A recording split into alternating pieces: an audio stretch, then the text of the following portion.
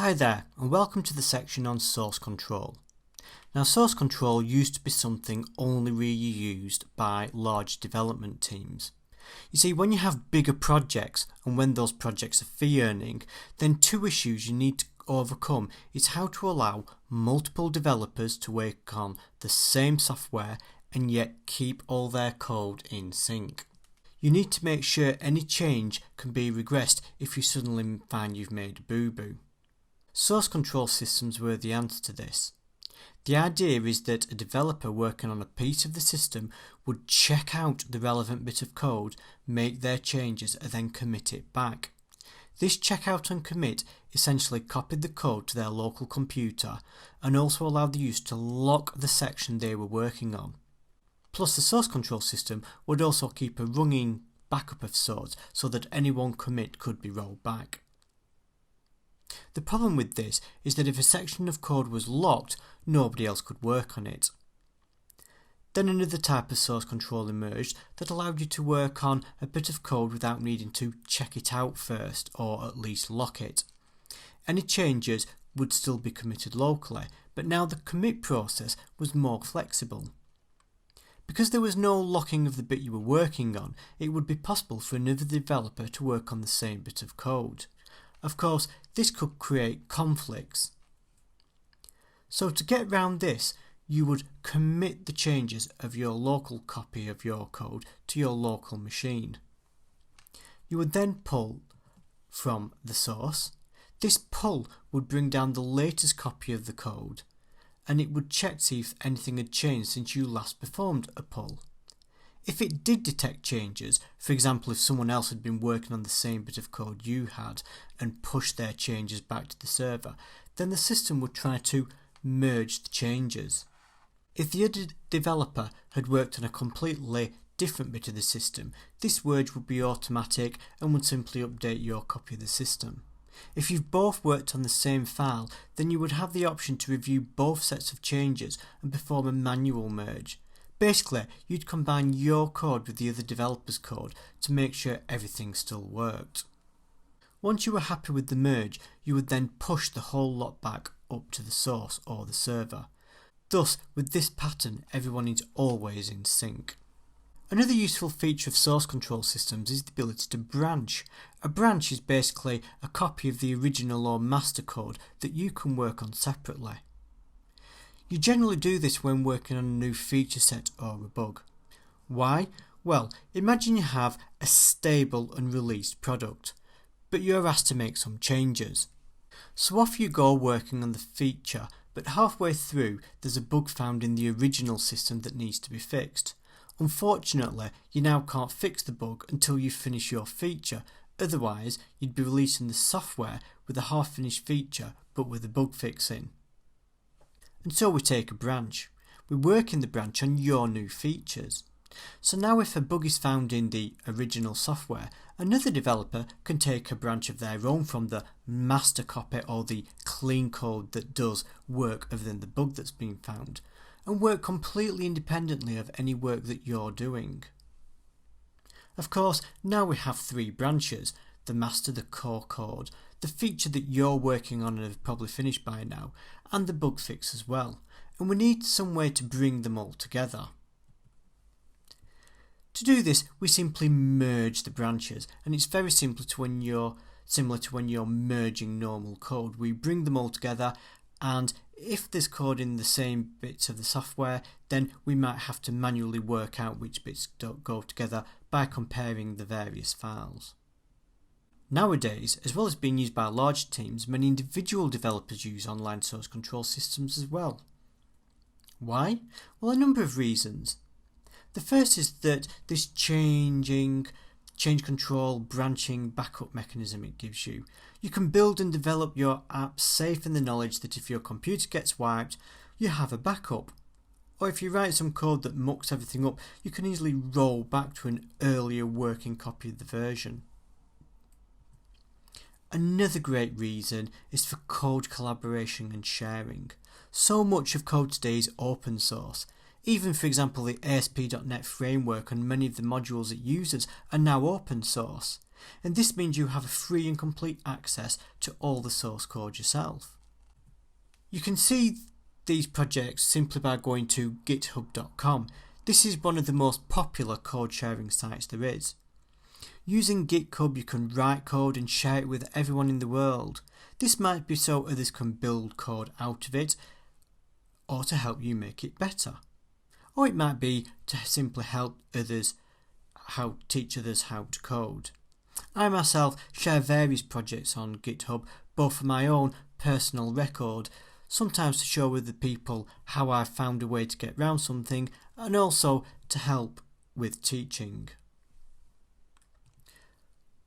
But of course, sometimes you also need private copies that nobody else can access, and GitHub does also give you this ability to create these private repositories, so it keeps them all just for yourself. In the next few lectures, I'll show you how to create a GitHub account, get the client software you need to be doing all our working on branches and commits and everything else, and then we'll go through how we actually do all the committing and merging.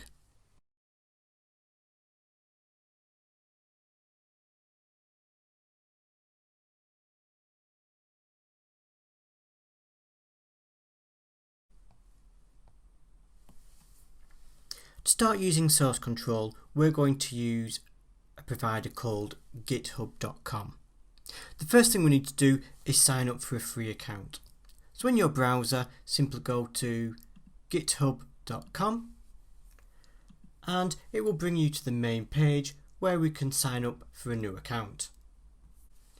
So all we need to do first of all is set a username, put in our email address, and then create a password and simply click sign up.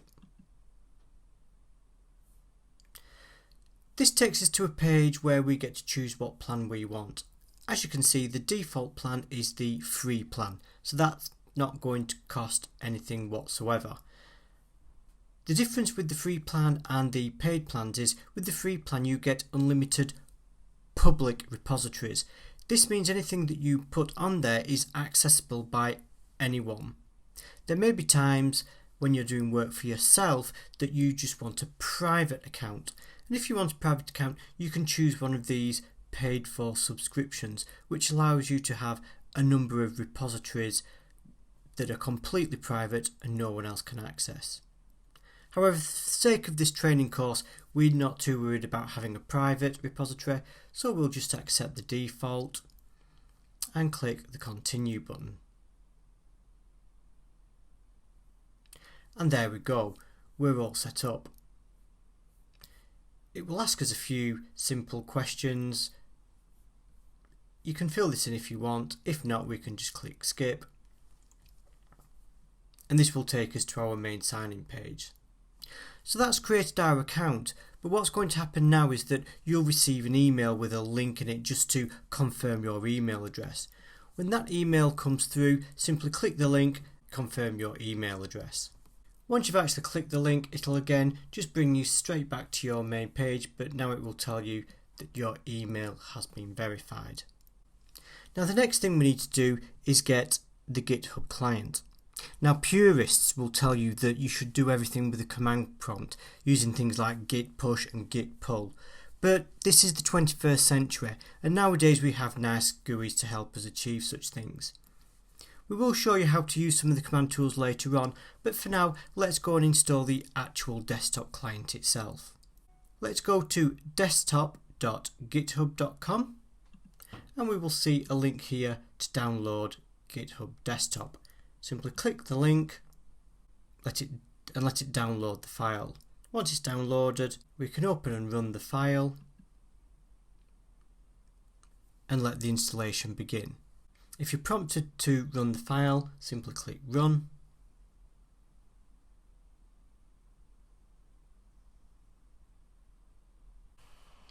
And once the installation is complete, we'll simply get this window that says there's no repository selected. In the next lecture, we'll go through how we actually create a repository and then actually use the repository for committing and retrieving code.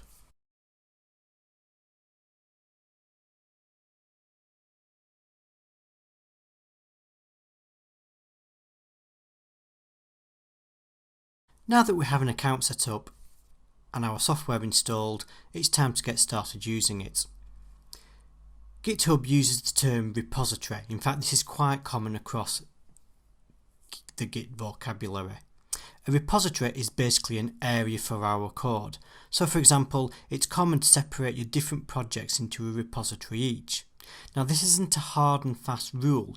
You may have many projects in a solution and it might make more sense to store the entire solution in a repository. The point is, it is entirely up to you. A repository is just a way of grouping your code, projects or solutions. When we create a repository, we'll have a copy of it at the server and at your machine or the client. Because of this, we have two options. We can create the repository at the server and clone it down to our client, or we can create it at the client and publish it up to the server. In this lecture, we'll have a look at doing both. First, we'll add a repository or repo. Developers are fairly lazy after all. At the server, and then we'll clone it down. So while you're logged into GitHub from the main page, we can simply go to this little window here and say new repository.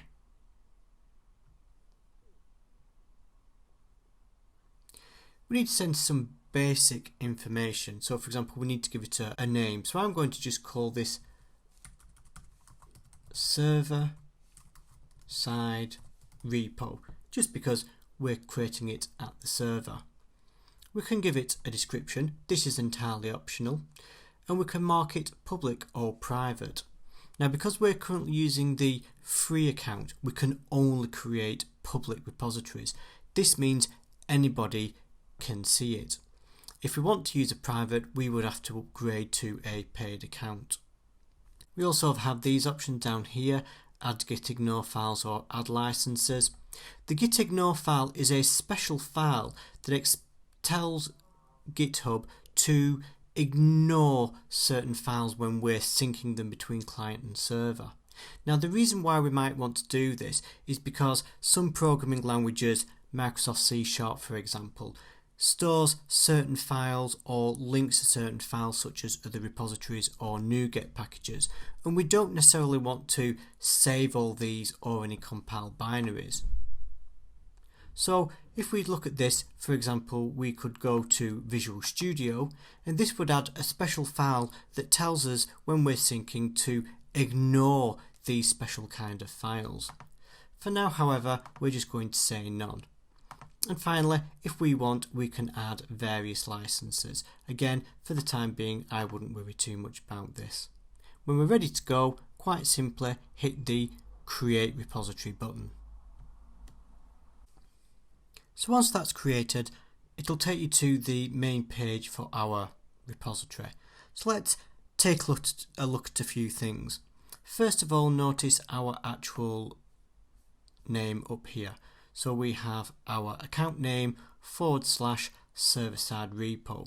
Also, let's note the URL. This is basically the same. So we have github.com/your account name and then / server-side repo. This is handy to know when you want to share this with other people. Now by default we're looking at the code tab, but we have a number of other tabs as well. So for example, we have an issues tab, pull requests, wikis and so on. And these are just all places where you can enter extra information about your repository you're creating. We also have this settings tab here where we can set things like who can collaborate, deployment keys, and also where you can actually delete the repository if you decide you no longer want it. But we're going to concentrate on the code tab. So we've got some basic information here. It's saying we've got 1 commit, 1 branch, 0 releases and 1 contributor. Now 1 commit means I've added one lot of information to this. So every time you do some updates and you want to apply any new work or change you've made, you commit them to your repository, and this shows you how many commits there has been. We spoke earlier about the ability to branch, and we'll go into that in more detail in the next lecture, but up here is where it shows you how many branches you have. And finally we can see there is one contributor, which is of course myself, because I created it. We can also, within the website itself, create new files, upload files, or clone or download. Now, clone or download is how we actually get, one of the ways we can get it from the server to our client, and we will come back to that. But finally, what we will see in here is this file. So this is going to list all our files in this bit of the window here, and we can see at the moment we just have one file, which is the readme.md. And this was the file that was created because we clicked that initialize tab. If we click on there, it actually opens the file up, and we can see that this is just a file with one line that's 16 bytes in size, and here is the text. If we click back on our code tab at the top, it takes back to the main window. And if we click in the clone or drop down box, we can say here we can either open this in the desktop, we can download the entire repository as a zip file, that's more of a manual thing, or we can actually copy this path to the clipboard, and this path here is basically what we have up at the top here, and this is handy if we want to use the command line tools. We can say copy to clipboard and then paste that into a command window to do it that way. But the first way we're going to get the software down is, instead of using either of these, we're actually going to go into our client and pull the repository down to our local machine. So we'll just minimize that, and so now we're going to run the GitHub client. For the first time you open it, you may receive a security warning. Just go ahead and click run. So here we go, this is our client window, and just like the server was, we currently have no repositories. So this is saying on our client machine we don't have anything set up. So the first thing we want to do is add the repository we've just created at the server. So we go to this button up here, create, and we're going to say clone, because what we want to do is clone it from the server. Because our client is already set up with our GitHub account, you can see here our repository that we've just set up, and down here clone server-side repo, and hit the tick button. It now asks us where we want to put it. Now what I generally tend to do is put all my repositories within a GitHub folder within my documents folder. So simply click OK, and what that is going to do now, it's taking all the files and copying them down. So in this window we can see at the moment we're looking at what's called the change tab, and there are no changes. We've also this history tab, so if we click that, and we can see here a history of all the changes that have happened in our software. And of course at the moment we only really have one change, which is this initial commit. But if we highlight it, which it was by default, we can see what files are in here and what files were actually committed as part of it. So we can see it added a file called readme, and it added a line with just this server-side repo text. All this will make a bit more, will become a bit more obvious as we start to add code of our own. The next thing I'd like to see is if we go to the server-side repo and right click, we can say open in Explorer. So if we do that, it then takes us to the file location where we've actually told it to store the code. So next let's do it the other way around. Let's create a client-side repository and push it up to the server. Once again we're going to go up to this plus button up here, and this time we're going to click the create button. So what we can do is we can give it a name, so we will call this client side repo, and you can see by default it's going to store it to this local path with the name that we've just given it. Again, we've got the option to add a gitignore file if we want, but again we will just leave that at none for now. So when we're ready, we click create repository. Now you'll notice it's gone under here, other, rather than under the GitHub, and that's because at the moment this repository is only client side. So if we go and open an Explorer, we can see it's in our GitHub folder in a client side repo. So the first thing we want to do is get this up to the server. So now if we go over to this button here, which is publish, and just click it, at this point we can now we can keep the name and again put a description. Once again, if we actually had a paid account, we could turn it into a private repository, but we're going to leave all that as it is and just click publish client-side repo. That's now pushed up to the server. We can see here now it's gone back up there. And if we go to our server, we go to our root that shows the list of all our repos, we can now see that we've got two repositories, our server-side repo that we created server-side and the new client-side repo that we've just created client-side. In the next lecture, we're going to look at how we actually add and edit files and keep them in sync between the servers.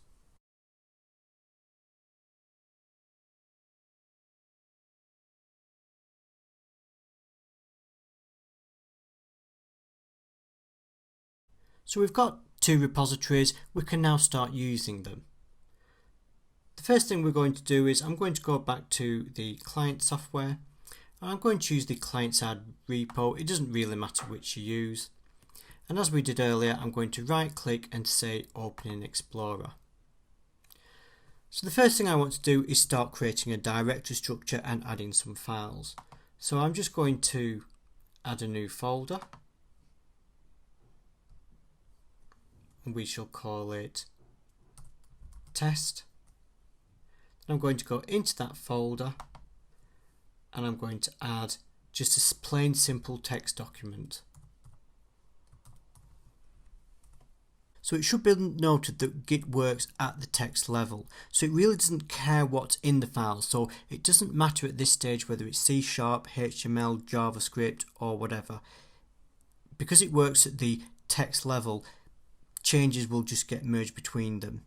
If files can't be merged because they're, for example, binary files or image files, then it does a much more simplistic compare and overwrite, i.e. whichever file is the most up to date, it will overwrite. So what I want to do now is I want to go into my text file and I want to give it some information. Doesn't really matter what we type. Then if I close that and save it, and now if I minimize that, I'm going to go into my client again, and you'll notice now this changes tab has this little blue dot by it, and that's because, as you saw when we hovered over it, there is one uncommitted change. So if we click that changes button, we can see what the change is. If I highlight it, it will tell us what the changes were. So notice this plus sign here, so it's saying we added a line, and this is the line that was added. So what we want to do now is we want to commit this to our local machine. So the first thing we can do is we can type in a summary and a description. This helps when you've got lots and lots of commits to try and work out what commits or changes you're particularly looking for. So here we will just say added files for initial state. And then we're going to say tick this commit to master. So this has now been committed to our local repository, and the final step is to push that or sync those changes to the server. So if we go and look at our server for now and we go and look at the client-side repo, you'll notice there's nothing in here. There's just the Git attributes. I must have accidentally selected to add one of the Git attributes file. But the point is there's no folder and there's no text file there. So if we go back to our client and quite simply we go up to this sync button. Once that's finished, let's go and look back on the website. We'll just hit that to refresh the page. And now as you can see, we've got our test folder, and if we click that, we've got our text file. Now if we actually click on the text file itself, it opens the file up as we saw earlier, and again we can see what's in the text file itself. Now you'll note these three buttons here. The two of the most probably the most used ones are this one on the right, which will delete the file, but the button we're going to use now is this one. This will actually let us edit the file within the browser itself. So if we click that, it actually opens up the edit window. Now this is very useful to do if you want to make quick changes to code without having to do them in your compiler or tool that you're using and upload them. However, generally you would use it in the tool. I'm editing this within the server just so that you can see what happens when two different people edit the same file and how that comes across. So what we can do, we can make some changes. I'm just going to add some changes right to the end of this file here.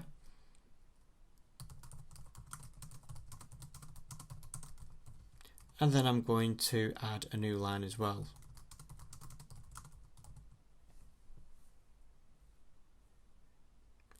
Once we're finished with our change that we want to do, we can click Preview Changes and it will show you what it's going to do. So as you can see, this bit in red means that the line's being taken away, and then the bit in green with the plus means that the line's being added. Now this is because we're actually updating the entire line rather than change just a portion of a line. It deletes what was there originally and completely replaces it with any changes. Once we're happy with the changes, we can again commit them just like we did from the client, and again we can give it some change information. We're going to leave these two options as they are. We will come to these when we actually start looking at branching, and when we're ready we will simply commit changes. So this has now updated the file at the server side. Again, I'll navigate out and go back in just so that you can see that those changes have taken effect. However, if we look on in Explorer on our local machine, that file hasn't been updated, and that's because we haven't synced up our client and server. So simply go back to the GitHub client and once again hit the sync button. Once that's finished, let's click the history button, and now we can see our history of the changes that we've been adding, and you can also just notice this bit here which shows the history on a line there. That comes in quite useful when we're looking at branching, and as we click each of these changes we can get a very quick state of what changes we've made. As you can see here, we're only adding or updating one file at a time, but we've now got the two in sync. And that quite simply is how you use the system to update and keep in sync files. And as we mentioned in the introduction, this is really a great way, if for nothing else, than for keeping a backup of your code, but also it means if you're working on some code and you've realised you've made a mistake, it's very easy to roll back to an earlier version and see what changes you've made. In the next lecture, we're going to look at how we do something called branching and merging.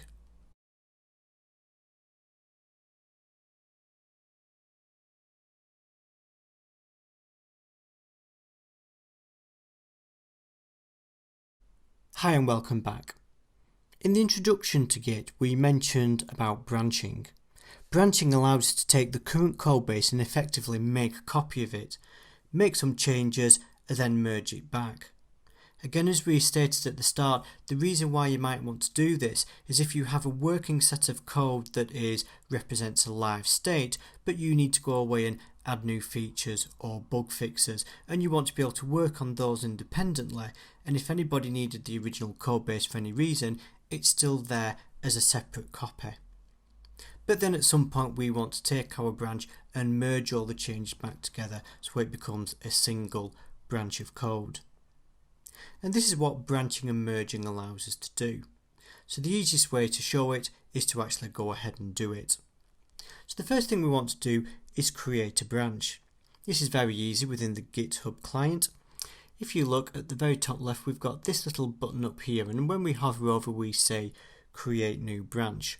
Also note next to it is here, which is our current list of branches, and at the moment we've only got one branch, which is always called master by default. So what we want to do is create a new branch. We're going to pretend that we've been asked to implement a bug fix, so we will call our branch bug fix. It's going to ask us from which branch we want to create it from. Again, because we've only one branch, we will have to choose that master. It is possible to have multiple branches, and a common scenario would be to maybe have a test branch, and all work would normally come from the test branch, so that all work can be tested within that branch before that branch finally gets merged to master. But we've only one branch called the master, and so we'll just click this tick button to create the new branch. Now notice this button that we've got here and what's happened to our timeline.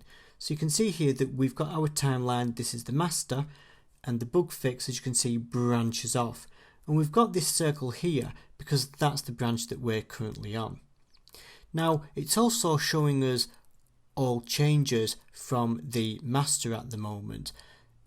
So now we've done this, you'll notice we've got this box up here and we've got this timeline, and as you can see down here the timeline splits onto our bug fix branch, and as you can see we've got this little circle here that's basically saying that we are on this bug fix branch.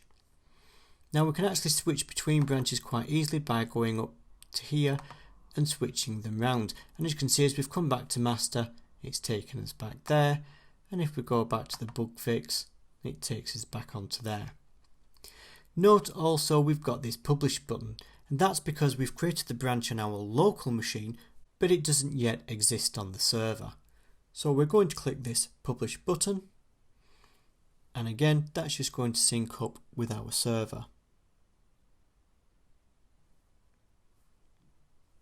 If we go to our browser where GitHub is, and again let's have a look and see what changes it's made at the server, you'll see now that we have these two branches, and if we click that we can see the two different branches. We've got our default branch and we've got our bug fix branch.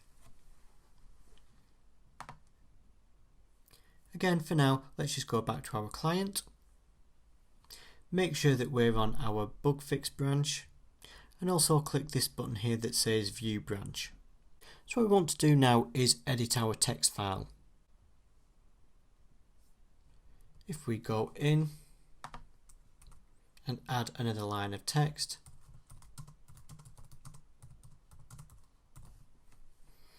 then save and close it.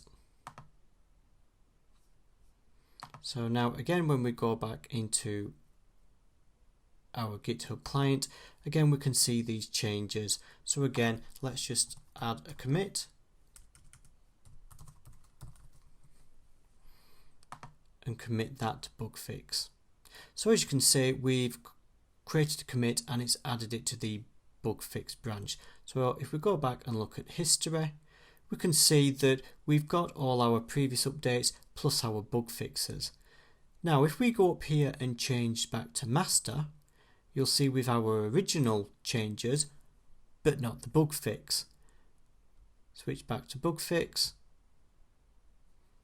and again so when you switch back it shows you just the updates that you've made within that branch, but again if we click the view branch it's showing them all, and that's because this bug fix branch was created from branches, so the master, therefore it includes them.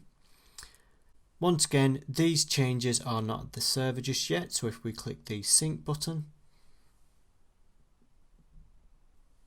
and once that's finished let's go back to our main page, and you can see now here that we've got this little window here that's saying your recently published branches. So we've got this new branch here, and if we click that we can go in to see what changes has happened to that bug fix branch. So as you can see we've got this additional line that we added here. If we change the branch back to the master branch, you'll notice that that has gone back to the original setting. So as you can see we've now got two branches, one with the original file and one with the updates. So once you've finished your work on the branch that you're working on, perhaps you've fixed a bug or you've implemented a feature, what you want to do is merge your branch back into the master branch. And the way we do that is this. The first thing we need to do, and the order in which we do this is very important, is we need to switch back to the master branch. And that's because we want to bring our changes in to the master branch. What we can then say is we go up to this compare button here, and we want to compare our master branch with the bug fix branch. So as you can see on this timeline, we can say our bug fix there and our masters there, and we want to bring these in line. And you'll note this button here that's appeared, update from bug fix. So if we click that, it's going to bring all changes in from the bug fix branch, and it's going to merge them with our master branch. So if we go ahead and click that, and as you can see down here, we can see this little merge symbol here to show that we've merged it in. And if we click this view branch button, we can see it all as a consecutive timeline. Finally, we need to push these changes up to the server again, so click the sync button. And now it's synced, we can see the merge happening there. And when we look at the server, and once again we look at the actual text, we can make sure we're on the master branch. Go into test, go into my file, and we can see it's merged in our changes nicely. Now at this point, we've got three options to continue working on our project. We could continue the rest of our work in the master branch, which is generally considered not a very good idea. Or we could switch back to the bug fix branch and carry on working there. Or if we wanted, we could go and create ourselves another branch, so we could then call feature A.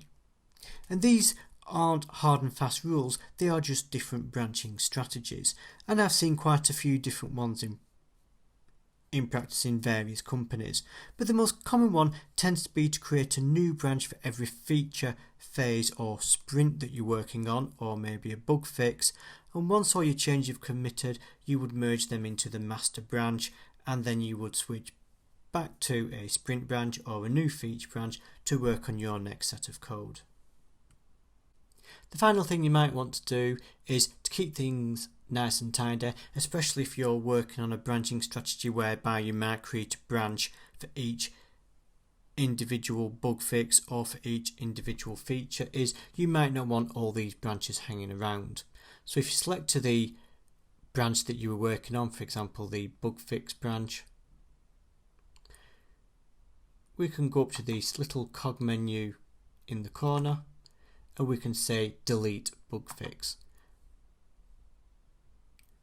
Again, now we're going to get the option whether we want to delete both from the remote repository and the local. We'll probably want to do both, and that's got rid of that branch. Now we're back to the master, and because we merged our bug branch into the master, it means we get to keep all our changes, but now we've not got a proliferation of other branches that we need to manage.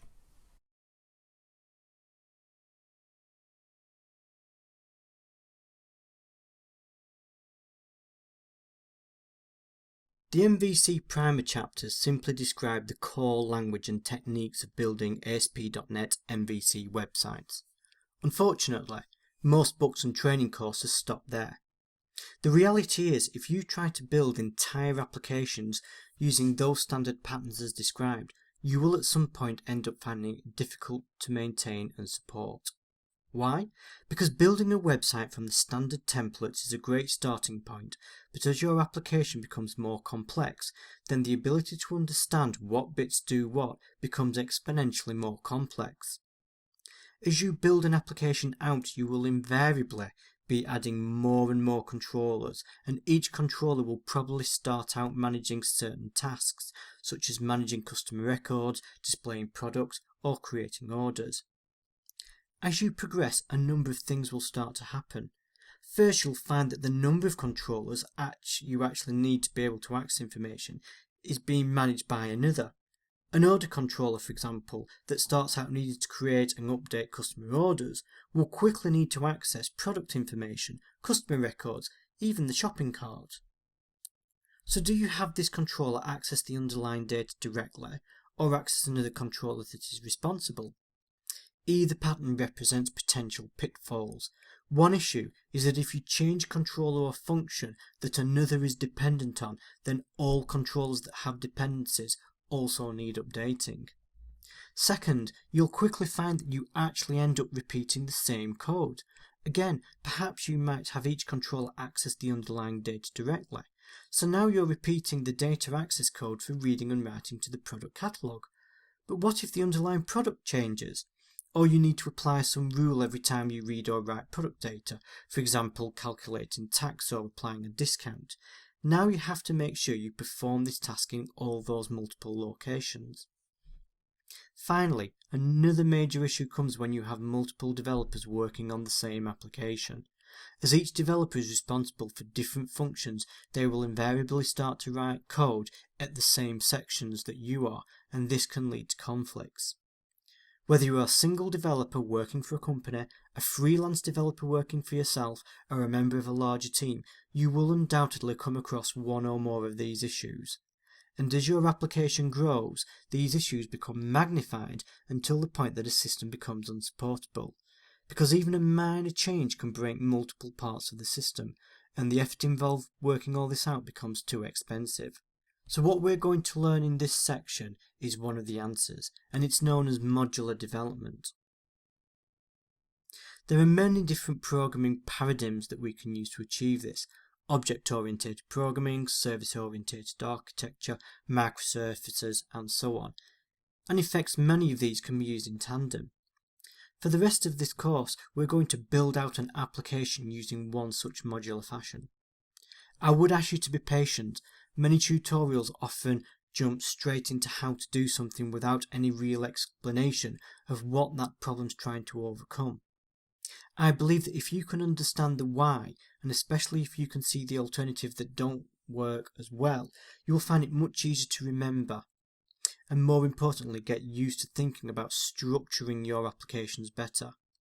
For this reason, throughout the rest of this course, we will often write code and then refactor it, i.e. rewrite it, to show the alternatively and hopefully better pattern. One issue I mentioned earlier was that of repeating code, i.e. you don't want to have to reinvent the wheel every time you want to access some underlying data.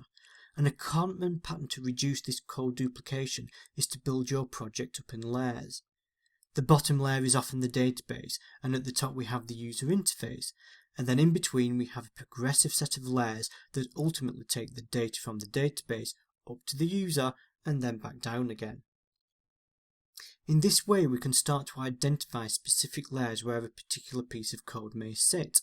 For example, the data access layer is responsible for reading and writing data to the database, and it should only be responsible for that. It should have no other business logic included. Similarly, the UI layer should be responsible for displaying data to the client, and that's all it should need to do. All the manipulation of data in between, the business rules, validation, connected services, these should be handled in discrete modules of their own, each specific to a certain set of related functionality. Finally, we're also going to be adding our solution to GitHub. This is one, to get you used to using a tool such as GitHub as you're writing code, but secondly, you will be able to see at each step of the way how I have built this project myself, and you can compare your code to mine.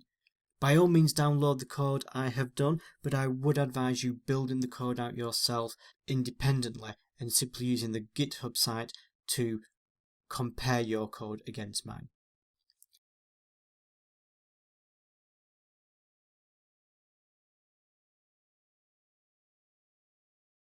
Because we're going to be using GitHub through the rest of these lectures, I just wanted to show you how you could make use of the GitHub libraries that I'm creating. If you sign onto your own GitHub account, so I'm just signed in here as myself to my own repository. But then once you're signed in, go to GitHub/complete coder. You will see my repositories here. The one you want is the My Shop repository. And you'll see here all the code for the project as I'm building through it. Now, after each lecture, where we create branches as we go through, I have kept them all, and you can switch between each of these branches within GitHub depending on where you are within the course. And as you switch to each one, you will see varying degrees of completion as to where we are in the product. So if you want to compare code, you can either go to the branch that we are currently working on and view it directly within here to have a look at how we're doing things. Alternatively, what you could do is you can copy the entire GitHub repository to your own repository. And the way you would do that is we go up here to where it says fork, click fork, and what it will basically do is copy that entire repository into your own repository. So now this is Brett Hargreaves /My Shop, and if I go to home there, so I've now got the My Shop repository there, and so I can now access everything, and if need be, make changes to the repository in here without it affecting the code on my own system. However, if you ever need to go back, again, just go back to Complete Coder, to mine, and you will be able to again view my original code.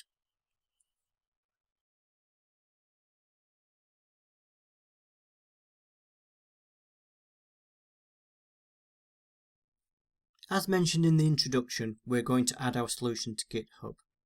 This way we can keep track of our changes, and you'll also be able to use the repository to check your code against mine. The first thing we need to do therefore is create a new repository in GitHub. I will assume you've been through the GitHub earlier lectures and set yourself up a GitHub account. If not, simply go to github.com and create yourself an account here.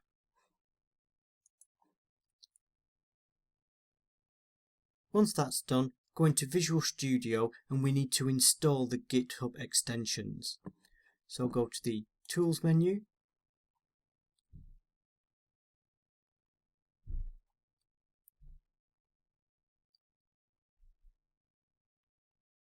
and the Extensions and Updates option.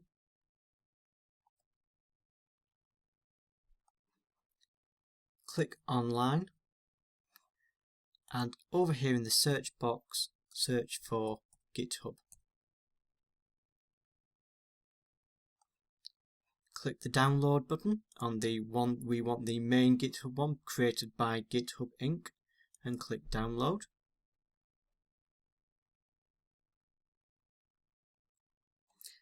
And then once that's done, we can see a message here saying changes will be scheduled.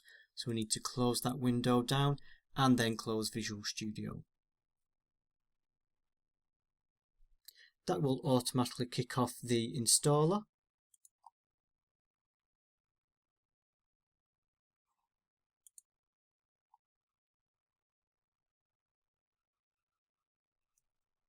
And once complete, close the dialog box and we can restart Visual Studio. Once we're back into Visual Studio, note at the bottom of our Solution Explorer here we have this other tab called Team Explorer. Click that and this will bring up this page. As you can see, that we have by default now two options we can connect to. We're going to choose the GitHub option and we're going to click this Connect button here. This will prompt us to sign in, so enter your details.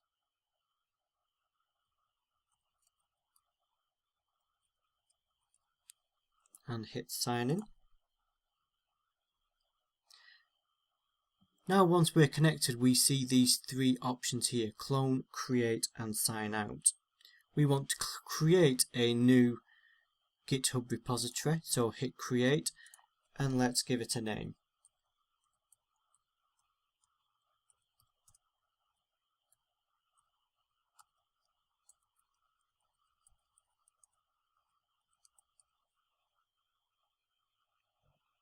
Also note, by default it will set the local path to a special folder in Windows called Sources and Repos. That's fine. We want to make sure we add a gitignore file of Visual Studio. That is the default, so that's normally okay, but just in case it isn't, just hit the drop down and scroll down until we find Visual Studio. The gitignore is a special file that tells GitHub to ignore files that we simply don't need when storing them in the repository. And then click Create. So that will have now created the project on GitHub and cloned some basic files to our computer. And now we're ready to start building the application.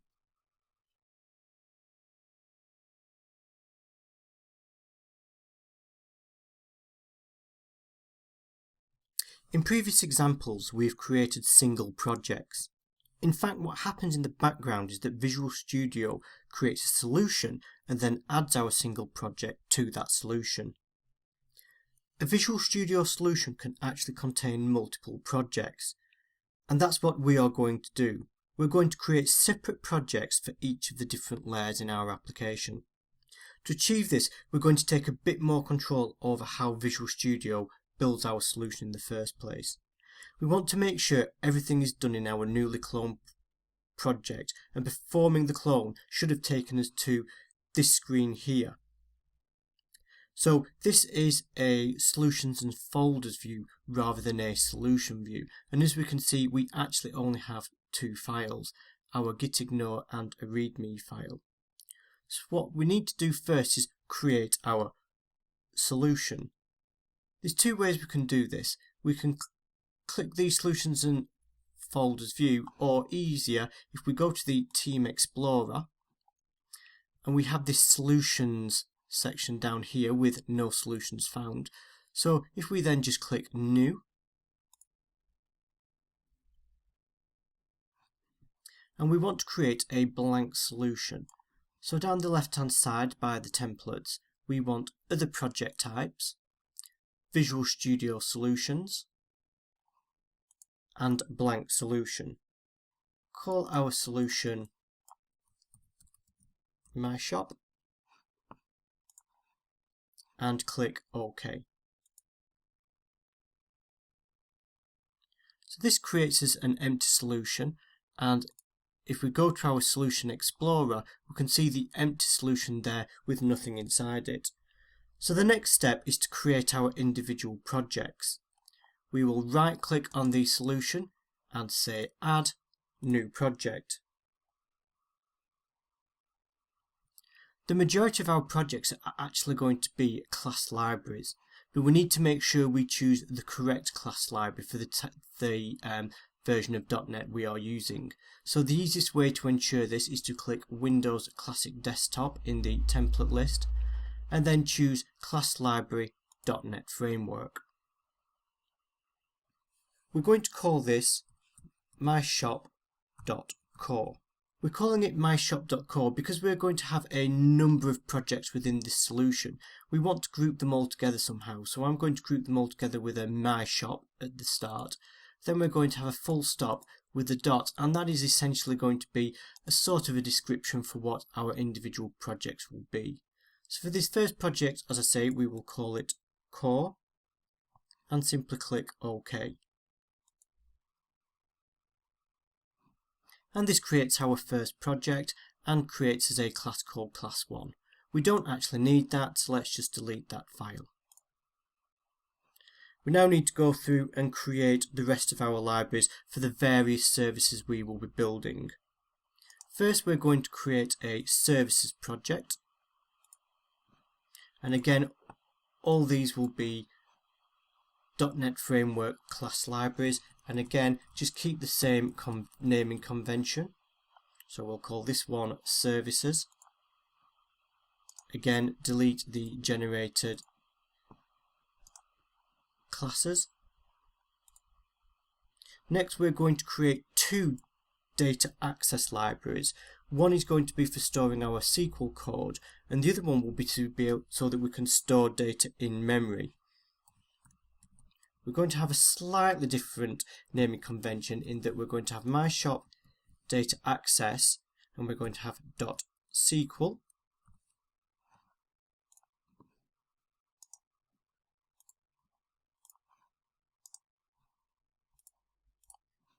And then another one called myshop.dataaccess.inMemory.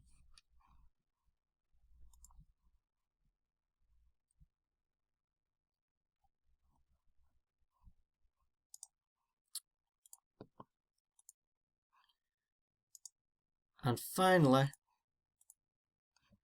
our last project is actually going to be a web template.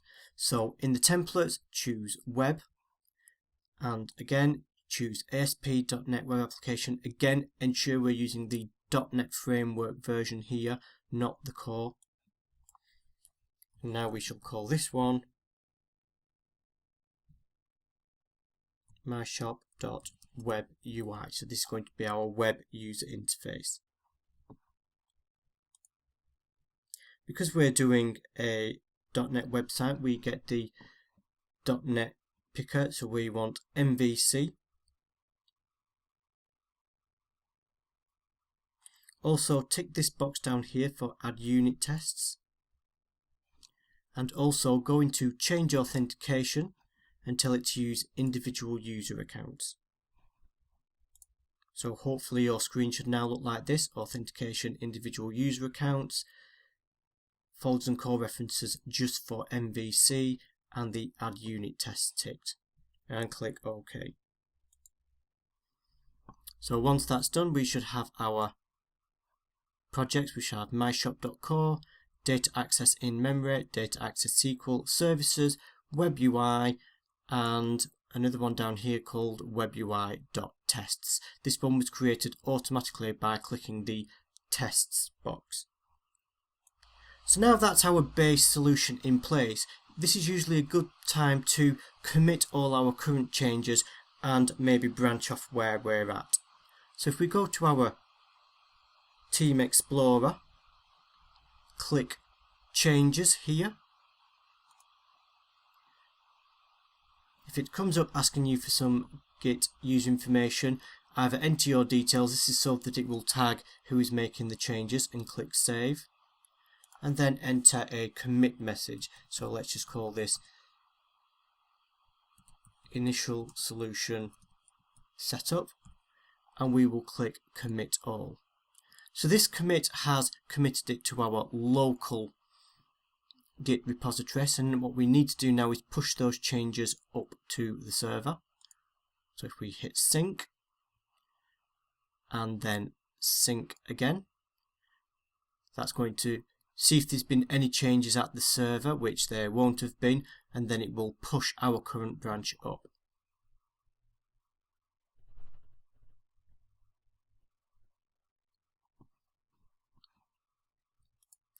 If we then went to GitHub Online into your repository,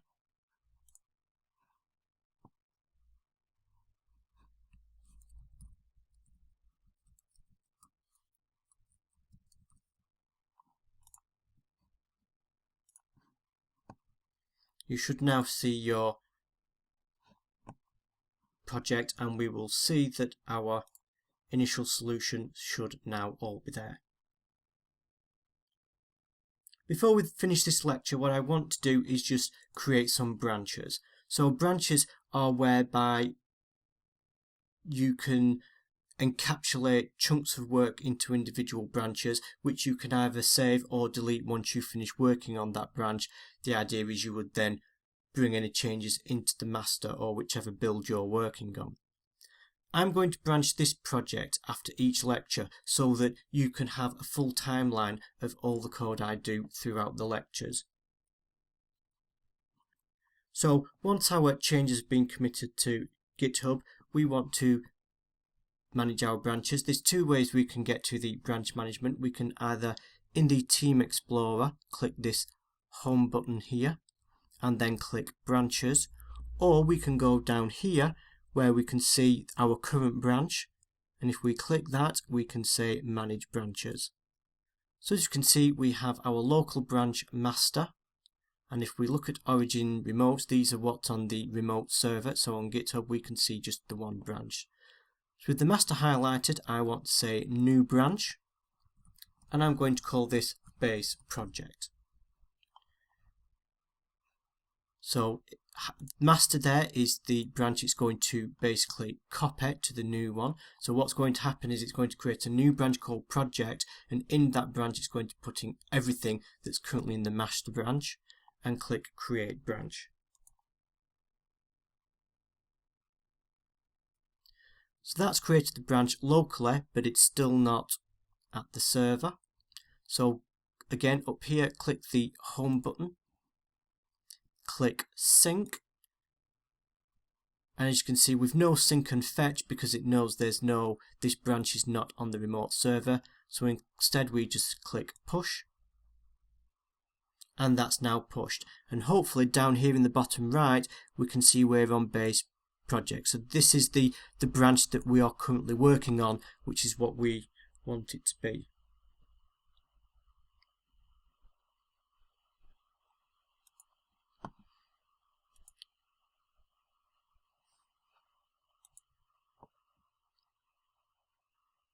If we head over to our web project and just reload the page, you'll notice now that when we're looking at our repository, we have this branch option here, and if we click in this drop down box here, we can now see the two different branches, and we can switch between the two as required.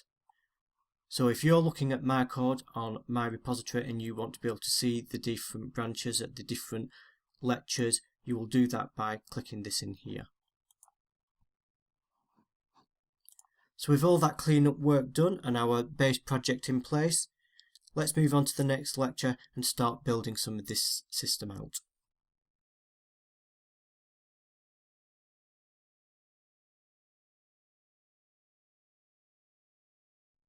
When working on projects, we sometimes need to manage the NuGet packages that get installed as part of a solution. There's two ways we can manage NuGet packages. The first is at project level, where we would select a project, right click and choose manage NuGet packages. Or the other option is we can do it from solution level, and again right click and say manage NuGet packages. Generally speaking, you would install new NuGet packages directly at the project you are working from. So for example, if we wanted to add a particular library that just the web UI uses, we'd only want to install it there. Therefore, that's where we would manage it. If we wanted to install a package that went across all projects within the solution, or if we wanted to manage versions, that's when we might want to do it at the solution level. If we right click the solution and say manage NuGet packages, we get to see all the packages that are installed. We also have this updates tab. Packages regularly get updated for solutions, and sometimes, especially when you're following along code from somebody else's software, you might encounter errors that come about by a mismatch in the versions between what's installed. Generally speaking, as a rule, you would normally want to keep your packages up to date. And if we wanted to update all our packages, we would simply go to the Updates tab, say Select All Packages, and click the Update button. However, there is a danger when we do a blanket update like this. And in fact, a recent update to Bootstrap highlights one of the problems that can be caused.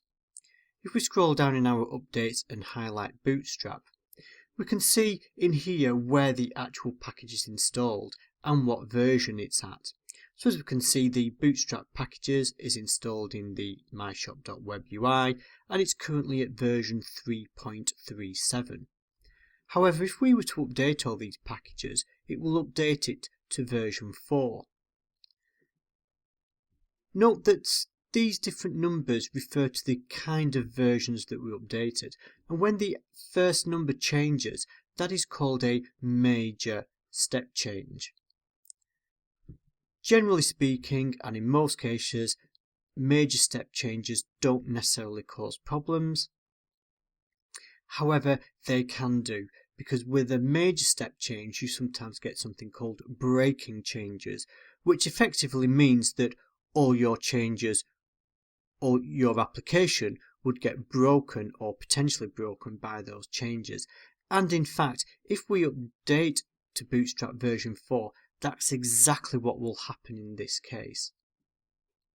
So normally what you would maybe want to do is you might want to update all packages, but where you know perhaps that you might have an issue, for example if it's Bootstrap, we could unselect it, or alternatively we could just individually go through updating packages as and when you need them. What I'm going to do is I'm going to update all packages now, just to show you an example of where you might run into issues. So first of all package selected, I'm going to click the update button. So this is then going to start downloading all the latest versions of all the packages. So once all packages have been updated, if we then go and browse to our new website, we'll see that actually the page doesn't quite look like it did before. Some of this formatting seems a little bit out, but most importantly is our menu that we had in our original empty packages has completely disappeared, and that is because of the major update in Bootstrap. So what I'm going to do now is I'm going to go again in my manage NuGet packages. I'm going to go and look at my installed, and I'm going to find my Bootstrap package, which we can see is now at version 4. I'm going to tick that, and what I'm actually going to do is change the version number. So this is being done at the solution level. If you wanted to do it at the project level, again we'll right click and say manage my packages there. Again we can see Bootstrap. Now again we can see that version 4 is installed. What we can do, we can change the version here. So we want to go to the latest version that starts with version 3. So in this case it's 3.37. With that selected, let's click update.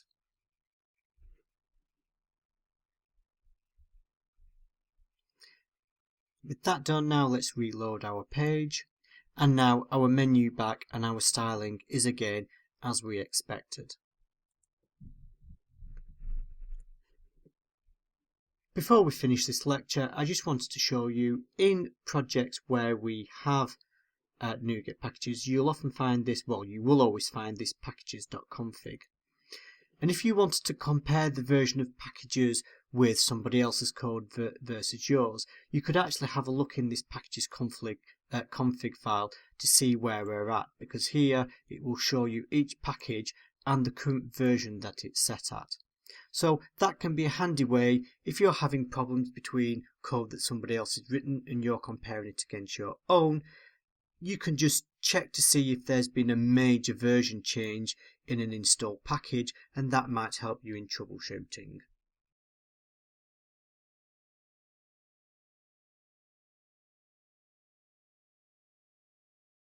As this is an e-commerce site, we're going to create some product manager pages. We're going to start by storing products in memory and then add the SQL database layer later.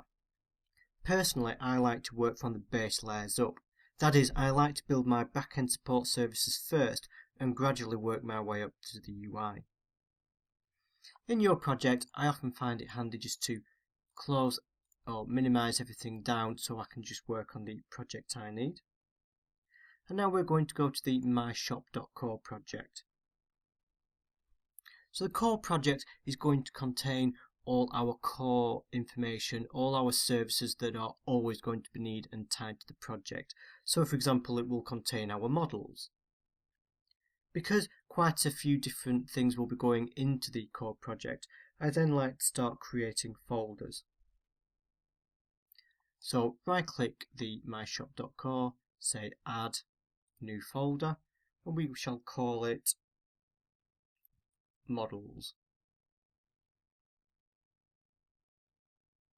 Next, Within that folder, we're going to add a new class called product.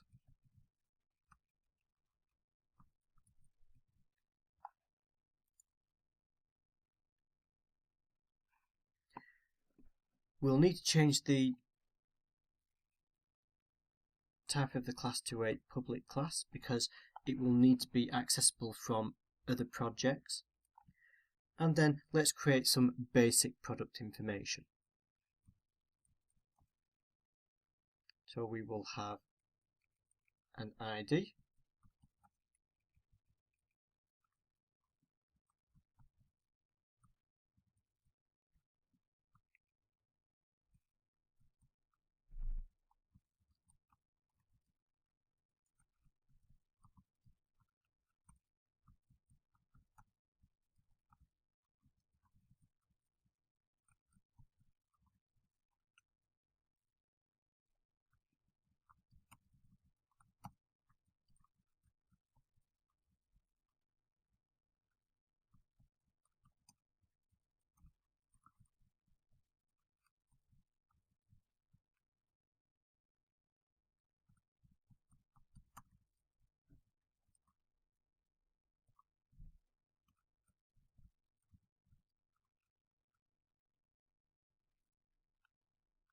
so hopefully these are fairly self-explanatory. Category will be so that we can group our products by different categories, and the image will contain a URL for our product image. The final step I'm going to do is create a constructor so that every time we create an instance of product, we automatically generate an ID. Now, some databases will do the ID generation for you. Personally, I like to take control of it in code so that we have a bit more flexibility on which database technologies we can use. I generally also store my ID as a string, but I'll generate it as a GUID.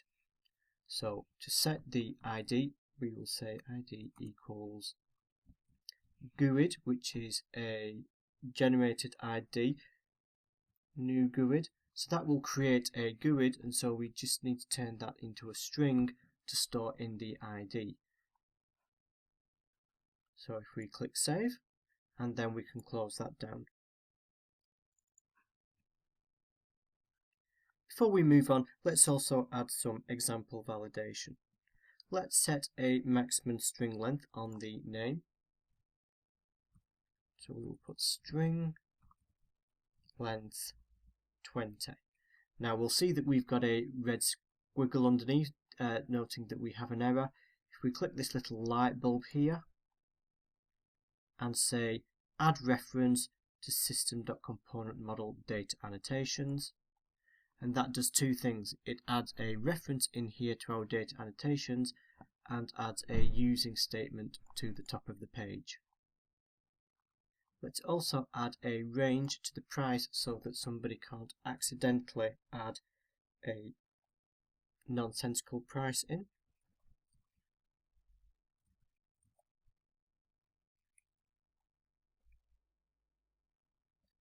And finally, again, go back up to name and let's add a display name. So this will mean that when we do our scaffolding, rather than it just saying name, it will come up with product name. Again, we have a red squiggle error, so go under and say choose the using system.componentModel.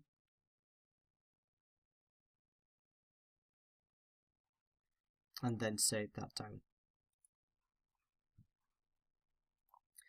So now we have a model, we need to be able to store it. To begin with, we're going to create an in-memory cache, like the one we did for the Hello World example.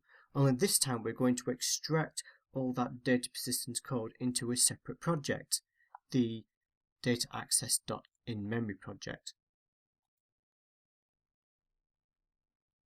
We also want it to achieve some basic operations such as create, update, edit, delete or query. So we're going to create methods that just expose those operations and hide all the other complexity underneath it. Before we do all this, we're going to have to wire up some internal objects, namely for storing them in the cache. again, this is very similar to what we did earlier.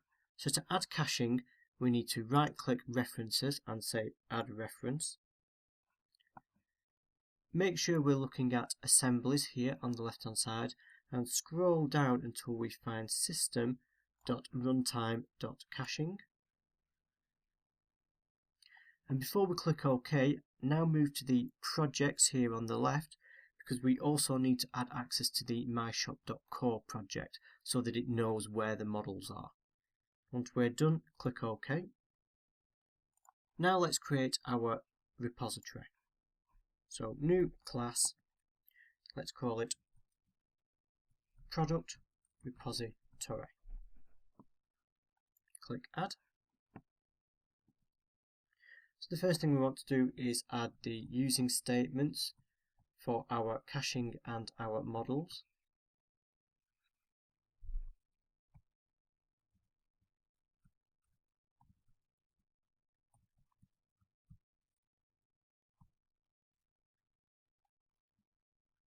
Again, change this to a public class, and then we can start to build it out. So again, similar to the hello world, the first thing we need to do is create an object cache.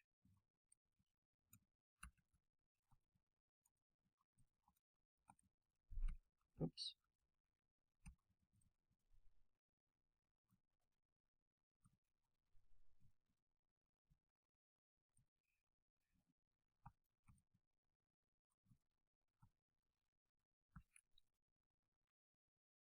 We're missing an equals sign there.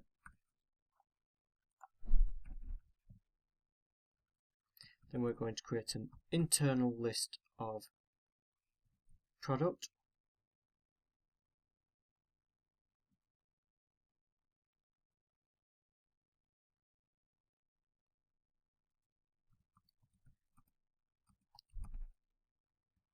Now the reason why it's not finding products is because we actually need to reference core.models. Okay. And finally we're going to create a constructor that will just do some standard initialization for us. So we're going to, whenever we launch this, we're going to try and look in the cache to see if there's a cache called products, and return it as a list of products.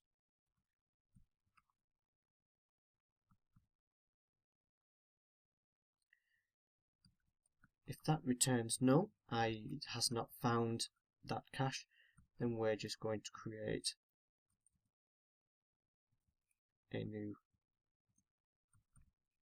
list of products. In fact, actually up here, remove the new list product from up there. So actually we just want up there to be list product products.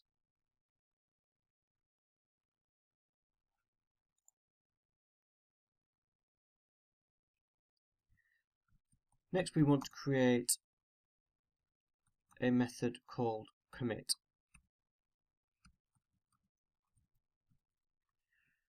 So what we want to have happen here is when people add products to our repository, we don't necessarily want it to save them straight away.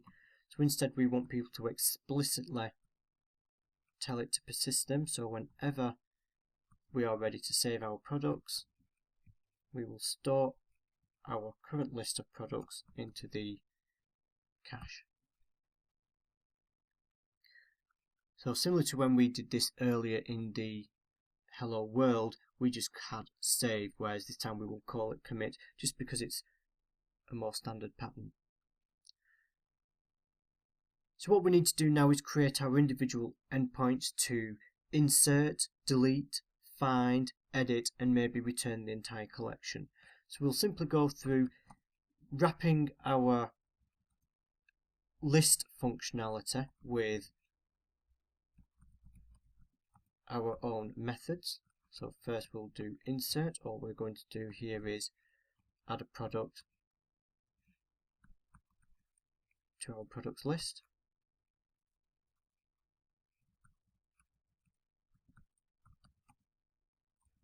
Next we'll create an update that will take in a product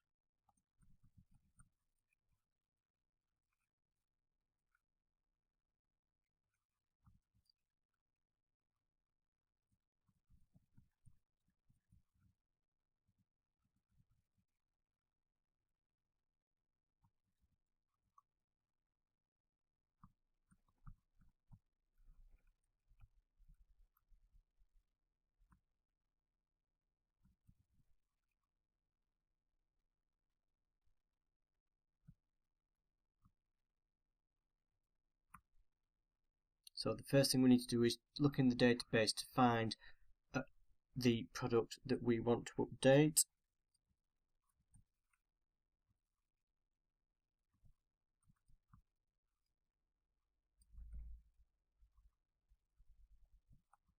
Just make sure that we actually received a product, and if we did, we shall simply copy the information from the product we've sent in to that product, and that will automatically update the underlying list. However, if we don't find the product, we want to throw an exception.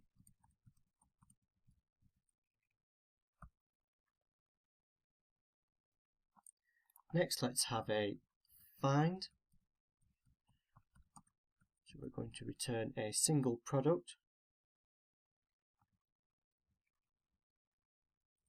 We're going to pass in an ID.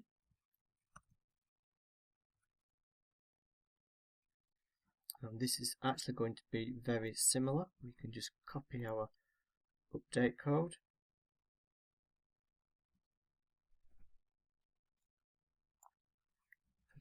Product needs to be ID. So try to find the product in the database. If we find it, return it. Otherwise, throw an exception. Next, we're going to return simply a list of products. So we're going to return an iQueryable product. So this will return a list that can be queried.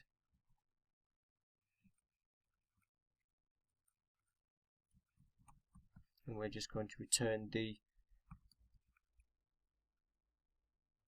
internal list of products. And finally, let's create our delete command.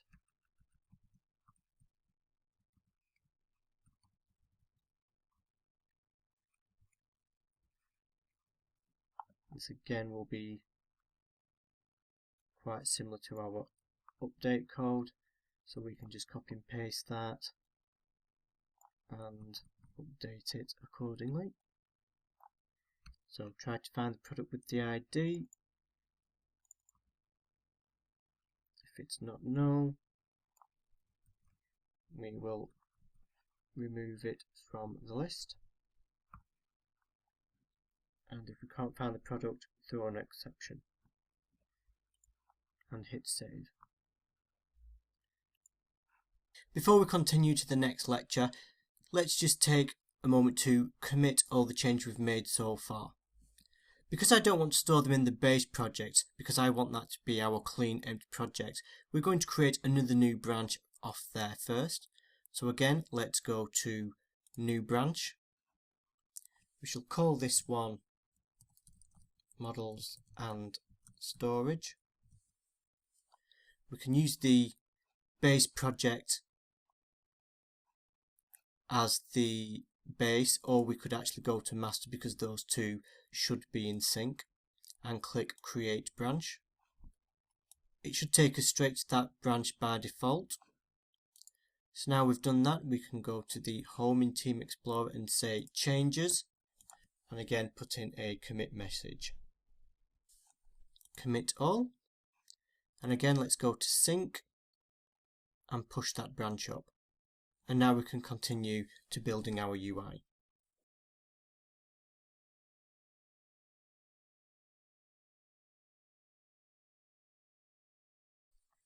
What we will do next is pretty much a repeat of our earlier pages when we use scaffolding to create the customer create, edit, list and delete pages.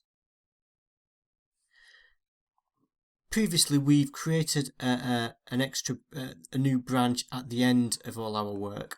However, we could also do it at the start. So because we've completed our models and storage, I often find it's a good time to branch before you start the new work. So let's create our new branch, and this we shall call product management pages, and click create branch. We don't need to bother pushing it up to the server yet because we've not actually got any changes.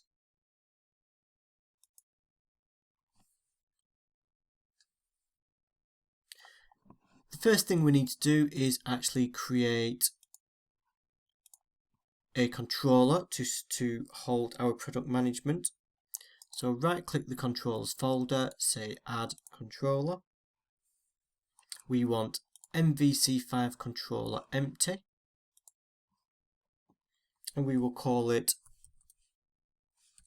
product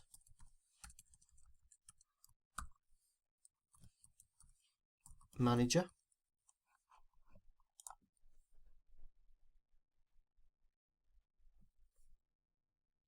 So this creates our empty product controller. We also need to add references to our other projects.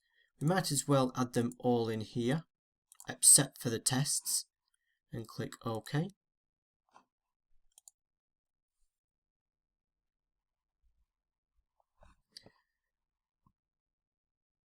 Now in our controller page, let's just add a reference to our models and our in-memory repository.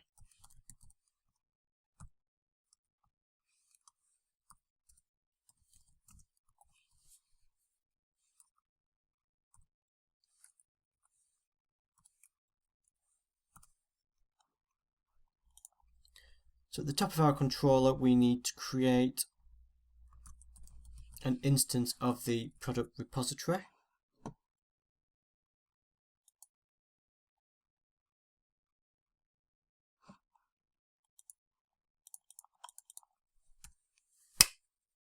So at the top of the controller, we need to create an instance of our product repository.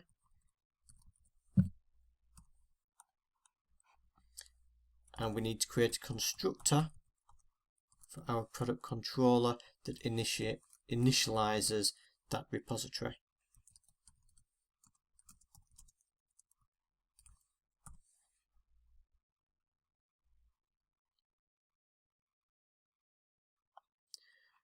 So on our index page, what we want to do is make it return a list of products.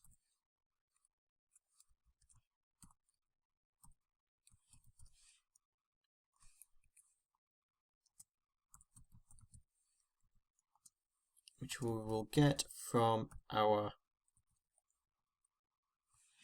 collection, and we will convert that to a list.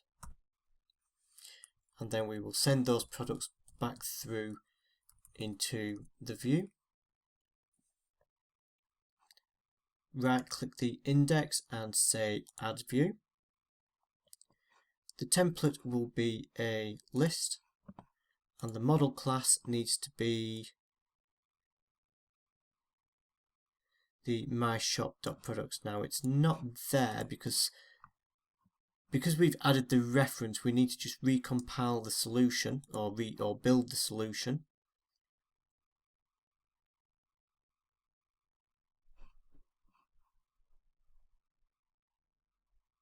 And that will build, for example, our myshop.core into a DLL and add it to the project. So now when we say add view,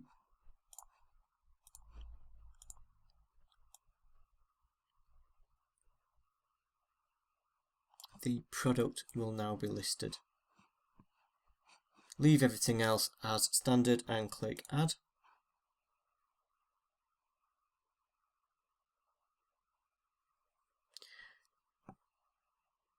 On the page that's created, we can scroll down to the bottom here.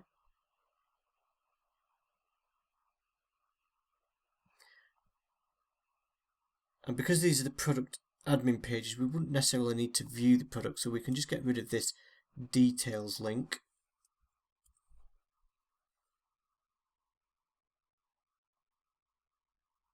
And hit save.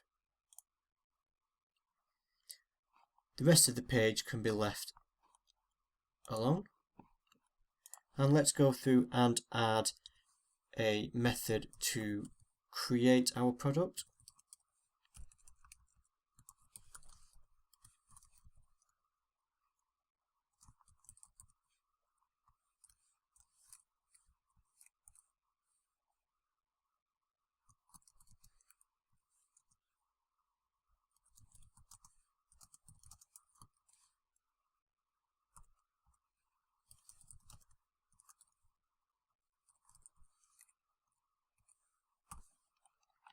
So the first one will be just to display a page in order to fill in the product details, and the second page will be to have those product details posted in,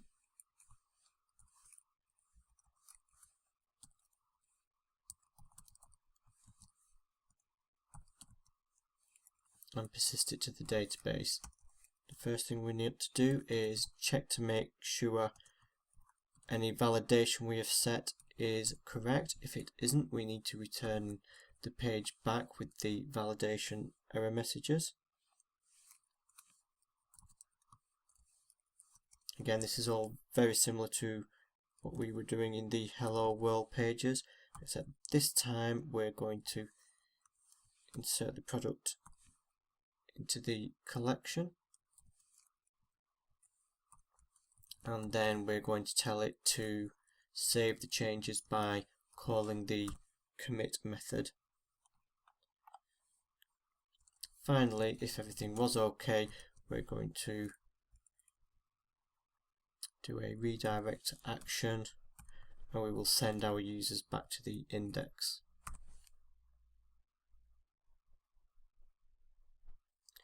Again, let's add a view for that page.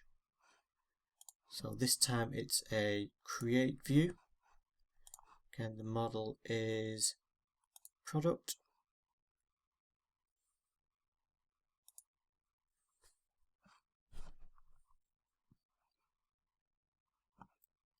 We can leave all that as it is. Now let's add our edit code.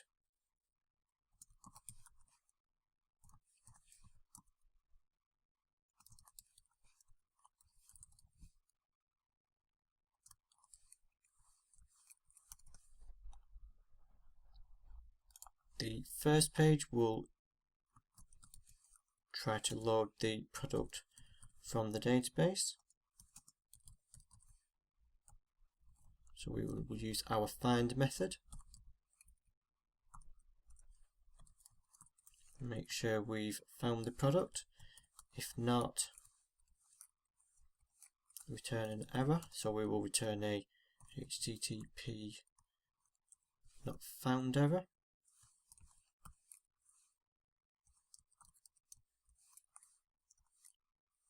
Else we'll return the view with the product that we have found.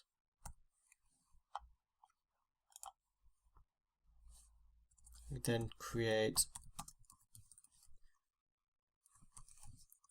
the next page, the next edit page, which will take in the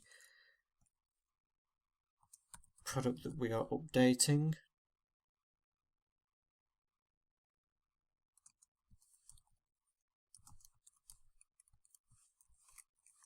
The default templates send through the updated product along with the original product's ID, just in case you did want to change the ID.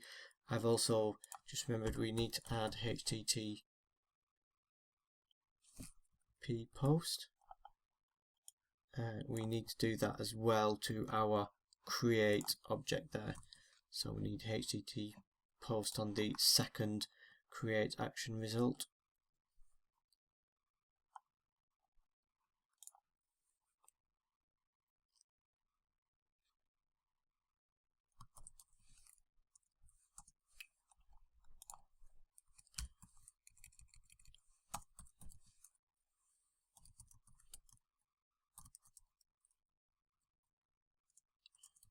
First, we need to load the product we are editing from the database using the supplied ID.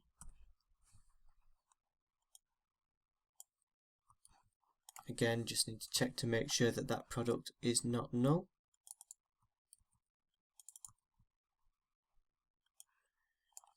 If it isn't, we need to check the model state.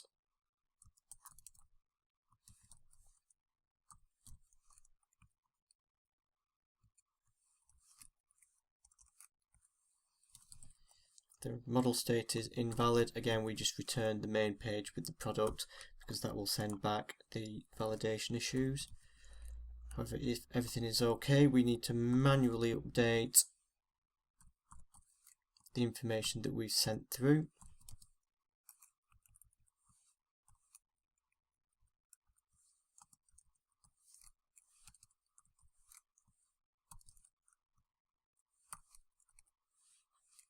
Change that to the category.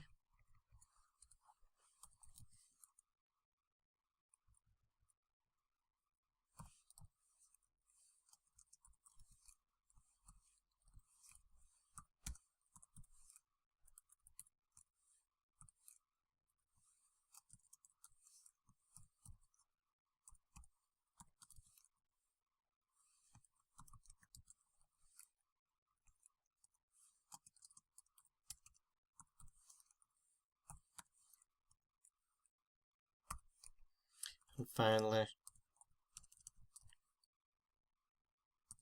commit those changes. Commit.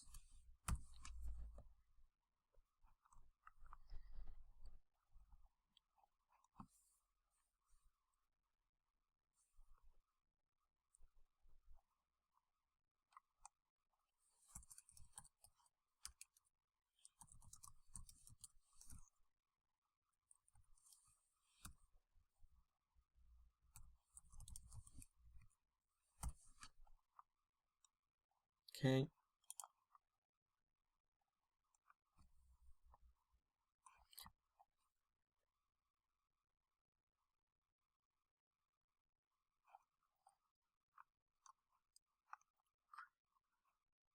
So add our view page. Template is edit. Model class is product, and click add.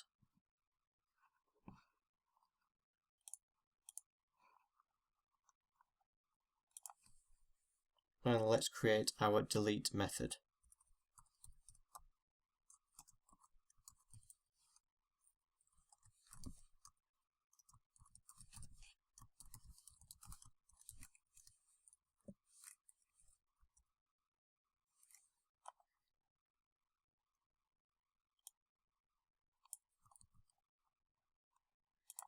Again, with a lot of these, because they are quite similar code, it's quite easy just to copy and paste the information.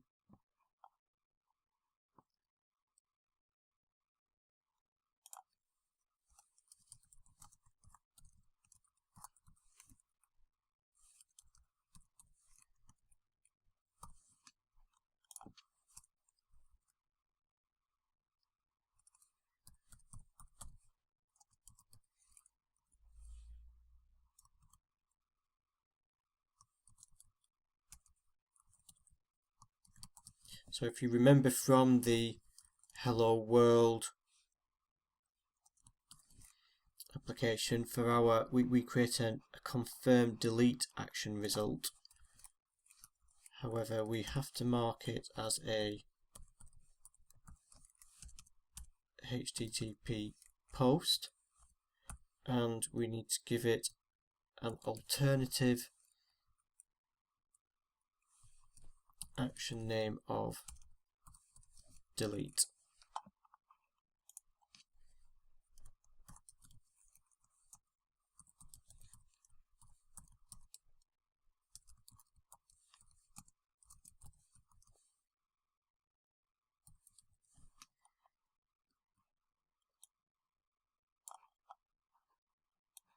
Actually, we can copy and paste most of that.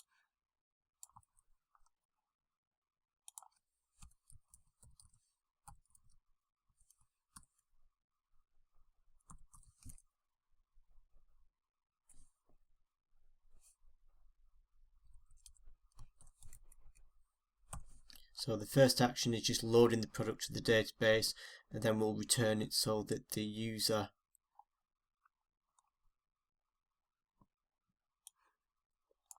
can confirm that is the product they want to delete before finally actually deleting the product.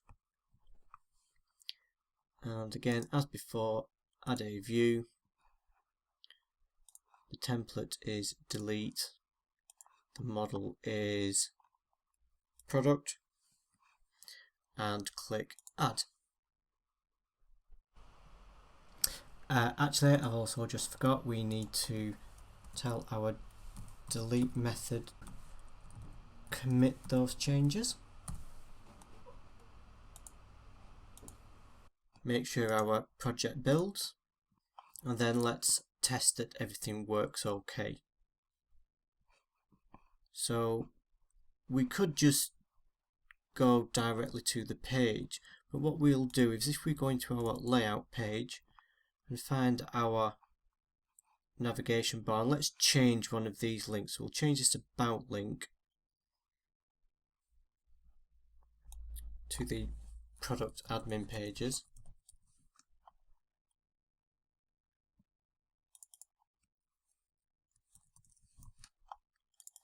It will be product manager, and then let's just run the website.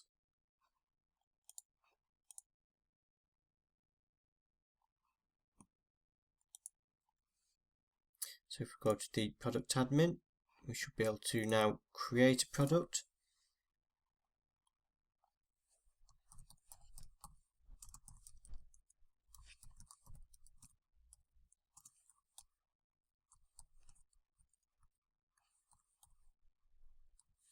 Oops.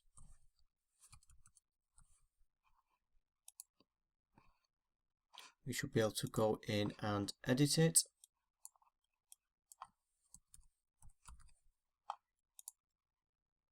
And we should be able to delete it. So there we go. Happy that everything works. Let's now commit all our changes.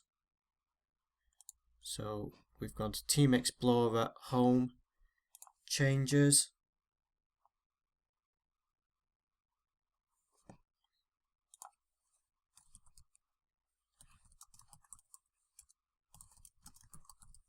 Pages built and tested.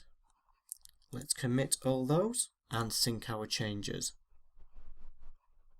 Again, because this is a new branch, we'll need to push.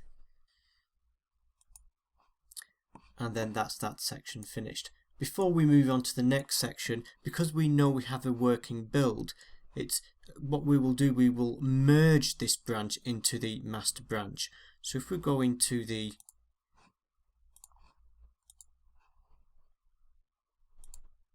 branch management, so we need to switch to the master branch by double clicking on it, and we're going to say merge, and we want to merge from our latest branch, which is product management pages, into the branch master, and click merge. So this is taking all our changes that we have made and bring them into the core master branch. The idea being we would always bring working branches into the master, so we know that's the one that's always building and working. Once we've merged our master branch, our product management pages into the master branch, we then need to push those changes back up. So again, if we go to Home and Sync and do a sync there, it will take all our merged changes and push them up to the server.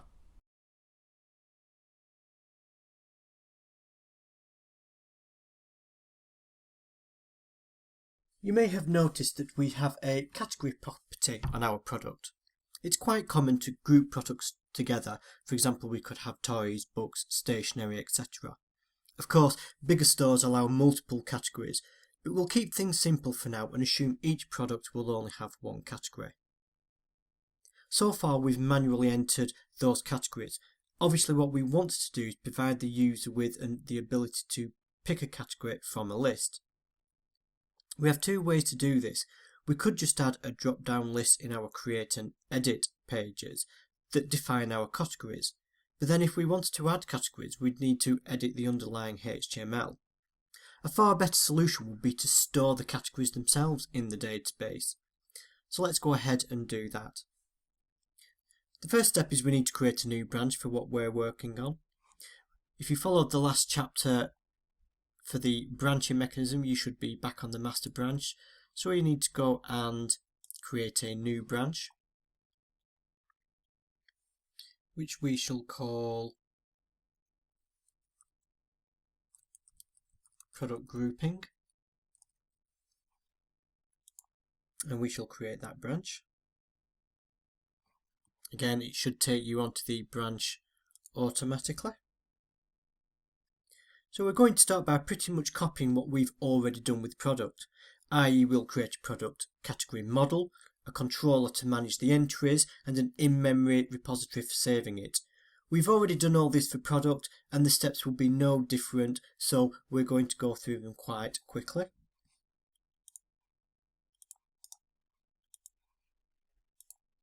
Let's create our product category model. Set it to a public class. Give it an ID.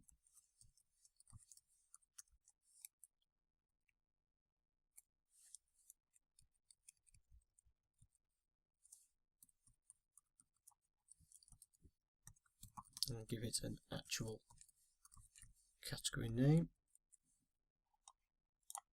Again, we want to create a constructor so that we can generate our ID whenever a new model is created.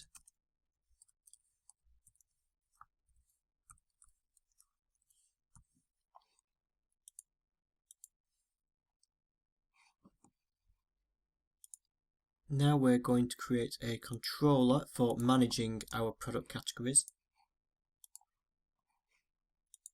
MVC5 empty controller.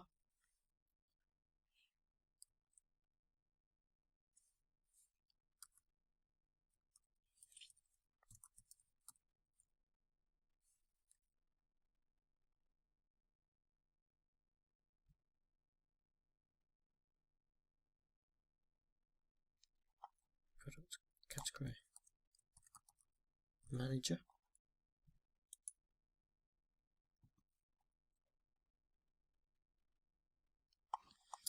Before we start wiring up the code for that, we'll also need a repository. So again, go to our in-memory class, say add new class product category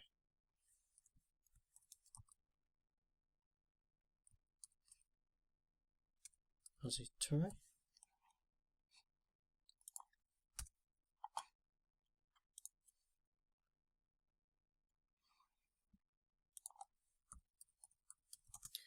What I'm actually going to do is pretty much copy and paste all the code from our product repository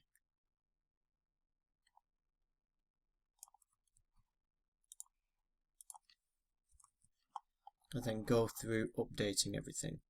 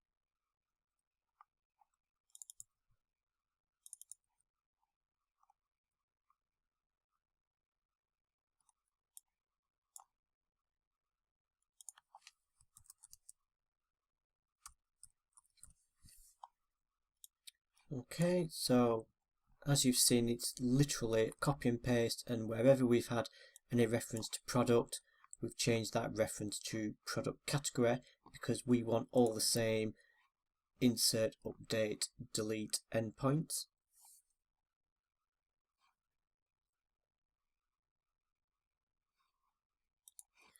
One way to make sure that we've not got any syntax errors there is if we can just build our project.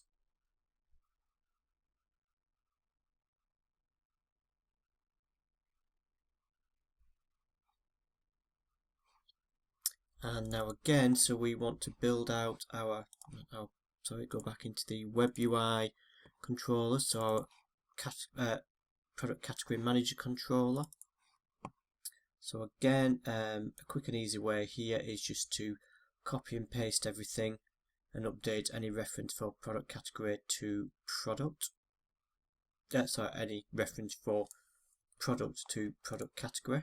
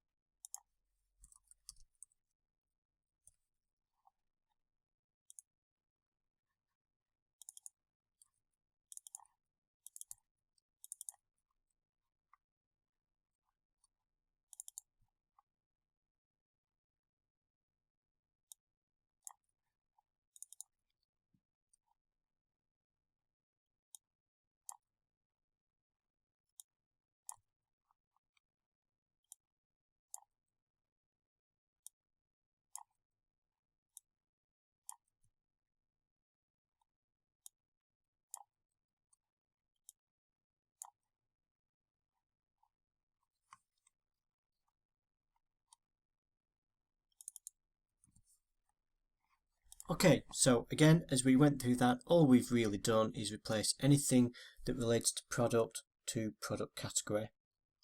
Again, just make sure we can build the solutions.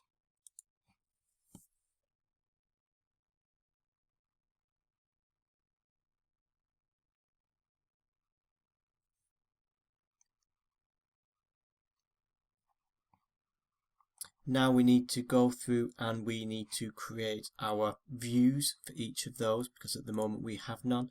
So again, it should be relatively quick and easy action. So add a view. We want a list of product category. Again, we can get rid of the details link because we're only really bothered about editing and deleting. Add our create view, so this will be create product category.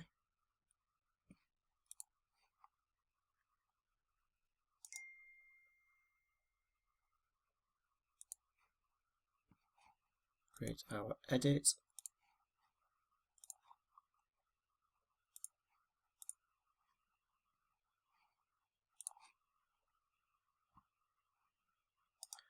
and finally our delete.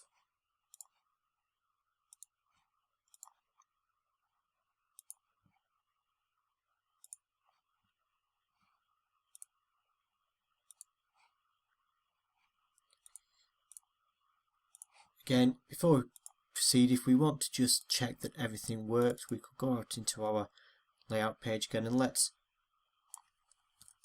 in our menu, just create a link to the category admin. Product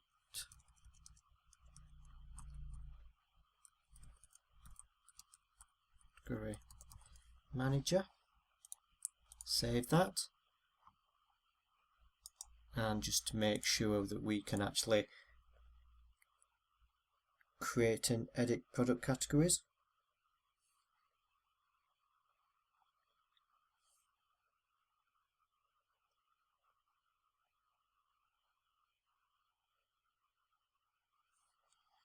Product category admin, create new, toys, create new, books. We can delete them. Okay, so we've got a problem on the edit endpoint.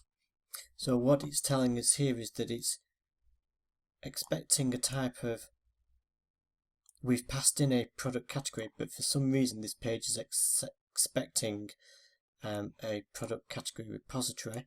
I suspect that will be because our edit page is incorrect.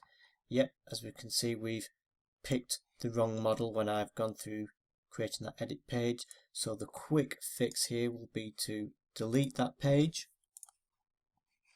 and then go back into the controller and recreate that edit page. So obviously what I must have done was, rather than picking product category, I'd picked the repository.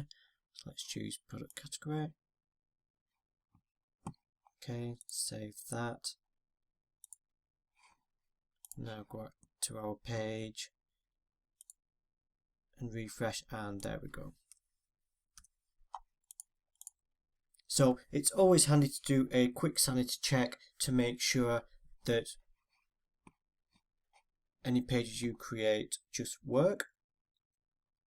And hopefully that was all quite pain-free. After all, it was just a lot of copying and pasting, but essentially just the same work that we were doing before.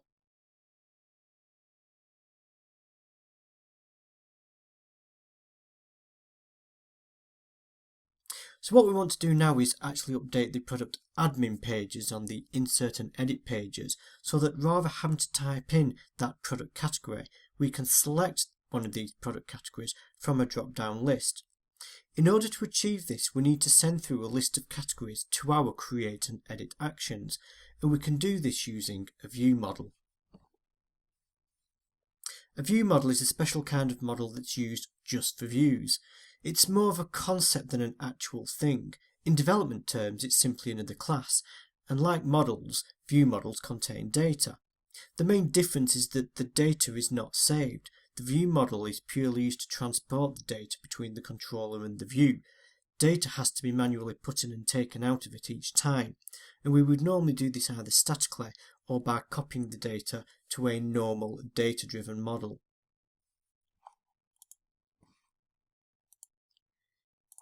In our project, go back to our myshop.core and create a new folder called View Models.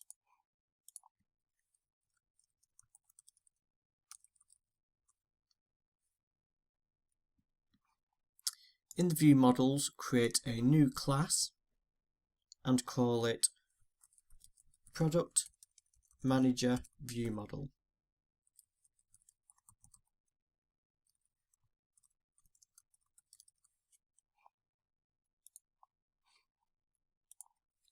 Set it to public, and in this class we're going to store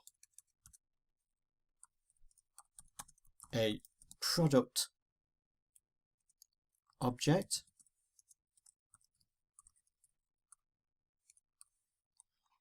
We right click, quick actions using myshop.co.models, and we're going to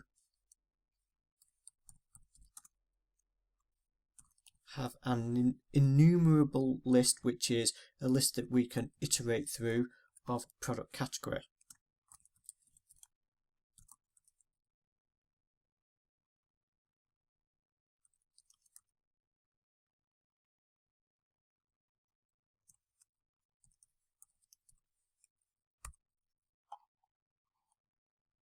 Save that. So now we need to update our product manager controller to use the product view model so that we can pass both the product and a list of product categories through. So go to our product manager controller,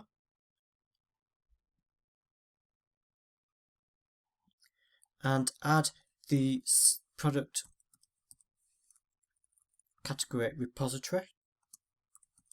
This is so that we can load our product categories from the database. And again, we'll need to initialize that.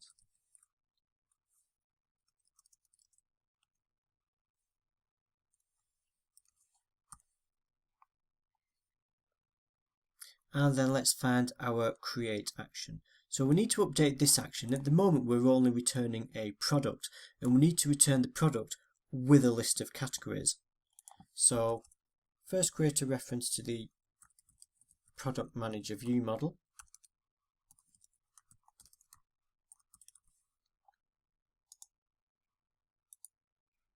Oops, not add view. Quick actions using, so we need to add the using.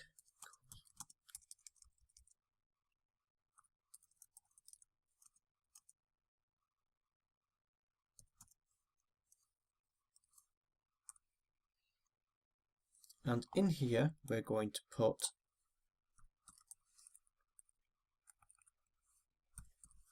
an empty product, and we're also going to send in a list of product categories which we will get from the database.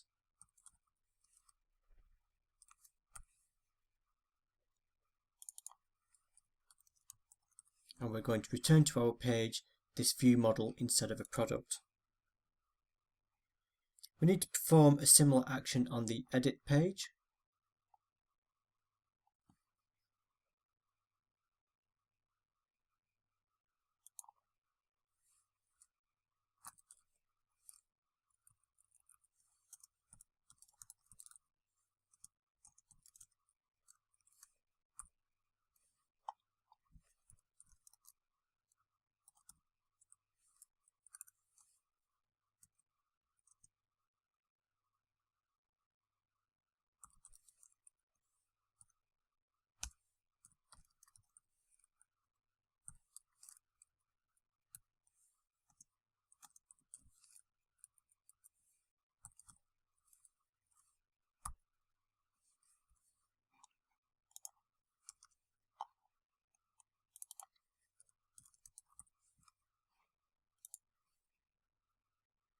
So just to recap, what we're doing is getting either an empty product or the product we've loaded from the database and returning it to the view. And instead of returning that product to the view, we are instead using the view model to hold that product and a list of all the product categories out of our database. But because we're now passing a different view model back to the view, we need to actually update the view pages themselves. So let's go to our product manager create page, and as you can see, we're expecting a product, but we need to change this to a product category. So we need to go to the view models and the product manager view model.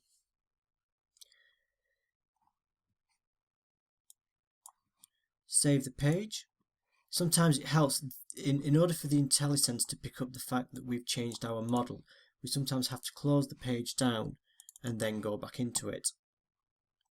So when we do this, we will notice that we're now receiving a lot of errors, and that's because it's expecting a model.name, and because we've changed the model, it's now not liking that. So all we need to do is update the references for all these to product.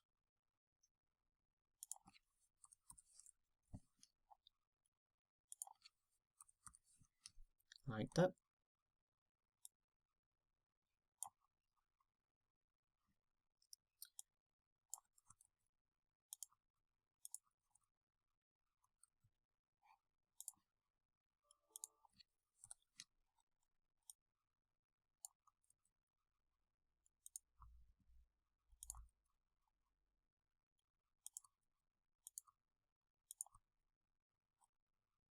We'll ignore category for now.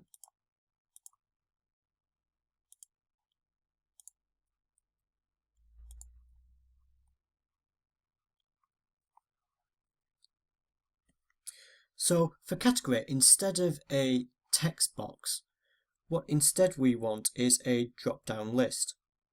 We still want the label, so we'll update that to show the label, but we'll get rid of these two lines here,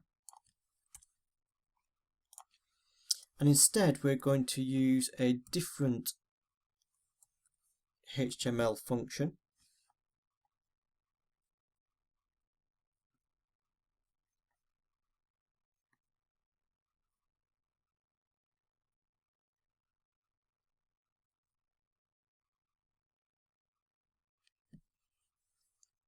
Which is drop down list for. So instead of editor for, we're going to choose drop down list for. But again, we want the same kind of syntax. We want model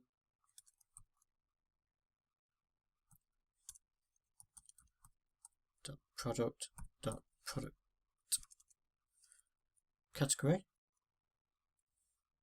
However, into this new option, we also have to send in, if we hover over the drop down list for, as well as our model, it also wants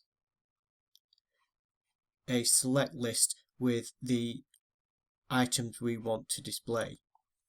So we do this by saying new select list, and we're saying to get the select list from our model.product categories.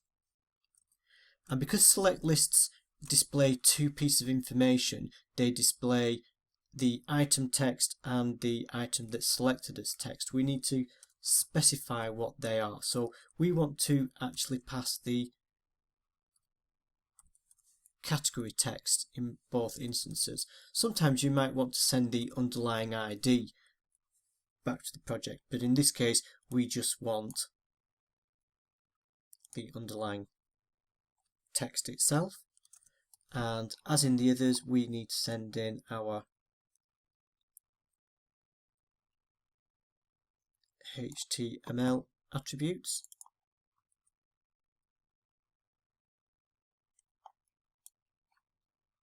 So because we're using a drop-down list, we don't need the validation, and now we can save that page.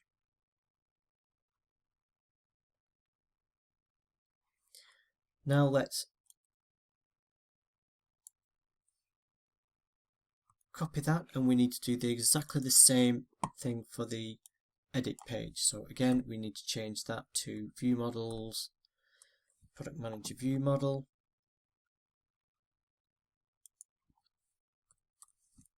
We need, again, so that the IntelliSense updates itself, close and reopen the page.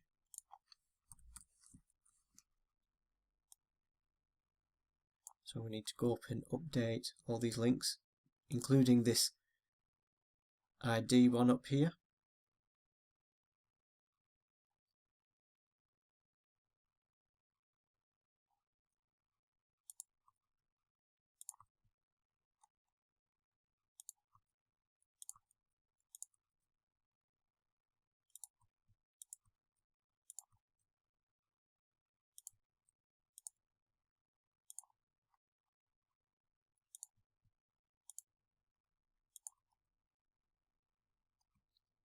Actually, we didn't need to update that one. Let's just copy this line.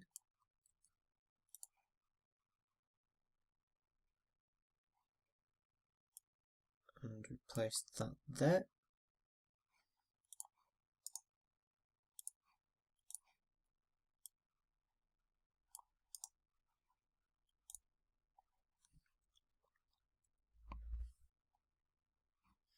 And again, save that page. So again, we're just passing through a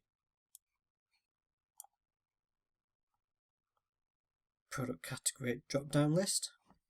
Now let's build the site.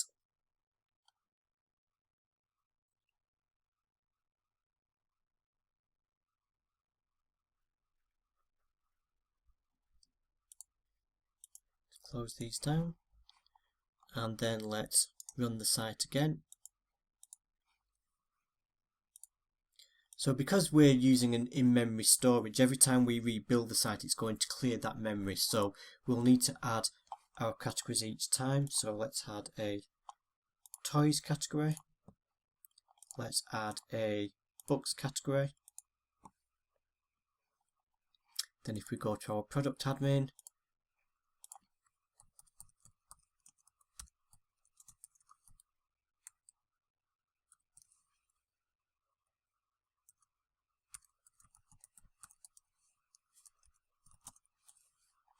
and now for our category we have this drop down list where we can use to pick our categories and click create.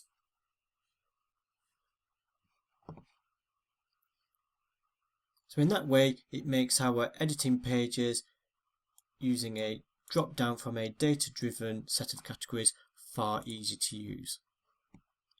With that section finished, let's commit all our changes.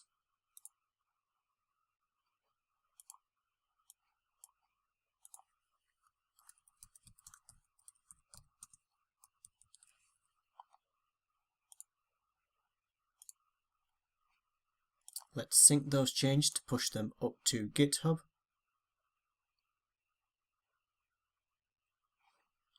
And again, let's switch to our master branch.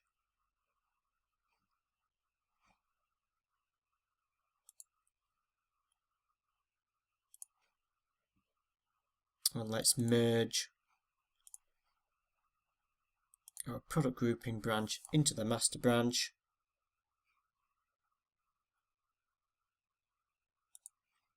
And again, sync those changes up to push those back up to the master branch.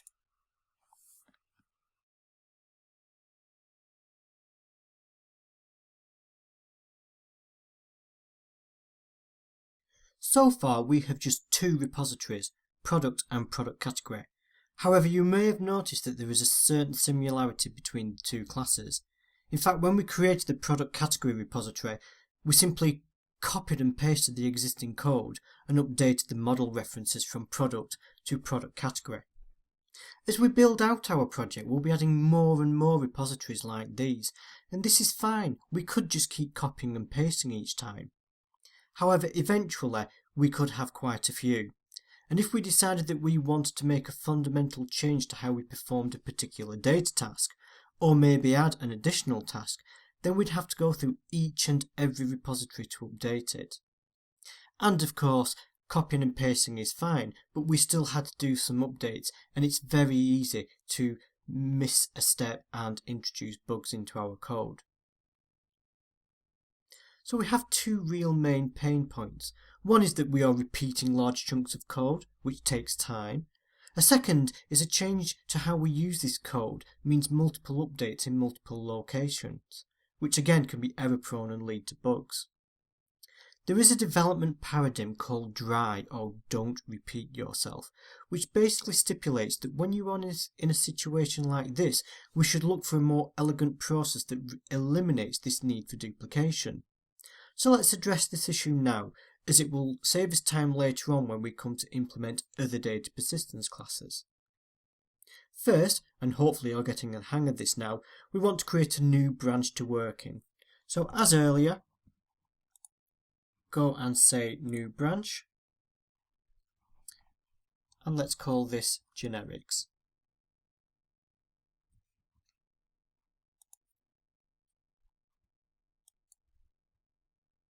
Again, you should be taken directly to the branch. So as you can probably guess by what we've called our branch, to solve the problem we're going to use generics. Generics allow you to build classes based on other classes. But where the actual definition of that class is not performed until runtime, i.e. rather than reference an actual class, we reference a generic placeholder. When the system gets compiled and run, i.e. at runtime, then the compiler organises the code to update the underlying references. Got that? Don't worry if you didn't, it makes more sense as we actually build them out. Go to the in-memory project and we're going to create a new class and we're going to call it in-memory repository.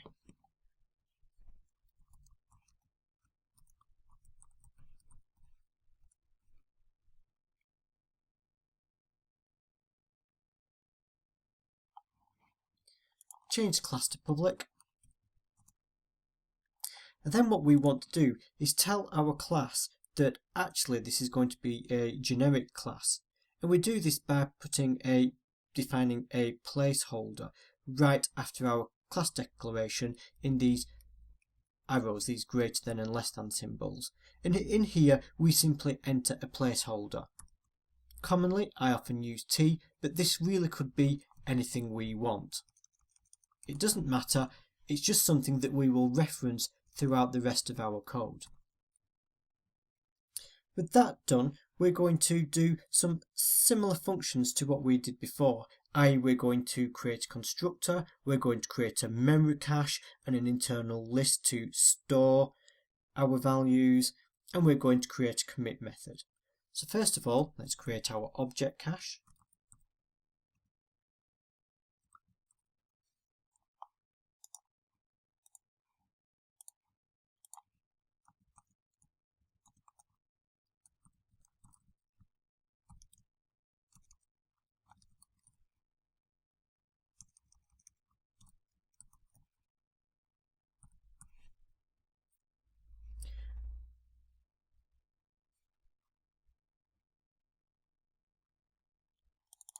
Sorry, we don't want the keyword there.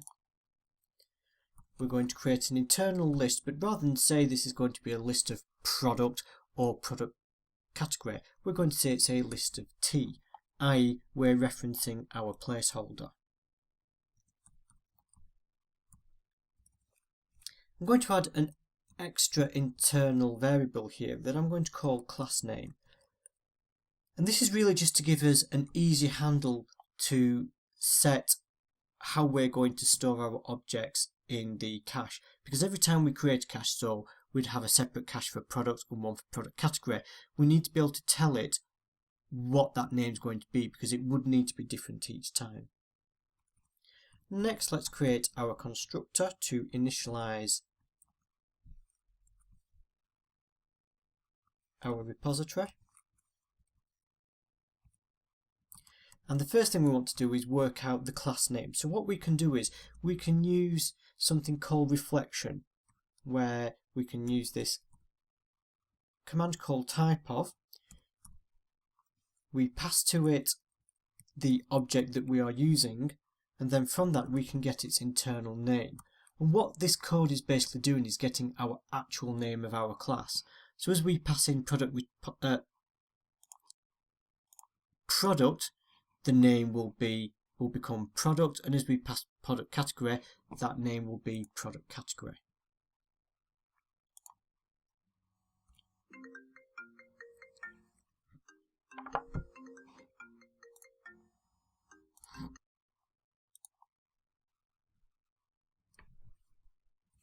We need to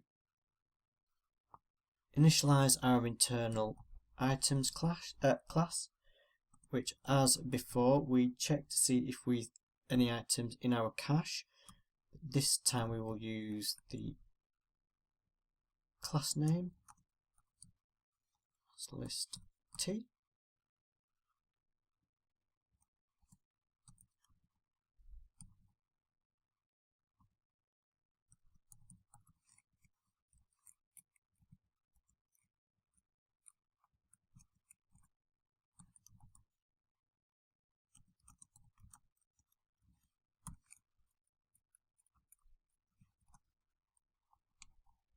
And again, we're going to create a generic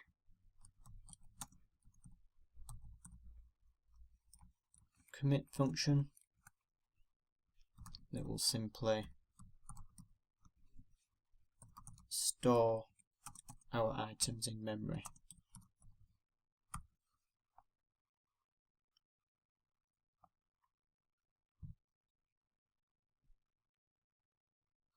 So now we've got the basic stuff in place. We again need to add the code to create a standard method. So for example, insert, update, delete. And again, most of these endpoints are going to be exactly the same as what we did before with product and product category. But again, instead of using product or product category, we'll be storing T. So rather than copy and paste as we did earlier, I will actually type it out so that we can make sure we don't get any issues.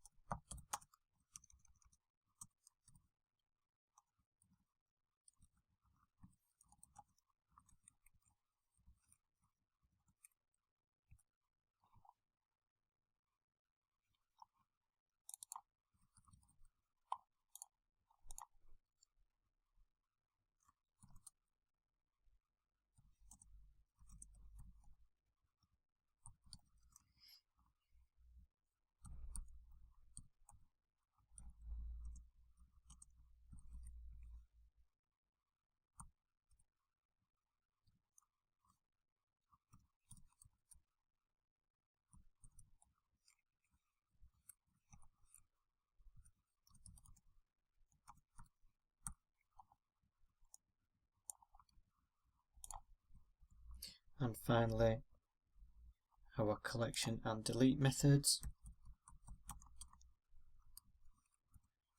Variable T.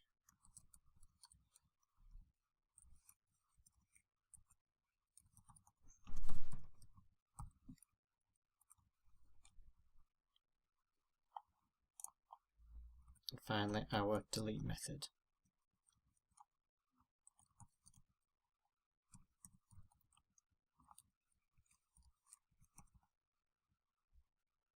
This is actually very similar to this one.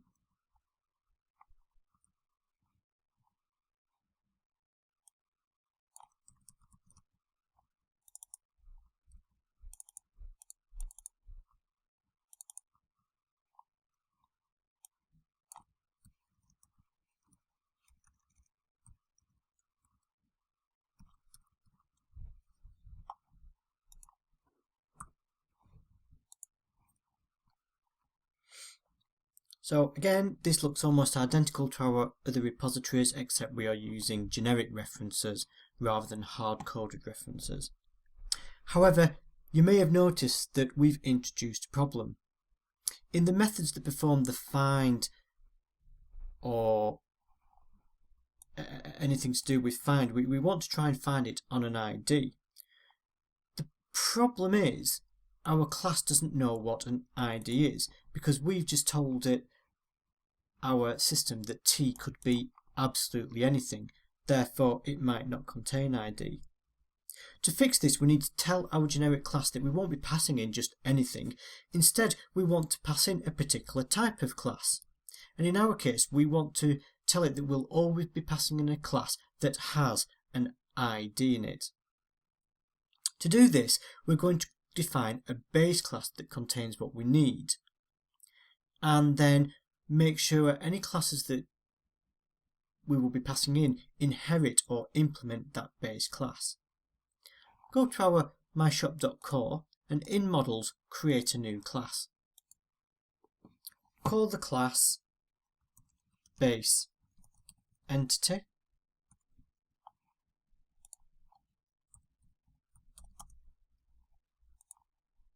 And where it's going to have two fields. The first will be a string that will be our ID. The second is a date time. This is not strictly required, but often is good practice so that when we're looking in our database and we're wanting to do troubleshooting, we can see exactly when particular classes were created. Again, we need to set a constructor so that we can set our internal ID.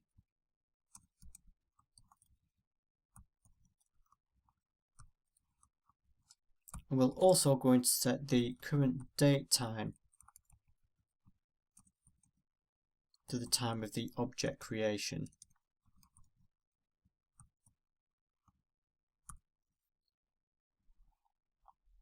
We're also going to set our class to an abstract class.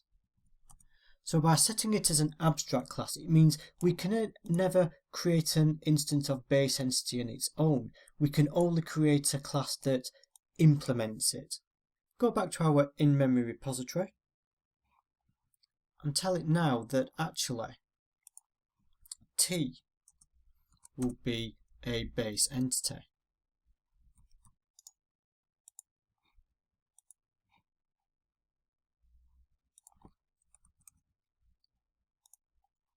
So what we're saying here is that whenever we pass in an object, it must be of a type base entity, or at least inherit from base entity. And because base entity has an ID, it means whenever we reference the ID, our generic class knows what that is. So we should now be able to build and compile that. Now let's go to our web UI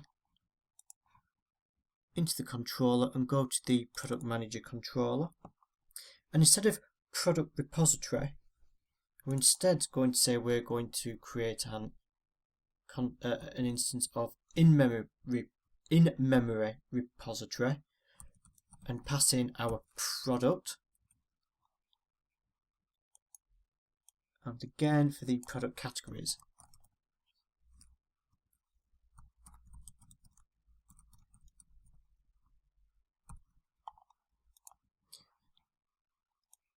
Just copy and paste these down here.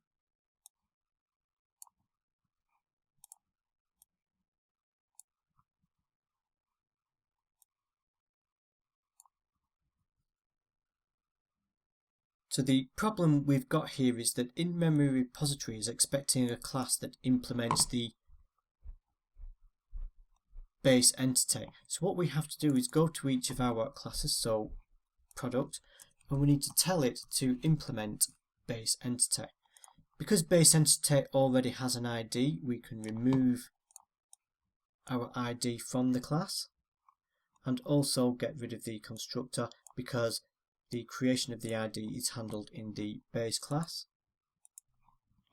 and do the same for product category.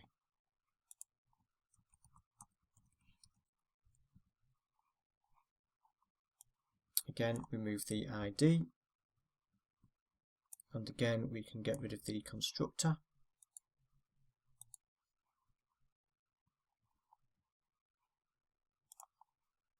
Change that to product category. And so now we get rid of our errors. So we can save that. And again, we just need to update our, let's just make a copy of that. Update our product category manager controller to use our in-memory repository. Make sure our solution builds.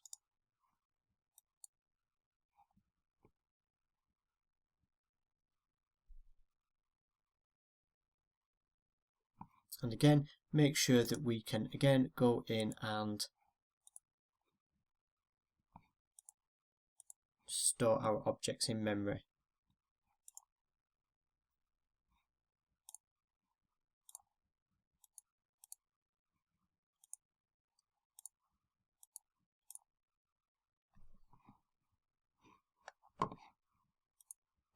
So as you can see, we now have a single class called in-memory repository that can be used for any model we throw at it without having to write any further code.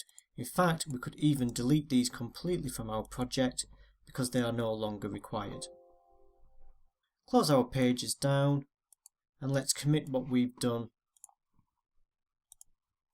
to GitHub.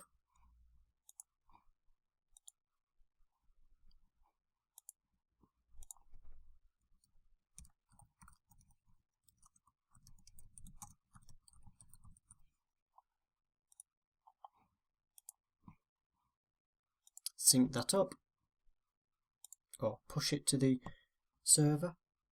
And again, let's just switch now to our master branch and merge those changes in.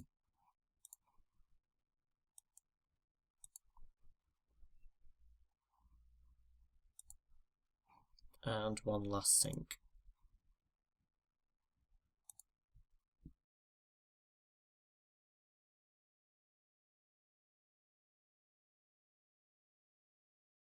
So far we've been storing data in memory, and this is fine for testing as we're doing now, but of course we don't want to have to input our product every time we restart our web app.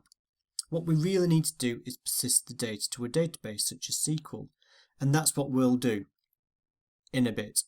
First, I'd like to highlight a potential new problem we now face given that we want to use a different type of storage mechanism. In our controllers, we declare an in-memory repository. In fact, in the product manager controller, we use two. In the next lecture, we'll be wanting to replace with a SQL-based repository, but this would mean another set of classes, and it's also going to mean that we'd have to update all our controllers to use that new class. For two controllers, it's not a big problem, of course, but imagine if you had 30 controllers or more, or a slew of services that also use repositories. Just like the issues encountered in the last lecture, having to update multiple classes to accommodate a change is error-prone and takes time. The problem is that our controllers all have a dependency on the in-memory repository. This is a common issue, and the fix is something called dependency inversion. Dependency inversion states that you should code against interfaces and not concrete classes. This is a core C# object-oriented programming pattern. It's covered in more detail in my C# course. However, in brief, an interface is a list of all methods and properties that a class exposes, but it doesn't implement them. Instead, we create the separate concrete class that implements that interface. In our code, we would always work against the interface declaration, and then we would inject the actual class that it implements. This is often done via some sort of configuration or using a dependency injection container, often known as a DI container. This container then resolves the concrete classes into interfaces at runtime, i.e. when it gets compiled. In this way, if we want to swap out one implementation for another, for example swap our in-memory repository for a SQL repository, we just change it in the DI container and the changes then flow through the rest of the application. This is also extremely useful for unit testing, which will be covered later.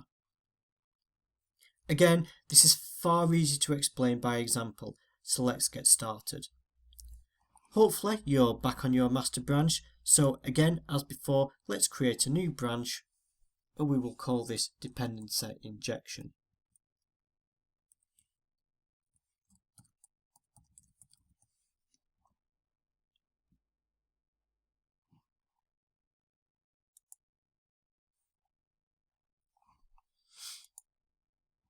So the first step is we need to create some interfaces.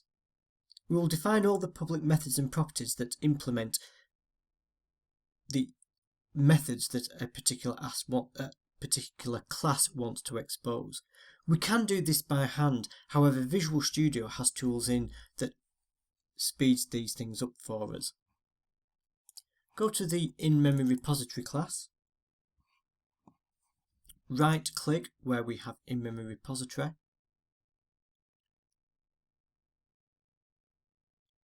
choose Quick Actions and Refactorings, and choose this option, Extract Interface. So this will detect what methods we've got inside our class and allow us to select or deselect what we want to expose as part of the interface. By default, it also gives it a new interface name, which is the same name as our class but with an I in front, and this is a particularly common naming pattern. Simply click OK. So two things have now happened.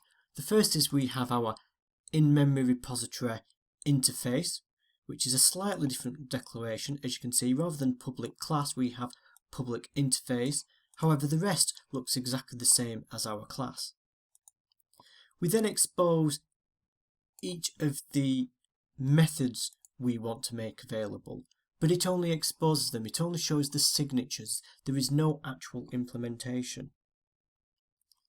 The second thing it does is it updates our actual concrete class for us and tells it that it is implementing this interface.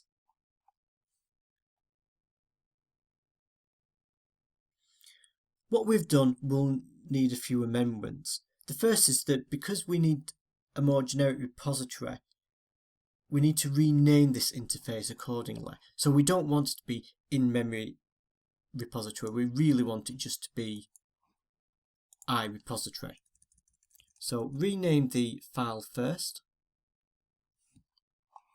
and then on the interface itself rename that so that it just says iRepository.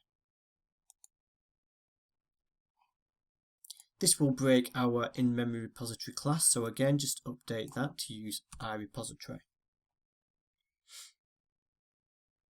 Now we need to move this interface class. At the moment the interface is with our in-memory repository, so if we want to be able to access it from another class, then we'd need to move it somewhere that every other project may want to reference, and the best place for that would be the myshop.core project. Create a new folder called Contracts and drag and drop our iRepository into the contacts. By default it makes a copy, so we want to delete the old one. Then open this new one, and we need to update this namespace because it still thinks it's in dataaccess.memory. So change the namespace to core.contracts and save the file. Now if we go back to our in-memory repository, again it's broken because there is no longer an iRepository in this namespace. So if we right click Quick Actions, it will pick up that it's now in the core contracts project and save that file. So let's just recap what we've done. We've created an iRepository interface that declares all our repository methods that we ever want to use. We've put this in the core project so that we can reference that from all our other projects. And then we've updated our in-memory repository to implement that interface. As a quick test to show a few nuances of how interfaces work, open the memory repository class and comment out this commit method. You'll notice now that we've got an error, and the error is underneath the repository. And the reason why this error is coming up is because the repository no longer implements all the methods. So to get rid of the error, we need to remove it. Now let's go to the product manager controller, and we need to update this here. So instead of using in-memory repository, it's going to use iRepository.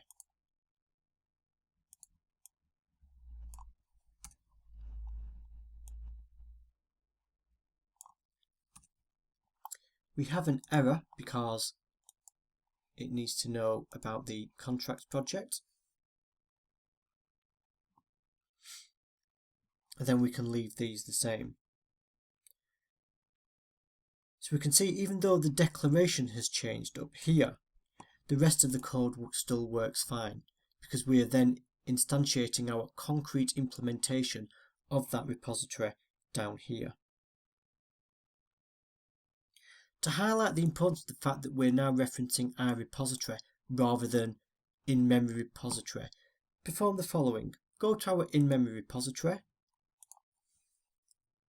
and create a new method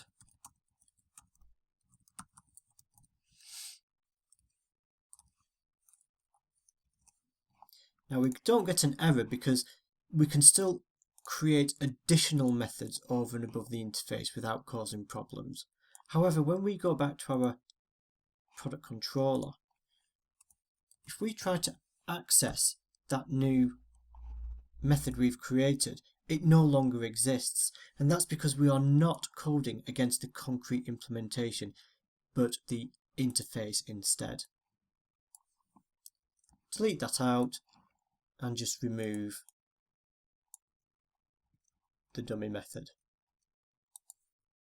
So far so good, but we're still declaring in-memory repository within our controller. So this means if we were to replace the implementation, we would still have to update this in every single controller. So the next step is we want to inject the actual classes through the constructor. So what we will do is we will modify our product manager controller constructor to accept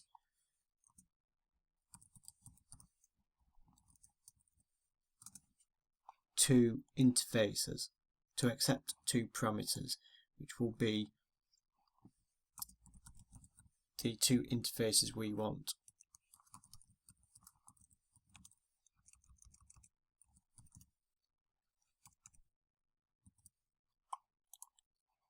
Now in our actual constructor, rather than create a new instance, we're going to just hook these up.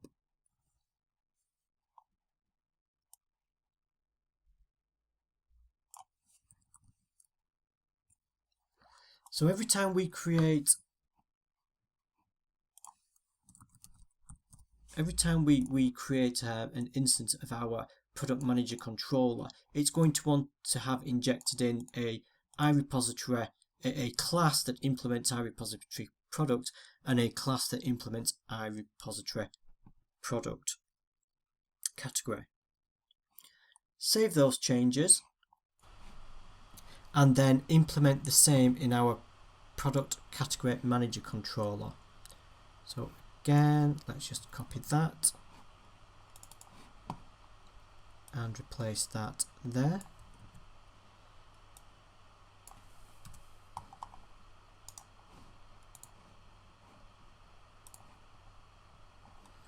And again, we need to inject that through into the constructor.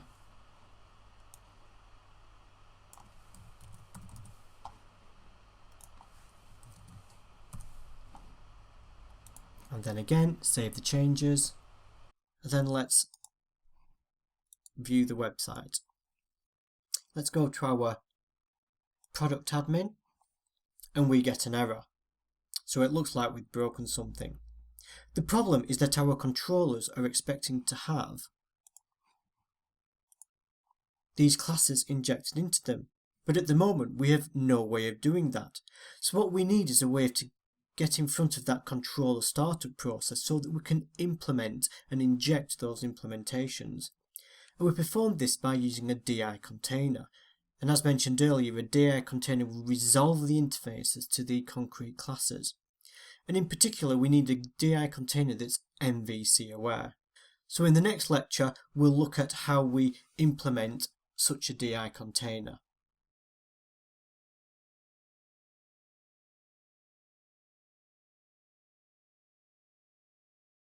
Following on from the last lecture, we need to use a DI container so that we can inject our concrete classes in place of the interfaces. There are actually quite a number of DI containers we can use. However, to keep things purist, i.e. to keep all things Microsoft, we're going to use the Microsoft implementation called Unity. Should be noted this is not to be confused with the Unity games engine for developing games. Unity can actually do quite a lot, but we're going to use it just as its most basic functionality. Essentially, we'll create a container in which we will register the concrete classes against the interfaces. The container will then be called to resolve these dependencies as required. And Unity will also take care of intercepting the MVC controller creation process in order to inject these dependencies. So to add Unity, we add it as a NuGet package. Right click the Web UI project, so we're not going to the solution, just the project, and we're saying manage NuGet packages. Click browse, because by default it's showing us what's already installed, and search for Unity.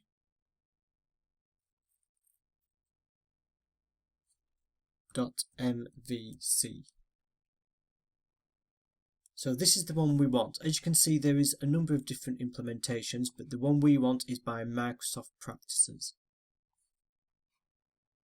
Hit install.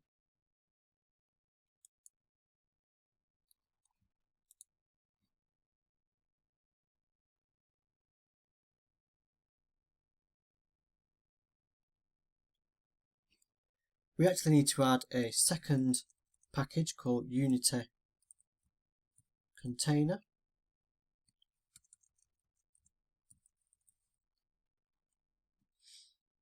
And again, we need to ensure that we install the Microsoft one, or at least update it to the latest version.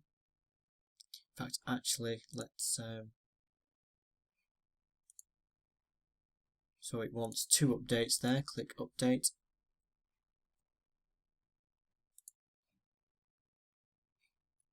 If any more updates are required, click update.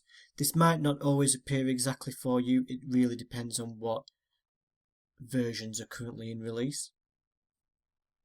Once all that's finished, close down the NuGet package manager. And now open the Web UI project and expand this app start folder here, and you'll see we've now got 2 new files. First, let's have a look at the activate file.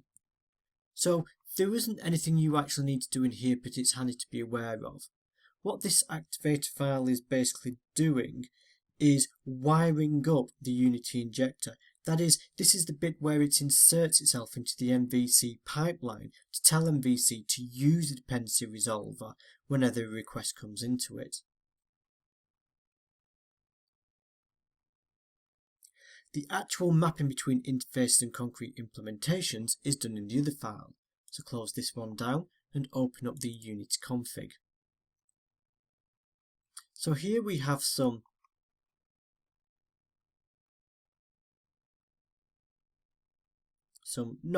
hidden code or hidden away code, and this is quite a handy method to use when you want to just not necessarily hide but just take it out of view. We can use this hash region and hash end region, and again the reason why they do this in here is because they're trying to show you that you don't actually need to worry about this section here.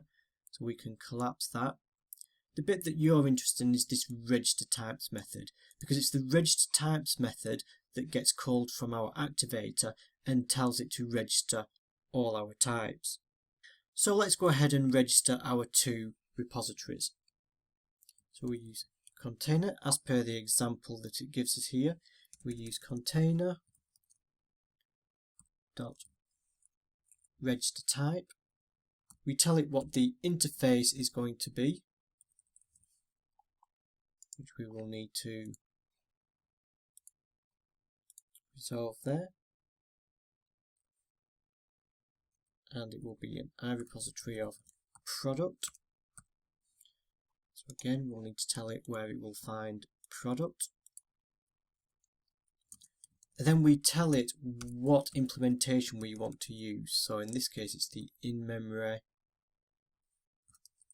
repository product.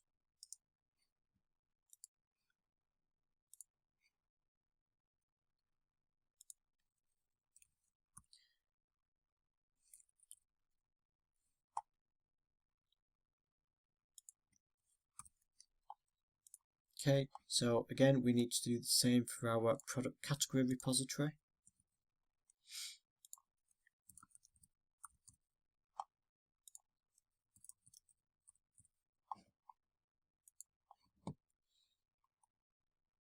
So now whenever we want to change any of these, we just need to do them here in this Unity config.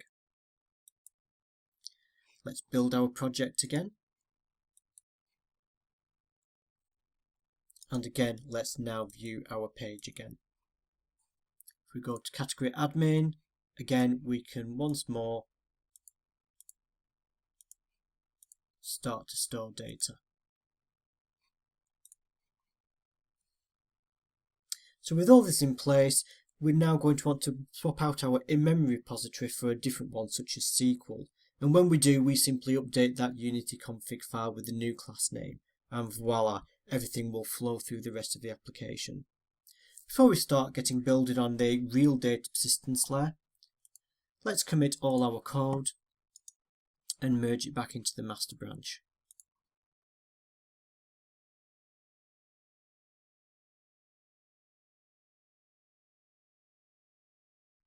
Hi, welcome back. You should be on the master branch, so let's create a new branch now. We will call it Entity Framework.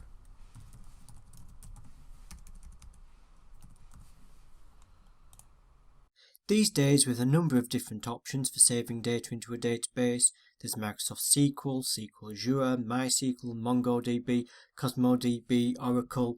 The list is fairly endless. We'll go for SQL, just because it is still the most common at the moment, and thanks to how we have built our project so far using dependency injection, we can easily swap out to the technologies at a later date if we wish.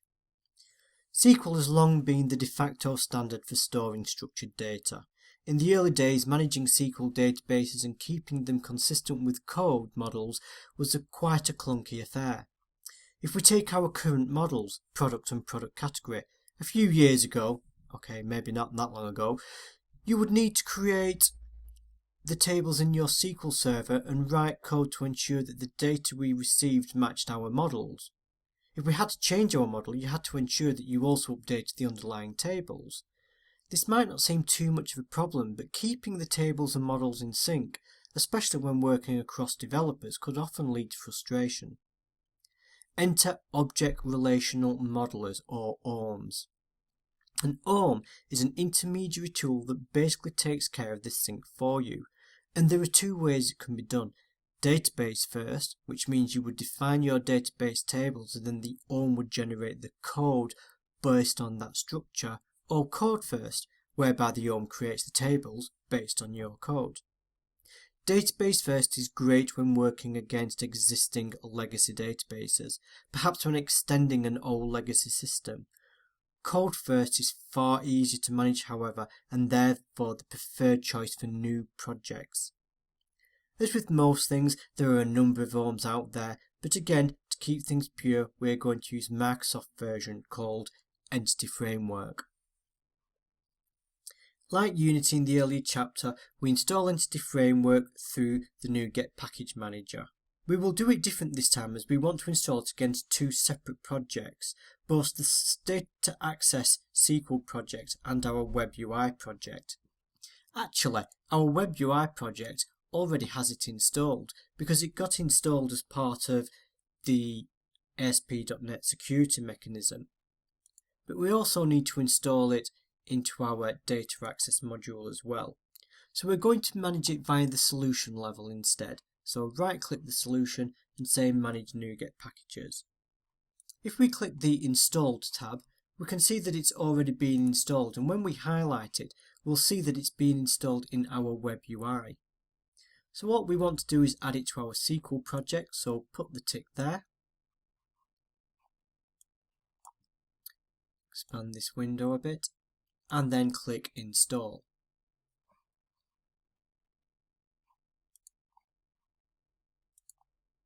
Now we have it installed against both our projects.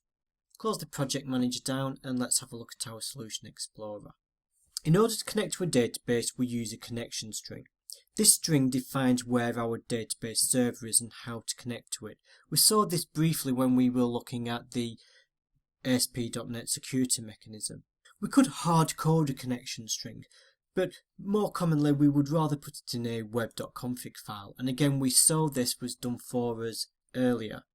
Open up the web.config and we'll see this default connection string. Again, as per the earlier lecture on ASP.NET Security, it puts in this default string that uses a special version of SQL Server called local DB. It also attaches a DB file name and sets an initial catalog based on the name of our project and some random timestamp. What we want to do as part of this project though is swap out the local DB instance for SQL Express, which hopefully you installed from the earlier lecture on the instructions that showed you how to install SQL. Therefore we need to know what the connection string is. The easy way to do this is to go into the SQL Server Management Studio, which you should have also installed as part of one of the earlier lectures. And by default it will come up with your connection string. So usually it is your computer name followed by SQL Express. However, the problem with using your server name is that means if you're sharing your code with the developers, the web config will need to keep changing. So instead what we can use is something called localhost, and that tells it to basically use the local computer. The SQL Express is the instance of SQL, and it's important that you include it when using the SQL Express instance. Just to check that we can connect to this server, hit the connect button and make sure we can open the databases tab. At the moment there are no databases in there other than system databases. Close down the SQL Management Studio and update your connection string to look the same. So it was localhost /SQL Express. We also don't need this attached DB file name, so we can get rid of that entire section.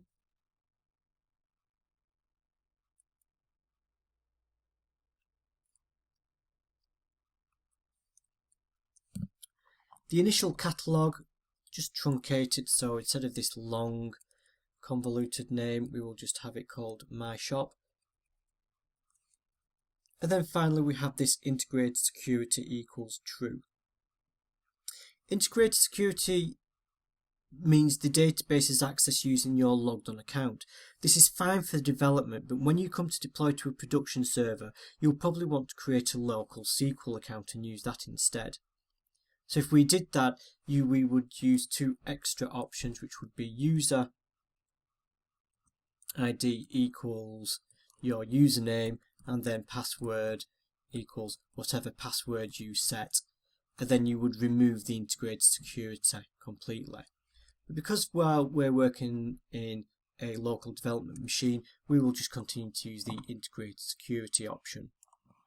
Save that page and then close it down. Go to the Data Access project and create a new class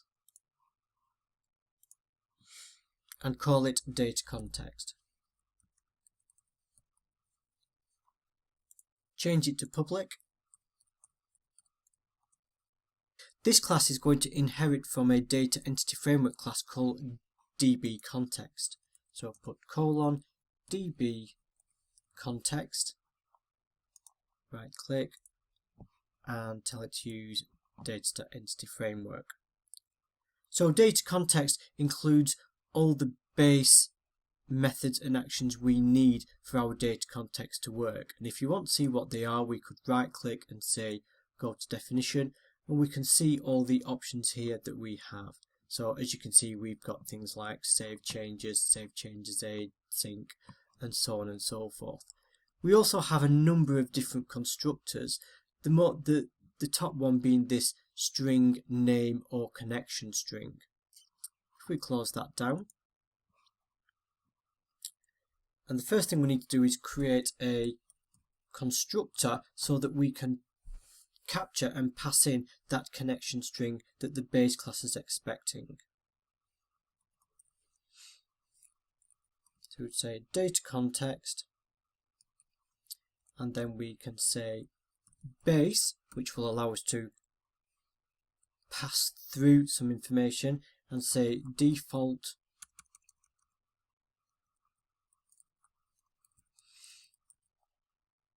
connection.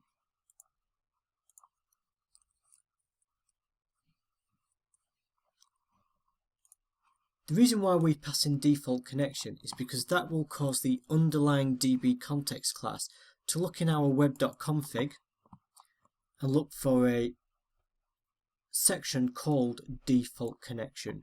We could instead have passed in this entire connection string, but as stated, it's far better to actually store it in your web.config file. In fact, while we're here, copy and paste the entire connection string section, and back to your data access SQL project, open the app.config and paste it in there just before the entity framework section. The reason why we do this is that when we run some commands later on for creating our database, it looks for either a web.config or an app.config. So having it in both places just helps us make sure we're covered. The next step is we need to tell the data context which models will be stored in tables, because sometimes we might want all our models. For example, we don't want to store our view models in the databases. Therefore, we have to be explicit in what we do want. And we do this by using a dbset command. In our data context, just under the constructor, enter 2 lines for dbset, and we pass into them our models.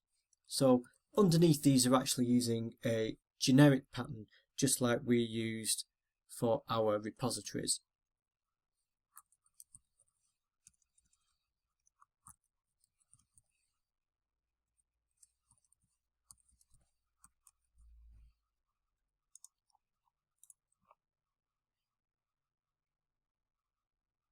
So because we haven't got added a reference to myshop.core, it's prompting us to, so again we can just click that and then do the same for our product categories.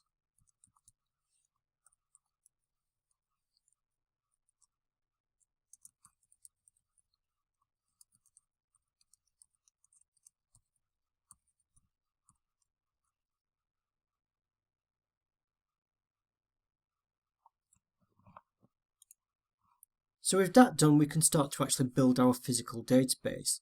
And for this we will use the entity framework migrations. Migrations are special classes that are responsible for connecting to the database and creating or updating the tables. We use a series of special commands for creating and executing these classes, and these commands are executed in a special command window called the Package Manager console.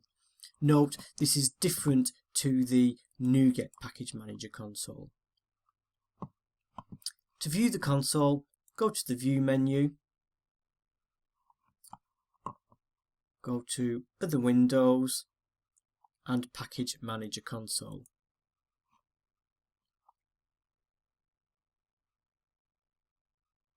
This opens up this new window here where we can start issuing some commands. There's a couple of important points we need to be sure of to make sure to tell Entity Framework how to connect to the relevant database. The first is we need to tell it which project contains our classes, our data context class. So in this case it's the myshopdataaccess.sql. It also needs to know where to get the web.config from to look for the connection string. And the way we do this is we make sure that the default project or the startup project is our web UI. So if it's not already in bold, as is the case now, if we right click and say set startup project, that will ensure that it's going to read the web.config from there. Click into our package manager window, and the first thing we do is type enable migrations and then press enter. So in our data access SQL project, this creates a special folder called migrations, and in there it creates this configuration class. And the configuration class is where we can manually add data on database creation and set some other options. For now we can close that down.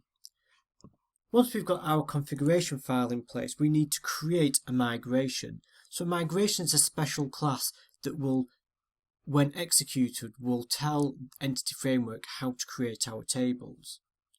We do that by issuing the command add-migration,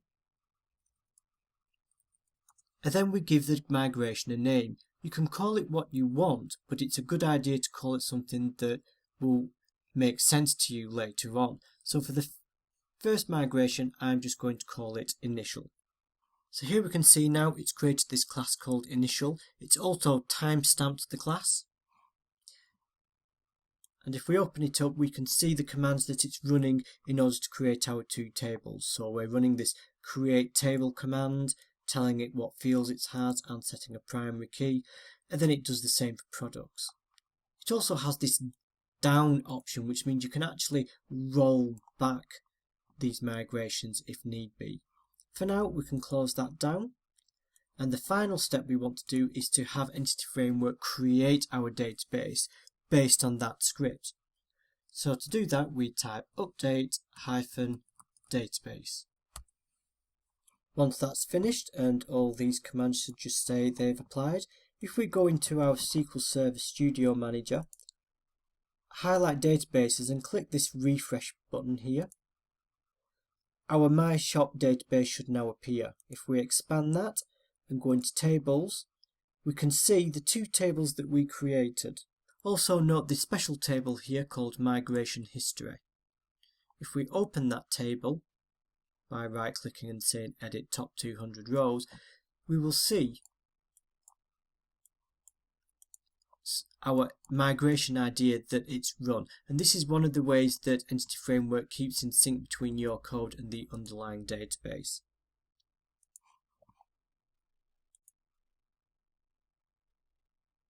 So with all that's done, let's commit all this work to GitHub before we go on to our next bit, which is hooking it up to our web UI. So let's commit all our changes to GitHub. Click changes, sync those up, and then again merge that into the master branch.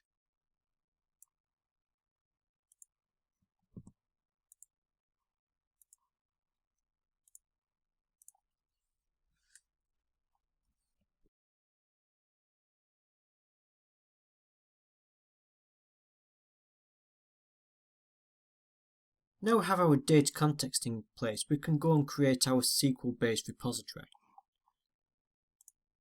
As before, let's create a new branch to do this under.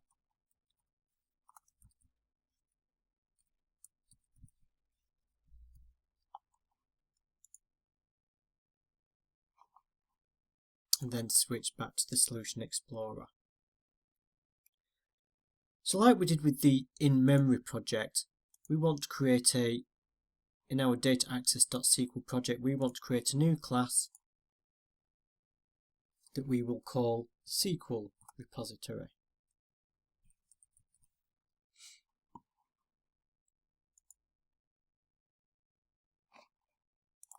again change it to public.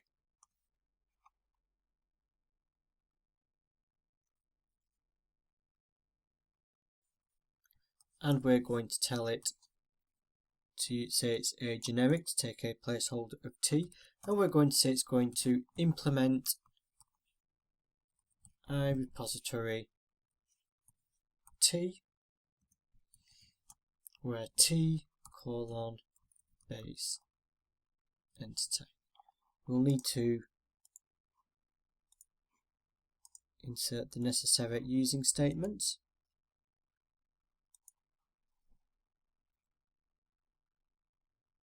And we can see under iRepository t it's showing an error, and we can see what the error is here as we highlight over, which is complaining that we don't currently implement all the interface members.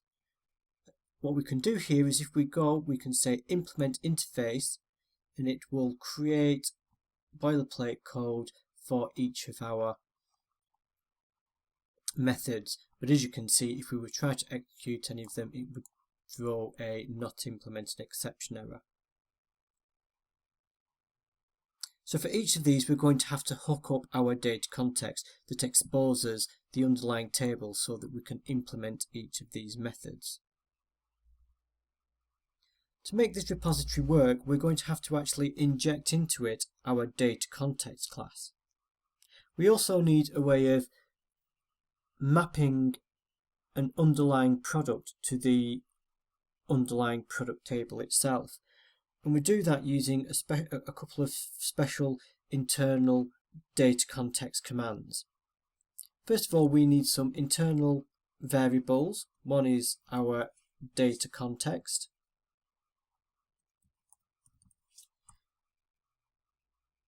and we also need something called a DB set.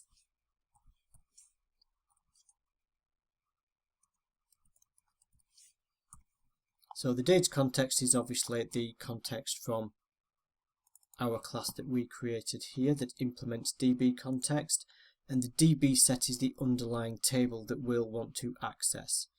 As you can see, we've got an error there, and we just need to tell it to use data.entity. Next, we need to create a constructor.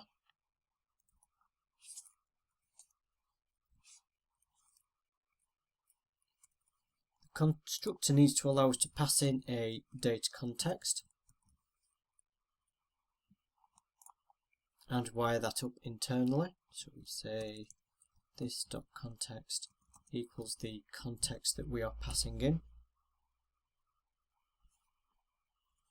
And then what we need to do is set the underlying table, and we do that by referencing the context and calling the set command, passing in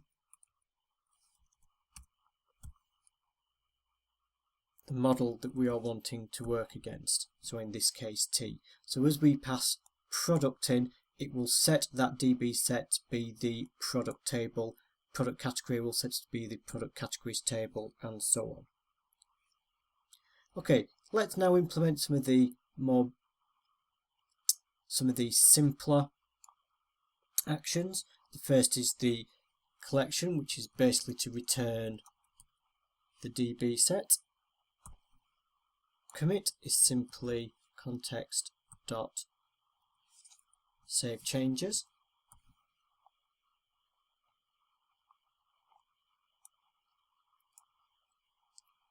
Find, we simply pass through the ID to the underlying context, to the underlying DB set, which has its own find method.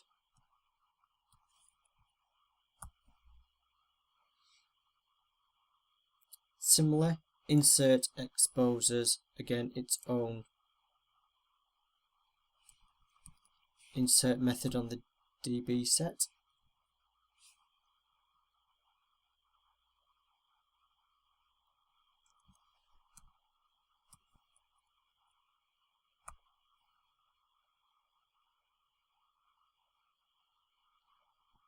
Now we'll look at update. So the update is slightly more complex.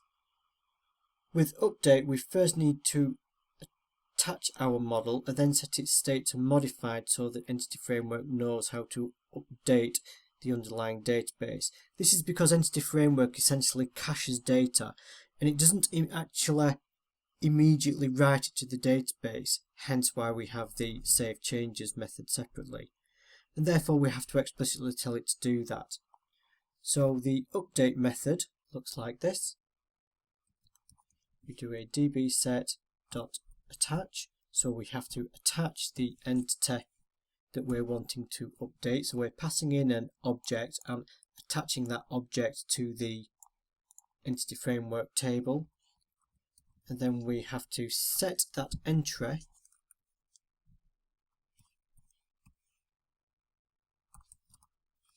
to a state of modified. And this tells Entity Framework that when we call the save changes method to look for this object and persist it to the database. The final one is the delete method.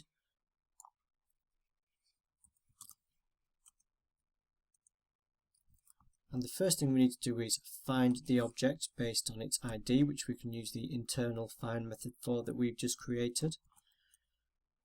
And again, we need to check the state of the entry.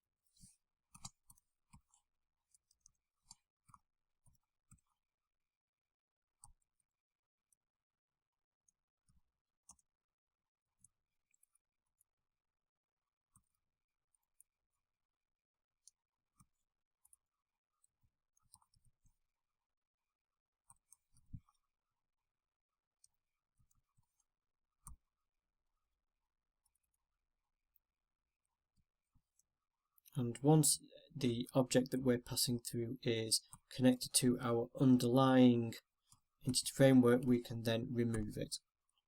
So that's all our methods now implemented. As you can see, most of them are quite straightforward. The update and delete are a little bit more complicated, but on the whole, they're just a few lines of code which will implement what we need. So once that's done, what we want to do is tell our web UI to use the SQL repository instead of the in-memory repository. And thanks to how we are using dependency injection, we're simply going to app start unity config and change these implementations.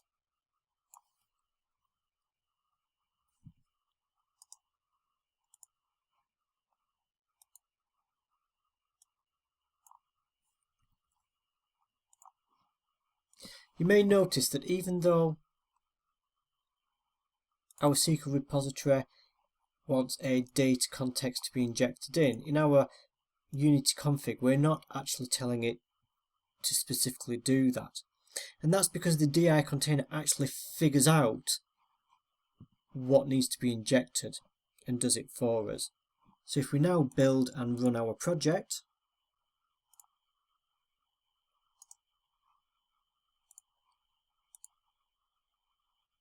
so now we can add our categories.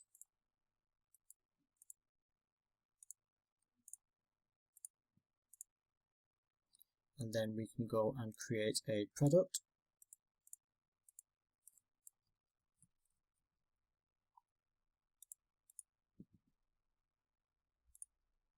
And edit products.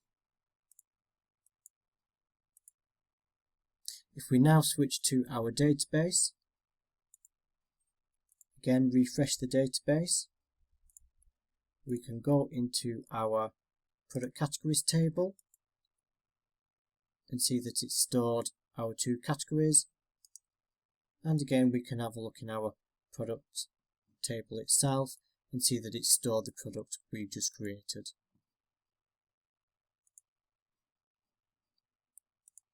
As before,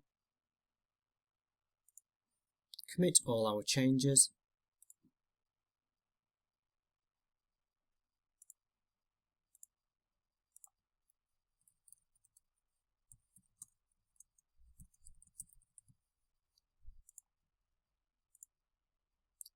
push them to the server,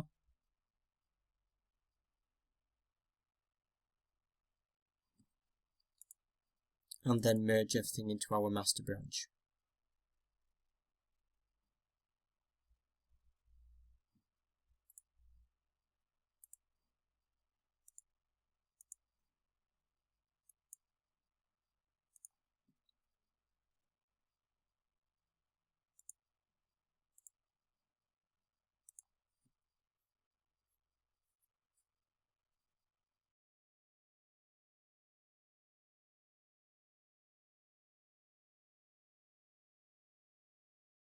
So far we've only been working with text. However, when building websites we also have to display images, and this is especially true for e-commerce websites as customers expect to be able to see an image showing the product.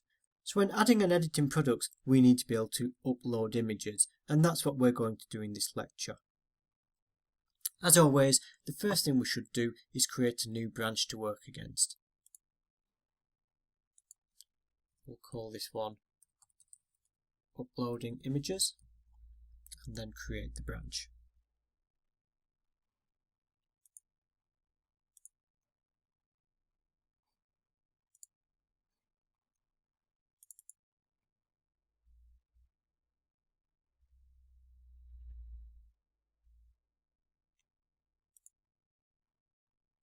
In our Web UI project, go to the Views, Product Manager, and open the Create page.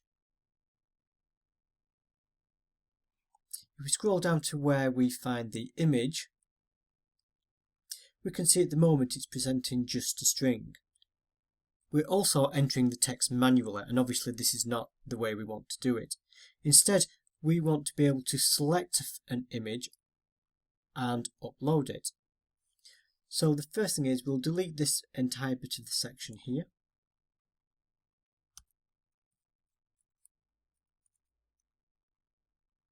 And then we're going to add in a manual form type. It's going to be a type of file. We need to manually set things such as an ID and a name.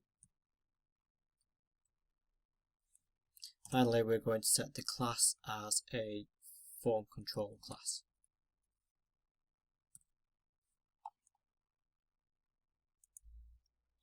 By default, form data is always sent over to the server as text, but because we're uploading a file as part of this form, we need to tell it to change how it does this. If we look near the top of the form, we have this HTML begin, which basically renders to a standard input form attribute. So we need to modify this tag as follows. First, we need to tell it the action that this will be posted to and which controller it's on.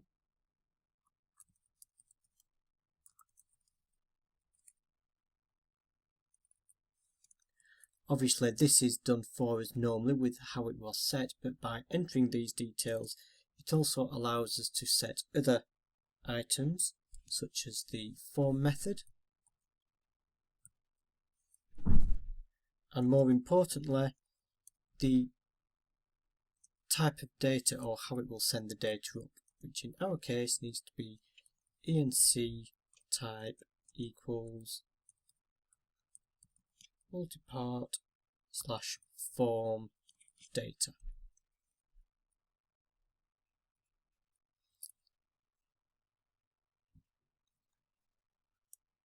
Save the page.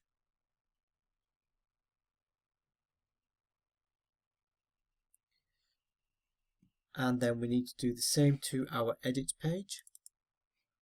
So again, find the product image code and replace that with an input tag.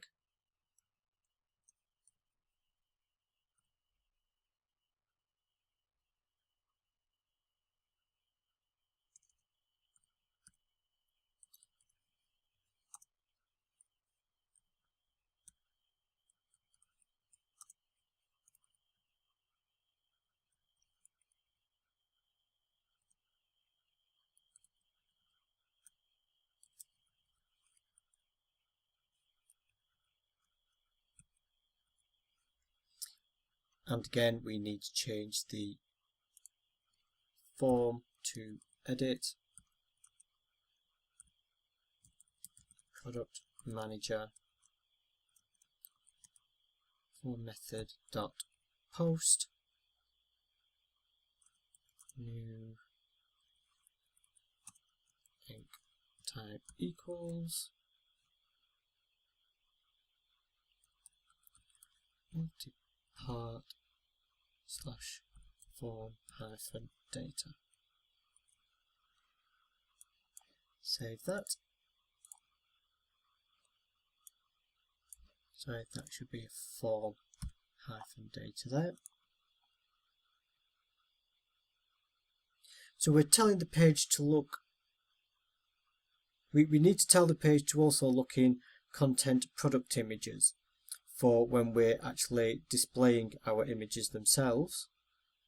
So in our content folder, create a new folder called product images, because this is where the images will get uploaded to. And on our edit controller, we're going to modify the top slightly to actually show any product images that we upload. So underneath the product ID, we're going to create an additional column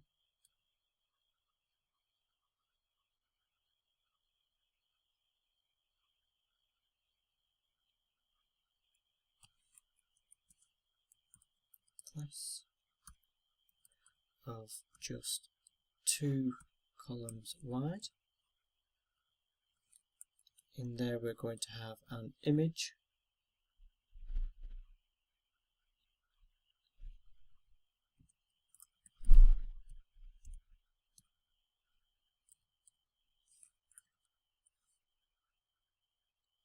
and set the source to content product images, and then to use the model dot product dot image.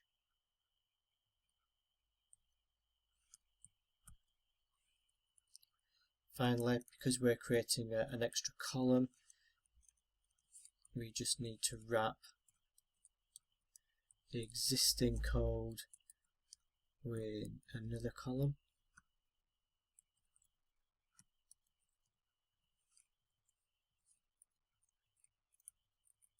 So just cut that out.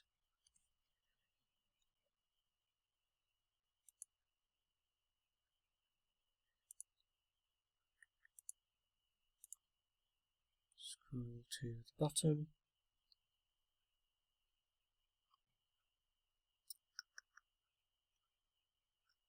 Needs to be inside that one.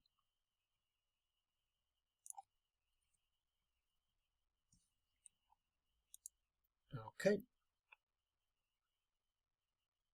And now we're ready to write the backend code. So the backend code needs to accept the image file that we would upload on the create and edit actions, and then take that file and save it to the disk, to the server. So I'll go into our product manager controller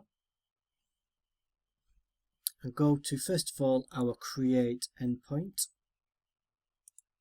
So it needs to be the second endpoint where we're posting our product up, and we need to tell it that it's also going to receive a HTTP hosted file base file.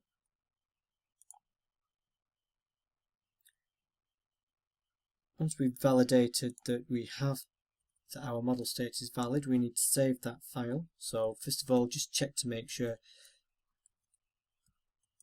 a file actually exists, because it's possible they would save or create a product without an image.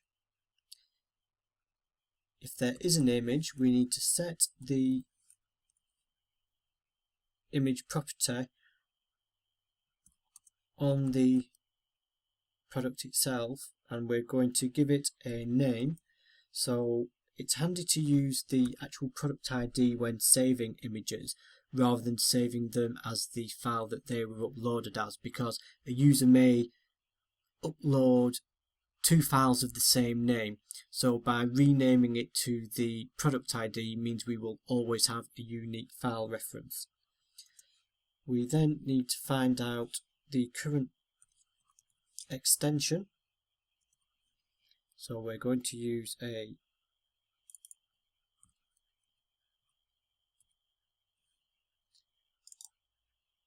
path, go to Quick Actions on Refactorings using system.io. This allows us to get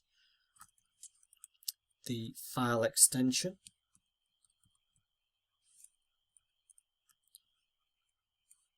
So that is going to give us the full file name. So the file name will be the product ID, and then we're just using this path.getExtension method, passing in our file's file name to find out what the actual extension is.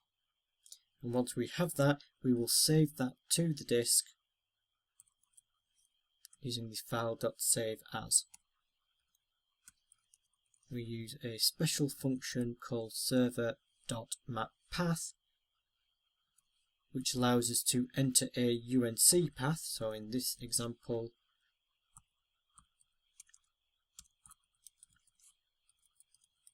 and it maps that to a physical location on the disk.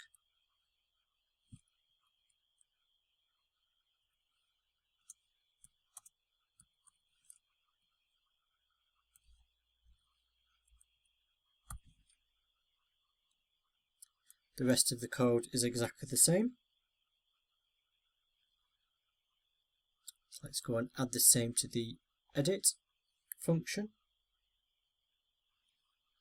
Again, we need to tell it it's going to receive a file.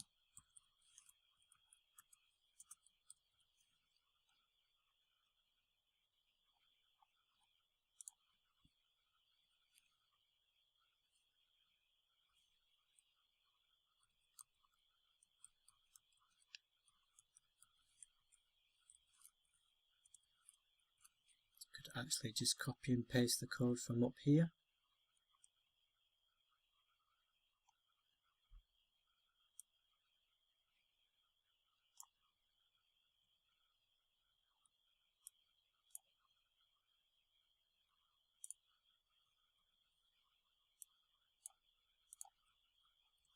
We need to override that there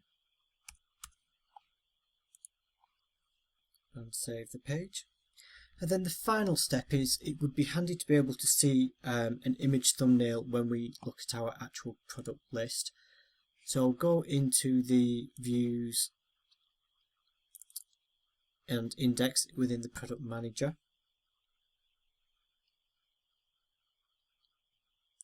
We're going to create an extra empty column in the table header there.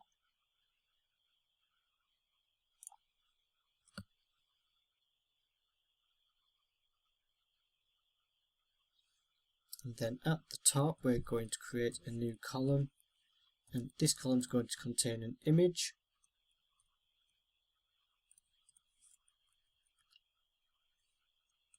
We're going to specify a height because we want the images to be constrained to fit within the table. And again, we'll set the source as we did before.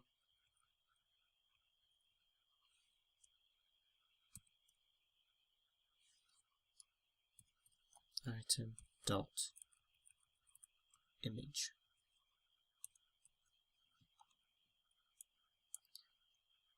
Because we don't need the image, we can get rid of the image from there and actually remove that from the header as well. And so now we should be good to go. So save all the pages and then let's view our website.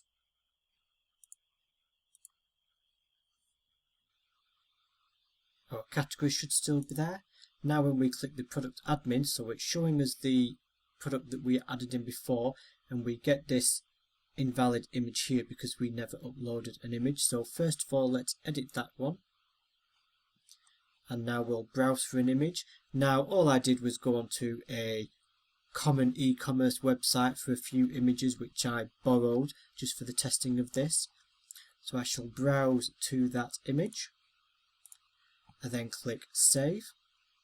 So the problem here is we've used the wrong name here. We've done map path context and that should be content. Let's just move back to our controllers and update it on the create and the edit buttons. Rebuild, and then let's just reload that page. So we still have an image here because it's not actually showing our saved image. Let's just go back and check the code, specifically around the edit method. Actually in this I see the problem here. So because we copied and pasted the code from our create method, this is actually wrong. This needs to be product to edit there and product to edit there. So let's save and rebuild that solution now. So then let's try editing that again. Save that, and that's working better. If we edit it, we get to see the bigger picture. Now let's just try the create method.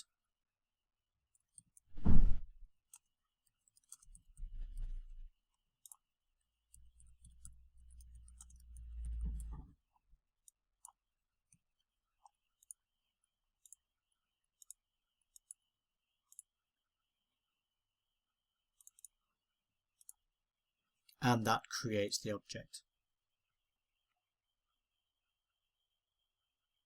So with all that done,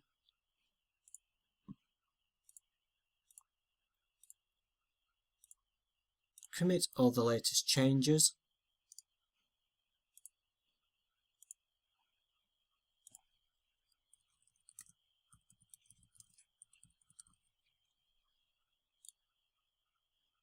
And sync it to the server. And again, let's merge it to our master branch.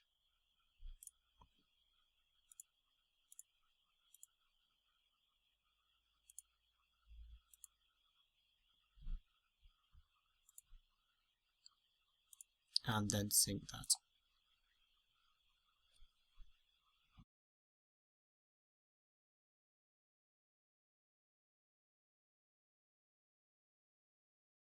So far, the list of products we have is for the product manager. An e-commerce site needs to display a list of products to the consumer, preferably with a link to more product details and an add to basket button.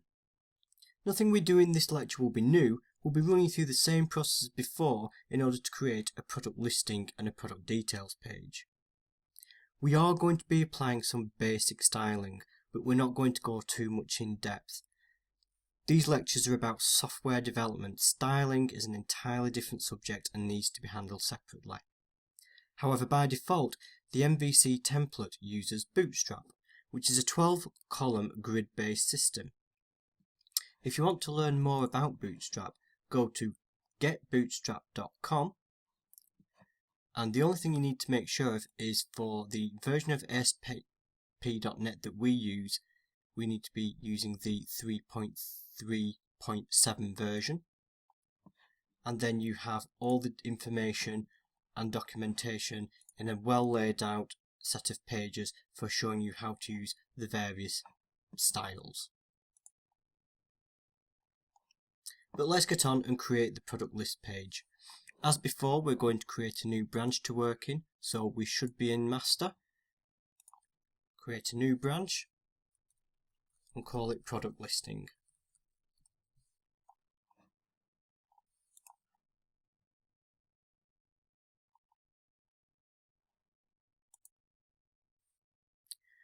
We're going to create our product listing on the main index page of the website. So for example, when a user first visits your website, the first thing they see is a list of products. So for this reason, we'll be using the home controller. And we're just going to add some code to inject the product and product category repositories into that controller. Again, there's nothing really new here that we've not already done before, and in fact, we can borrow some of the code from our product manager controller. So first, let's get our code for setting up our various repositories. and then switch over to the home controller, paste that in at the top, add the relevant references,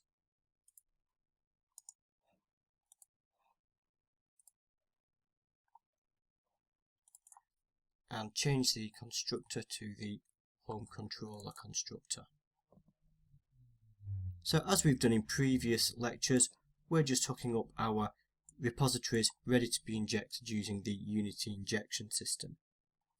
The next thing we want to do, again, nothing too different here, is we're going to get a list of products and we're going to send it back to our main view.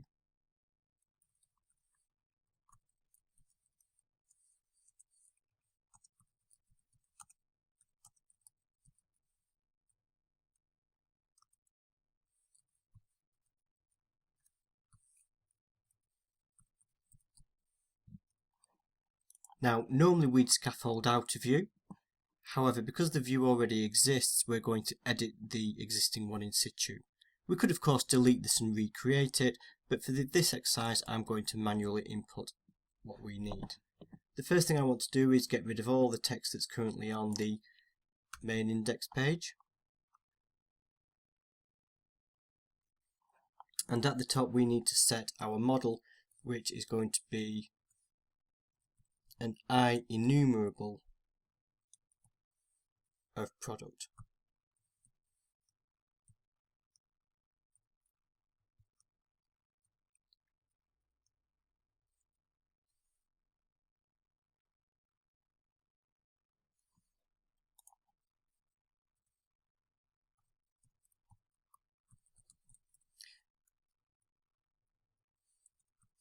And then, similar to the product manager index page, I'm simply going to iterate through each product in my list and embed them in various styling classes in order to view them out better.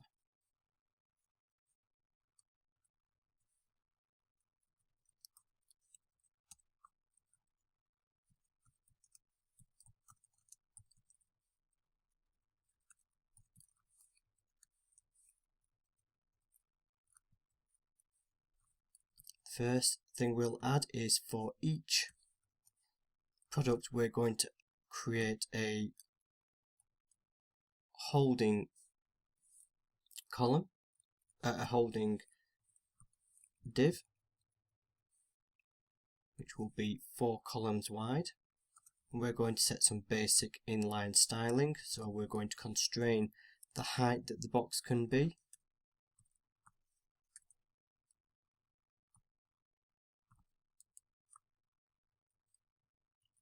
Set some padding and a margin.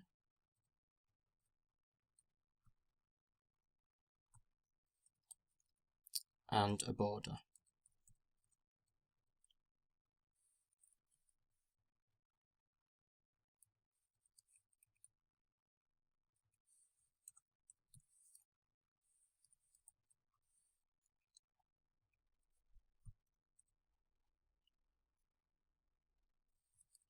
Then within this holding div, we're then going to create a sub div.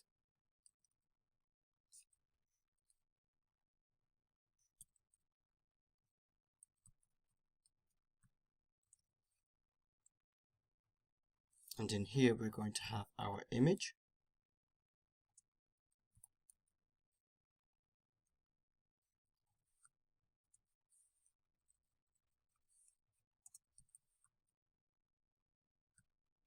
Again, we're going to constrain the height of the image. And we'll set its source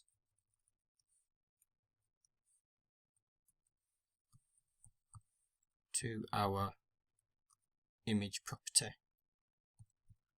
which should contain the correct URL for the image that we uploaded.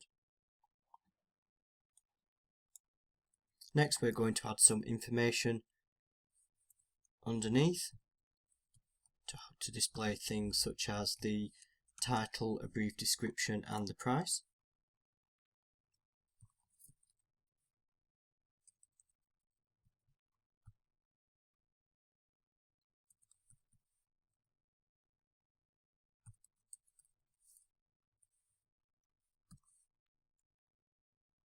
our product description is actually going to be a link to a product details page. Therefore, we will use the HTML action link method.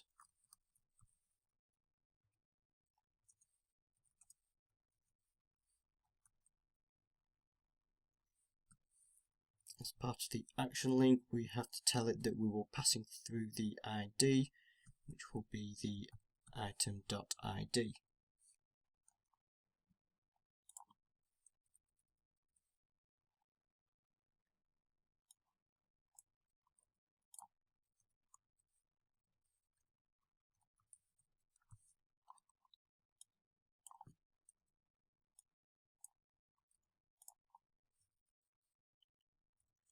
Next, we will simply have the description.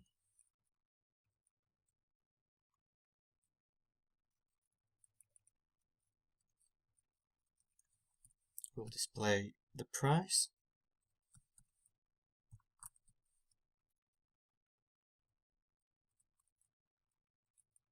And then finally, we're going to create a button. At the moment, the button isn't going to go anywhere, so we're just going to put a href hash in there. This is just so that we can see what the screen looks like.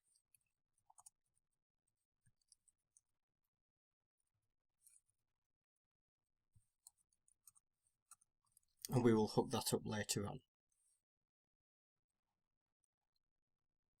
The next thing we need to do is underneath here is we need to add something, a special kind of class called a clear fix, which just basically clears any existing formatting and columns and resets any layout we might have. This will just fix any issues with any footers or anything we might wish to display underneath. What we now want to do is, before we go and view that, let's just go and create our view product.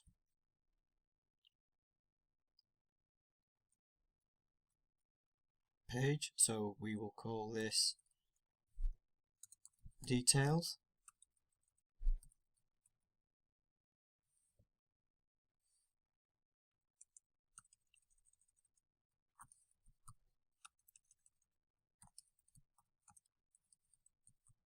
Which will bring in a string of ID.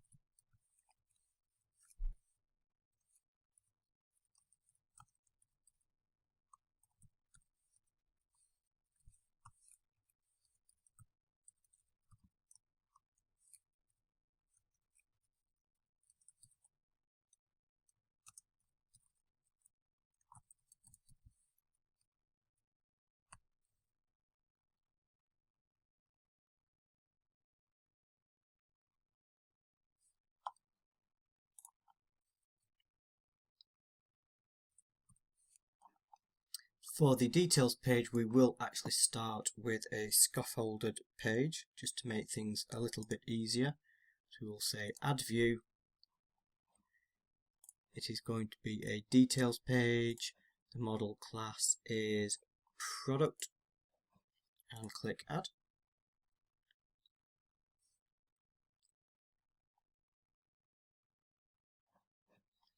And this one will change the title to model.name details.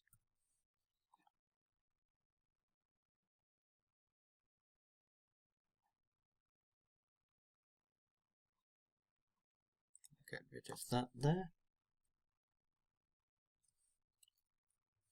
Instead we'll have a small heading.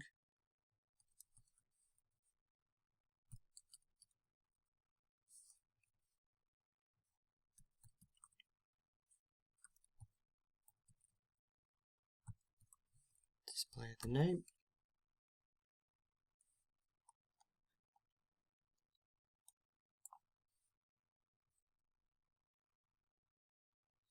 Also, similar to what we did on our product details page in the product manager, we're going to add an extra column to the left so that we can display an image.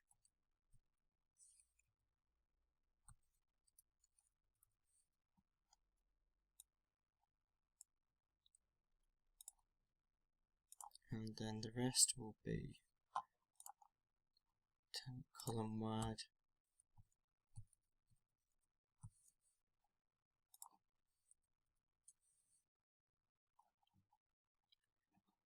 So back in our left column, we're just going to display an image.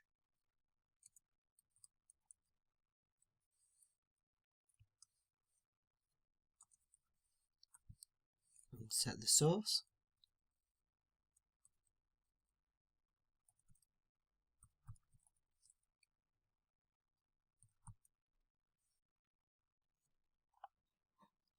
You don't want the created at.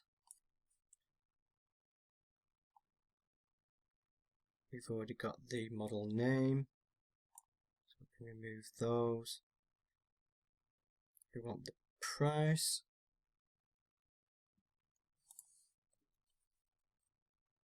Just put $1 in front of there so that it's got a semblance of formatting on the price.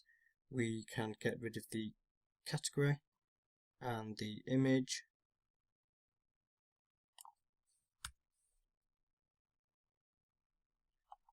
And then finally at the bottom we want another add to basket.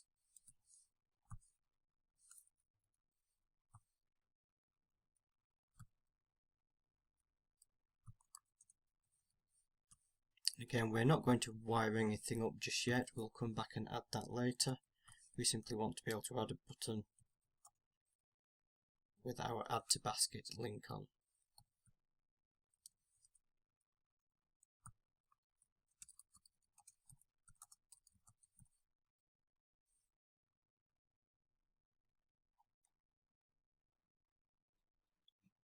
And then finally at the bottom, let's just move this back up to here.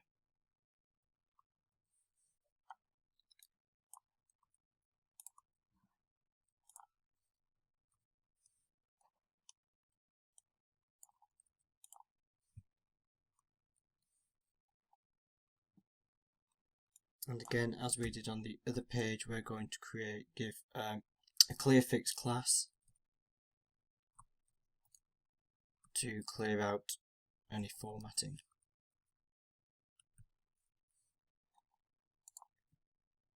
Okay, if we now build our site,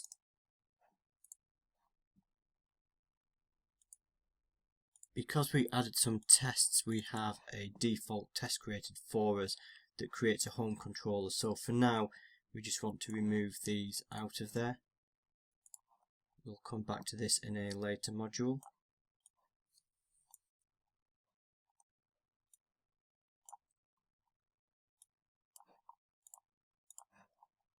Okay, if we rebuild,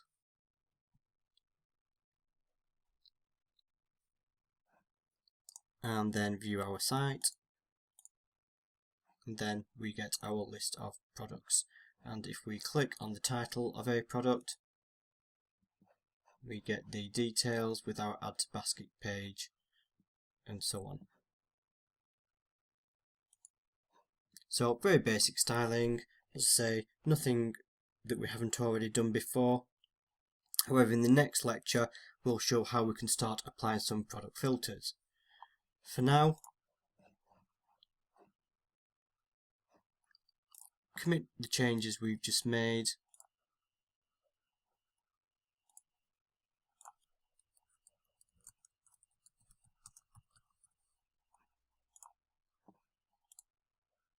and push them up.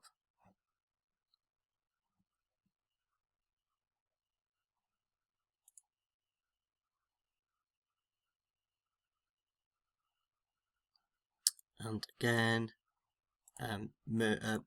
merge them into our master branch,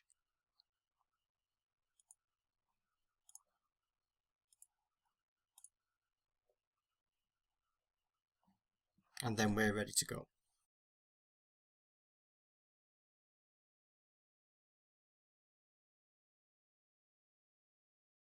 So in this lecture we want to create a list of product categories that we can select to then filter our products on.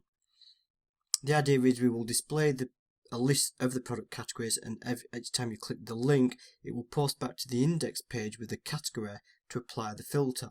But when we first go to the index page we need to make sure that no filter will be present, therefore just show everything. The second thing we want to do is show in the product category list which filter we're currently looking at. So let's get started. Should be on the master branch. Let's create a new branch. Call it product filter. And then switch back to our Explorer. If you're following along letter for letter in the last lecture, there was actually a slight mistake. The class at the bottom should have been col MD12. I think I put col DMD12, so you may just want to fix that. But once you've cleaned that up, if we go to what we want to do now is create a view model to show our product list on this page. If you remember when we did our product manager controller, because we were sending through a product with a list of product categories, we had to use this product manager view model to handle that, and so we're going to do the same thing here.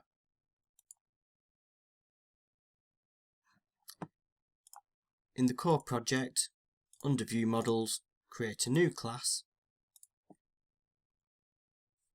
and call it product list view model.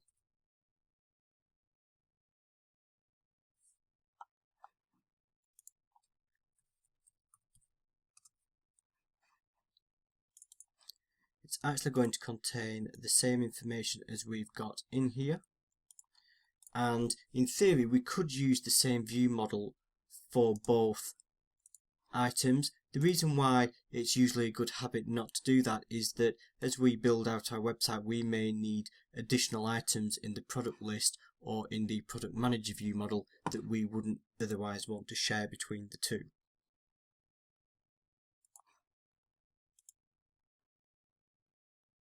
Now we need to go back into our home controller and we need to update the index action to accept an optional parameter called category. And the way we do that is we say we expect a string called category, however we put equals null, and what this says is number one, you can have a null item, and number two, if we don't pass anything in then we assume that it is null. What we want to do now is slightly different. We want to create an empty list of products, and we also want to get a list of our product categories.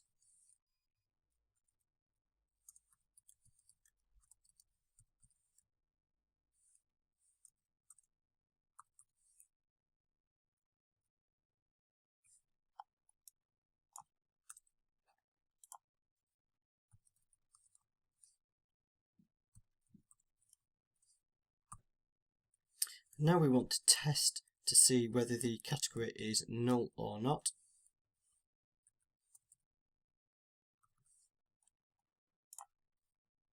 And if it is, our list of products will simply be a list of all products.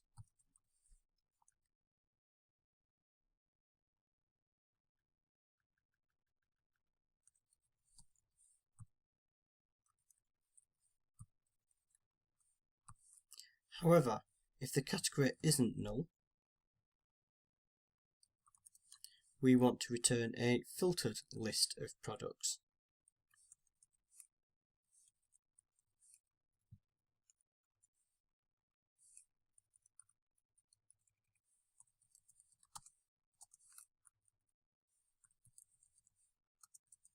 And this time we are going to use the collection, but we're going to use a where clause. And this is why we expose the collection originally as an iQueryable, because that will then allow us to construct a filter. And in the world of Entity Framework, it means the actual call to SQL would not be called until the filter has been enumerated. In other words, it would convert it into a SQL statement that will filter this category list for us rather than sending everything back. So now we have that information, we can create our new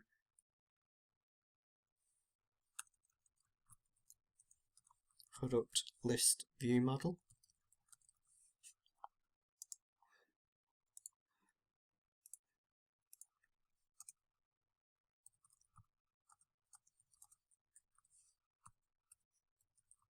And assign the various items that we need.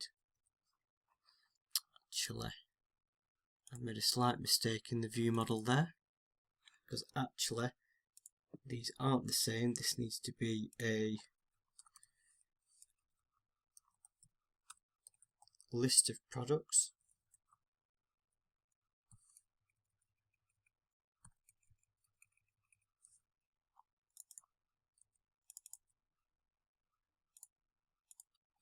Numerable.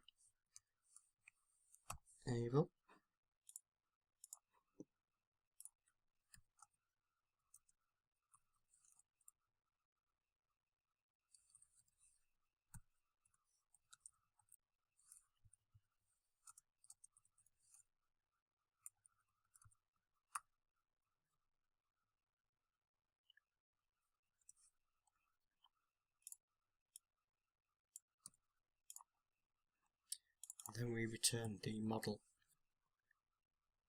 Now, because we've changed the model that we're passing through, we of course need to now go into our index page itself and change what we're receiving up here.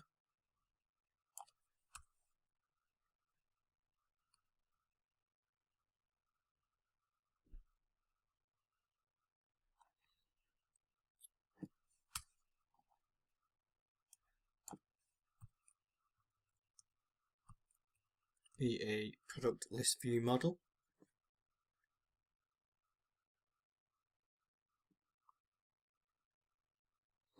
And we want to create a, before we get to our listing, we want to create a column to the left to display our filters.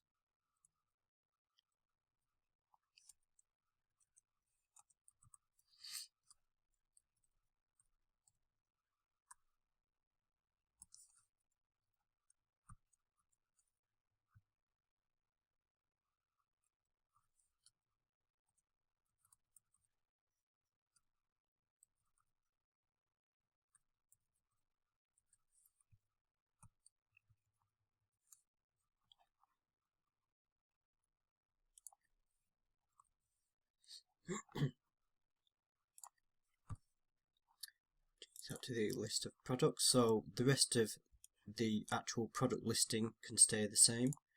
So in here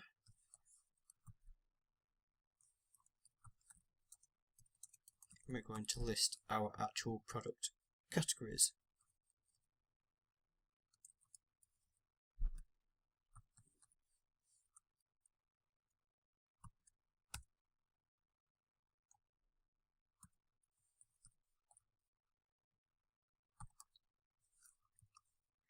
And the first category will actually be an all option, so that if the user is already applying a filter and they want to remove that filter, we will just redirect them back to the index page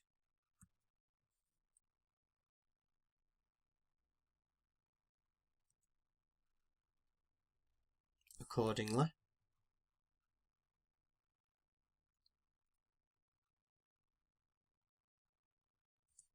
And then we need our, for each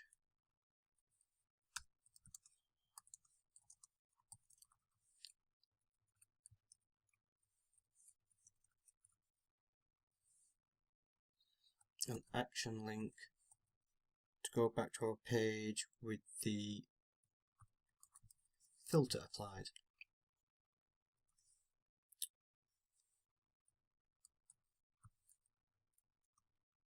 That is the text that will be displayed. We want to send them to the index page.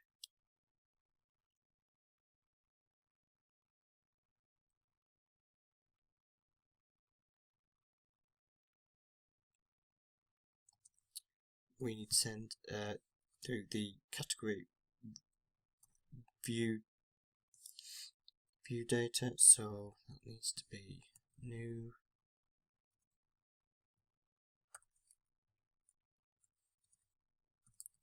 Because our endpoint, if we just scroll up and have a look, our index endpoint wants a category. We just have to say category equals and what that category name is. And then this final new that we're doing here and up here is so that we can apply some styling that we will come back to in one moment.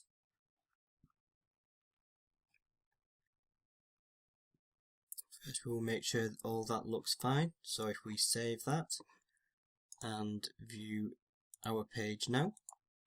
So we now have our filters. They're not formatted very well, we'll come back to that in a second, but you can see as we hover over each one, if we look down at the bottom here, if we hover over all, it takes to the root. If we go to toys, it sets the category toys, and so on. And as we click them, it will filter the items accordingly. Now, if we just go to our product admin and edit that one to be toys, and go back. Now, as we click each one, they will be filtered accordingly. So there's two bits of styling we want to do here. First of all, we want these to be list items with a list item styling applied around them so that they look a bit better formatted. The second thing we want to do is, when we're looking at toys, we want that to be highlighted somehow, similar with books or similar with all. So the way we can do that is in here, rather than just setting a class, we can actually create an inline if then else statement. And what we can do is we can say the class is going to equal, then we can say request, which will query our URL, so this bit here, for this, and we will say if it is null, so we're saying if it equals null, then we can have a question mark, and then we say what styling we want it to apply if it is null. So we say list group item active, and then we put a colon, and whatever we enter here is the style it will apply if it isn't null. So as I say, this is like an inline if then else statement, which is basically saying if the category is null, that needs to be just square brackets there, so if the category is null, we'll apply that styling, else we'll apply that styling. And again, we will do the same for our individual list items.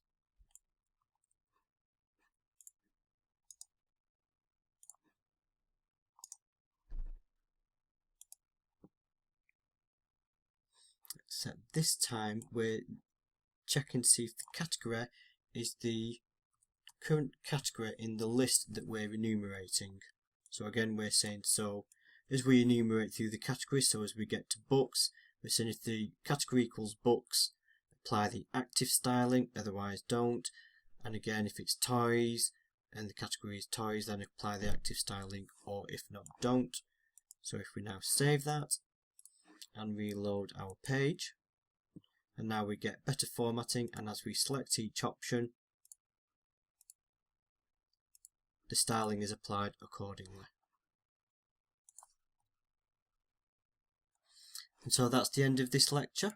As always, commit all our changes.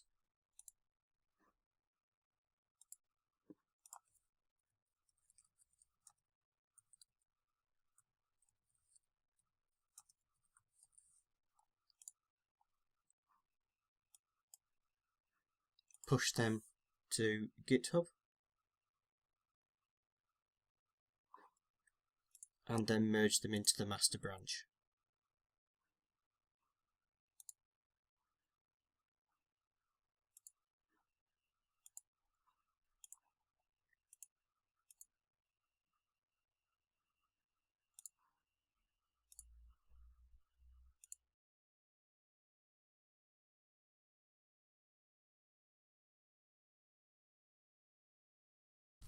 No e-commerce site would be particularly useful if you couldn't add products to a basket. So in the next few lectures we're going to create a simple basket. Before we actually start to build out our basket, it's worth spending a minute or two to discuss what a basket needs to do and how we'll do it. A basket needs to allow users to pick a product and add it to a basket. But then they need to be able to continue browsing the website, hopefully to add a few more things, view the basket and see potentially how much the order may be worth, and perhaps remove some items. Ultimately, of course, we want them to buy what's in the basket, but that's actually a separate process, so let's just stick to managing and viewing the basket first. All this may seem simple enough, but we have an important issue to overcome. A user browsing our website is essentially a one-way data communication process. What I mean by this is that a user will visit a page and the server will send the user information based on the page they've requested. All the data is essentially going from the server to the user. When a user views a category list or a product, they click a link and the link itself contains everything the server needs to know to process the request for what they're wanting to look at. For example, a URL will contain a category name or a product ID. The important part of this is that all this information is contained within the URL, and therefore the data that's being sent back from the server is based on that URL. The reason this is important is that this scenario is known as being stateless. Between each request, the server forgets who the original user is. It simply doesn't need to know. Therefore, the server has no link back to the user, and so every incoming request, as far as the server is concerned, is a completely new one, independent of any previous requests. When we introduce a shopping basket, we need to be able to store somewhere the fact that they've added something to the basket, and the server has to remember that between the user's requests.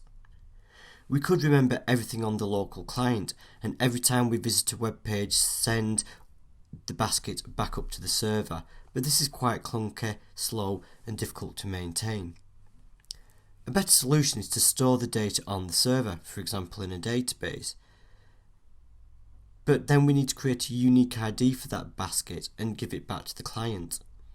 The client then needs to send that ID up with every request. Again, this can be done with a few different mechanisms, but generally the accepted way to do this is via cookies. A cookie is a store on the user's computer that can automatically read and write data from as needed, therefore it's our perfect solution. So now we know how the underlying mechanism works, we need to think about the process itself, as at some point we won't have a basket on the server and we need to create it, but preferably only when required. After all, we don't want to create a basket record in our database if the user never actually adds anything to it. So let's have a look at the next two workflows. The view basket is the simplest one, but highlights the question, what do we do if the basket doesn't exist? In this case, we simply want to build an in-memory empty basket, i.e. we don't want to actually go through and create a basket in the database. So in this scenario, somebody might have just come to your website and they click the view basket link. The process needs to read a basket ID from the cookie and check if that cookie or the ID is valid or not. If it is valid, it needs to load the basket from the database and return it to the user. If it isn't, we could just create an empty basket in memory and return that to the user instead. The other workflow is if a user actually adds an item to the basket. So in this case, again, the first few steps are quite similar. We want to read the basket ID from the cookie. We will then want to take that ID and ensure it's valid. If it is valid, we want to load the existing items from the basket. If it isn't valid, then we need to go and actually create that basket. When we create the basket, we then need to write the basket ID back to the user's cookie. And then finally, we want to add the item to the user's basket. The other thing we might want to check is the item already in the basket?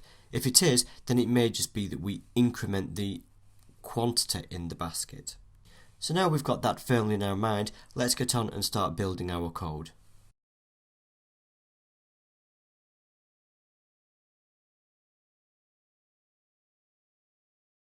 The first step we need to do is, of course, create a new branch. So let's call this one basket model.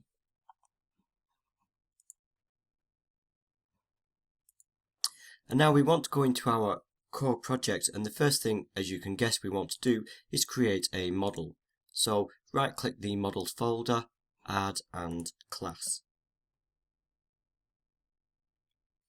We're going to need two models. We're going to need a basket item, and we're going to need a basket model itself that will contain a collection of basket items.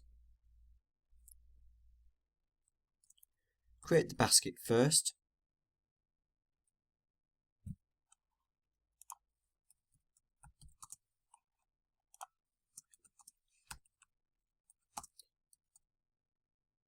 Make sure it inherits from our base entity.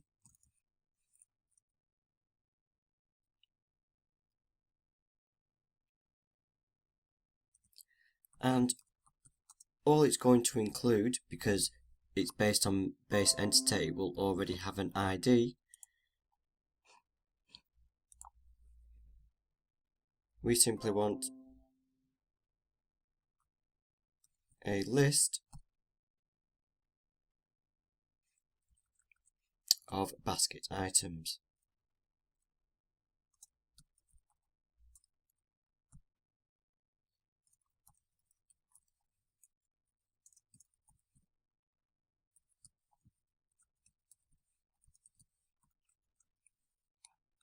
Note we are setting this as a virtual iCollection. This is important for Entity Framework.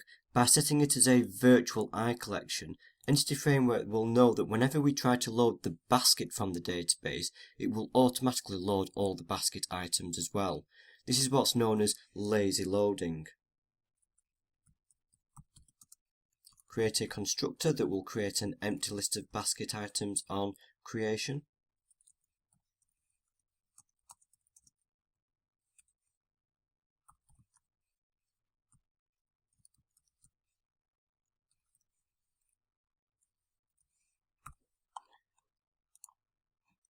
And then the next thing we need to add is our actual basket item.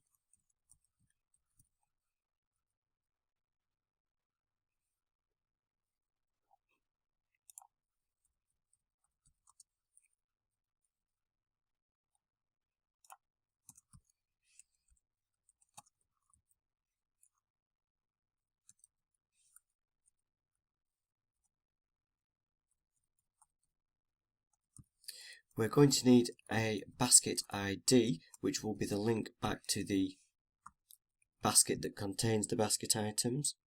We're also going to have a link to a product ID.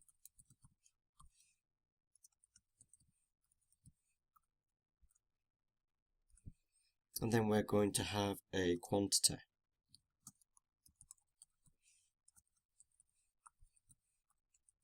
We save that, and hopefully that will have fixed the references in our basket model. So at this point it's worth discussing why always storing as a basket ID, a product ID and a quantity. Each basket item will be the actual products that we're wanting to add to the basket. And there's actually two ways we could create our basket item. The first would be to copy the product details that we need into the basket item record. So example, we could have a price field, description, image, and then any of the products in the user's basket will simply show this information.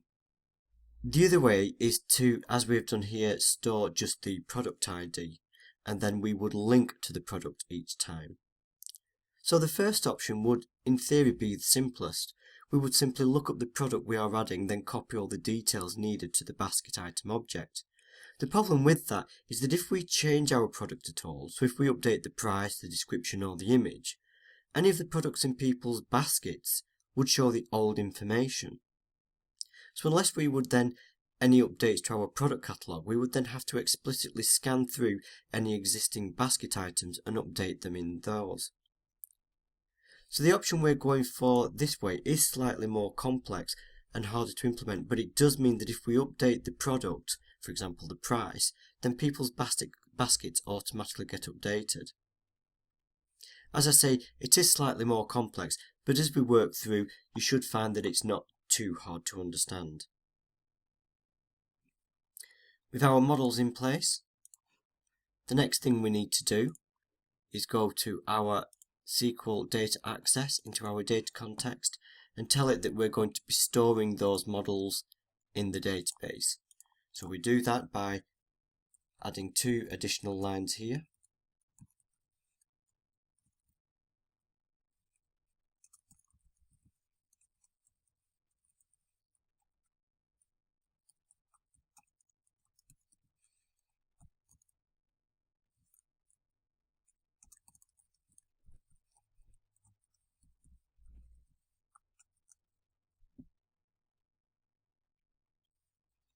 And save that off.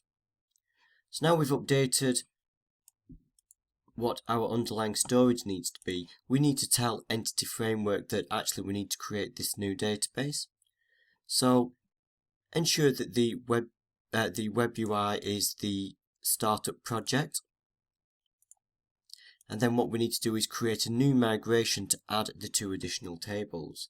So go to the Package Manager console, and if for whatever reason it's disappeared, we simply go to the View, Other Windows, Package Manager console. And then we'll add a new migration, which we do by typing, as we did earlier, add migration, and then we'll give it a name. So we will call it add basket. Press enter. Oh. This will throw an error now because my default project here was the web UI that does not contain the actual data context. So we will just stop that and change that to dataaccess.sql, and then we will try to run that again.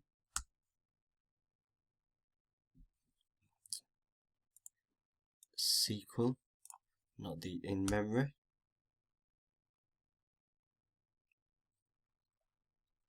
That's better. And so it's created this add basket class, which, similar to our initial class that created our products and product category tables, this is creating our basket items and our baskets table. Again, notice that it's automatically set up this foreign key.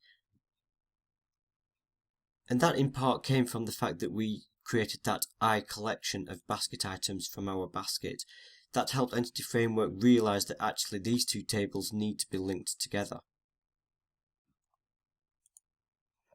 Once that's done, update our underlying database by running the update-database command.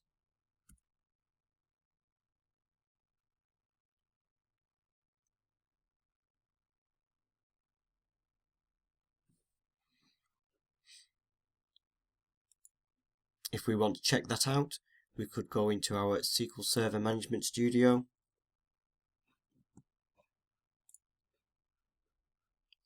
And now if we look at our My Shop database, we have our 2 new tables, baskets and basket items. That's all we're going to do in this module. So as always, commit our changes,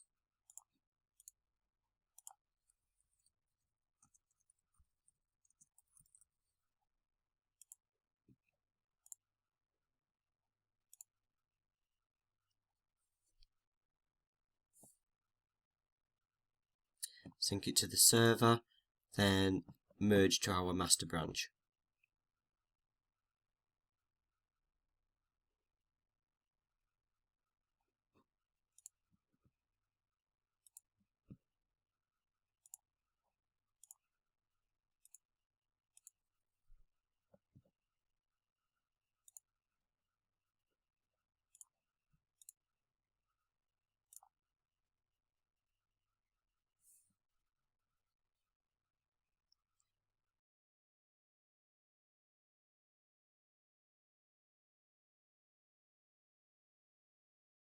Previously, we have interacted our models directly via a repository, and up till now this has been fine because all we've been doing is very simple loading and saving of data.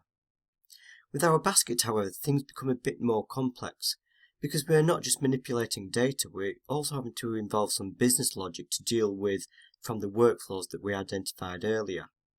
In addition, we also need to be able to save and read cookies from the user's computer. We could, of course, do all this within a basket controller, but a controller's job is really just to provide a conduit between the UI and the model. What we really need is another layer, or business logics or service layer, that can encapsulate this functionality. So what we're going to do this time is create a basket service that will perform all this complex logic. And we'll interact with the service via the controller, and the controller will pass through any data repositories that the service needs. So we're going to create a basket service class in the My Services project. First of all, let's, as always, create a new branch. And in our services project, the first thing we need to do is add some references to our other projects. So right click, add reference. And we need to add the core module so that it knows where the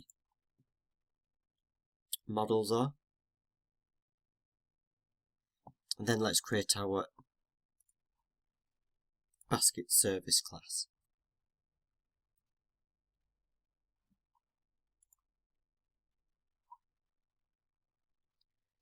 So if we think through the simpler workflow viewing a basket, the first step is to try to read a cookie from the user and look for a basket ID within that cookie. If the cookie exists, we load the basket. If it doesn't, we just return an empty in-memory basket. In order to read cookies, we use something called the HTTP context.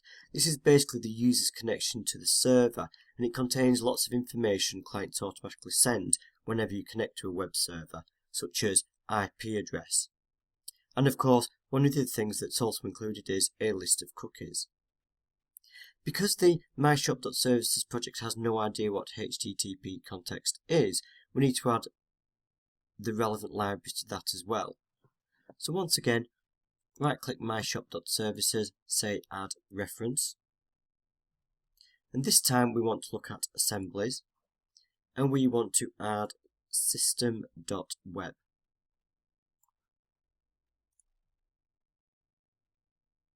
And click OK.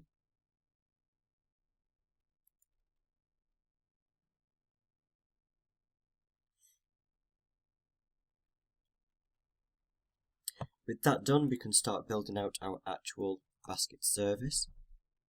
So the first thing our basket service will need is access to some underlying data. So for this, we're going to want to access an I repository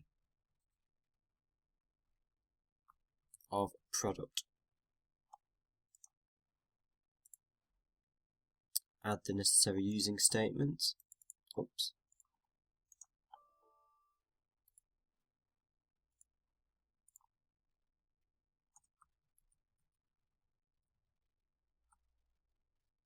And we're also going to need the repository that we will use to load our actual baskets and basket items.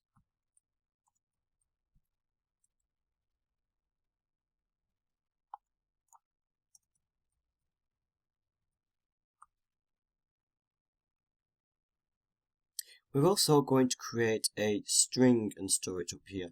Now this is not necessarily required.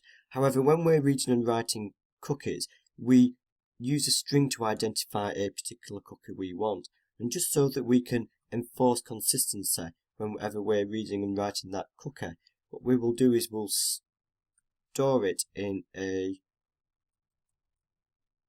string, and we can use that string to reference it each time instead. We set it as a public const, which basically means this string cannot be updated elsewhere within our code. The next thing we need to do is create a constructor that will take in our repositories and hook them up internally.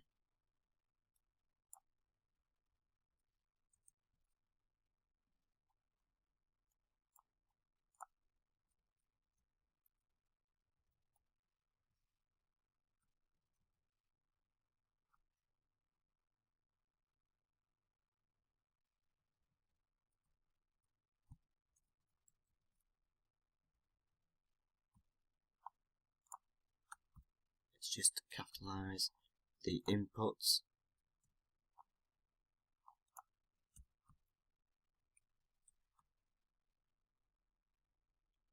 So now we can go ahead and start writing some of our methods. The first method is the one that we want to load the basket. So we want to read the user's cookies from the HTTP context, looking for the basket ID, and then attempt to read that basket ID in the database. First, we're going to create a private method. So this is an internal method because we will want to use this method from various places within our service. We shall call it getBasket.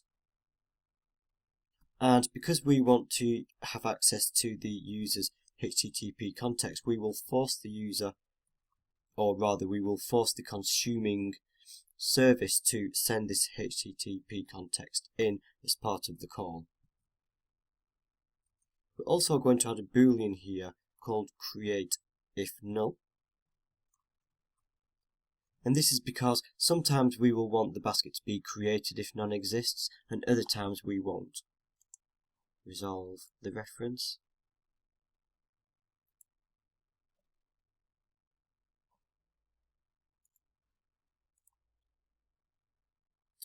So the first step is we need to try to read the cookie.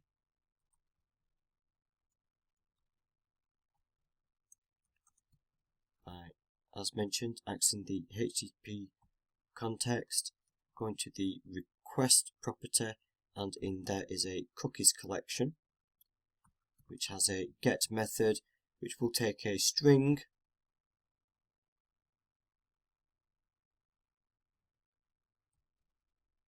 which will be our basket session name, or in this case e-commerce basket.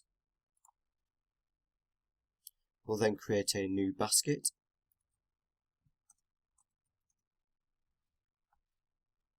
And then we're going to check to see if the cookie actually exists. So if the user has visited before, it will have read the cookie. Otherwise, if the user has never visited, that cookie we've attempted to get will simply be null.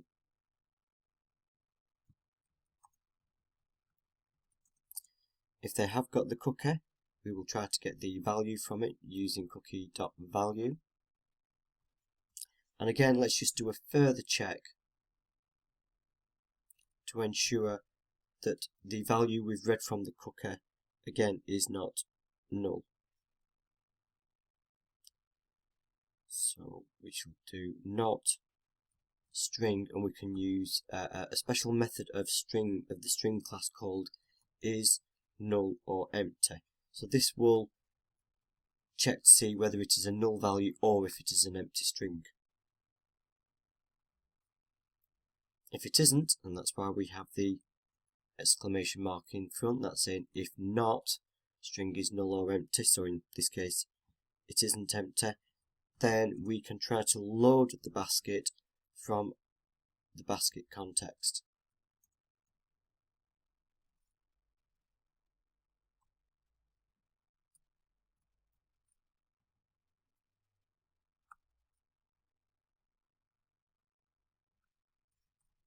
So first we need, if the basket ID was null, we need to check to see if we want to create the basket, and if we do, then we want to just create a new basket.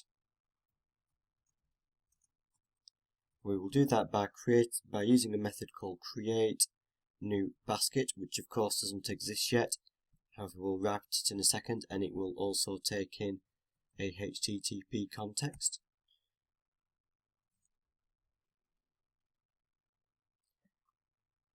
Finally, we need to perform an action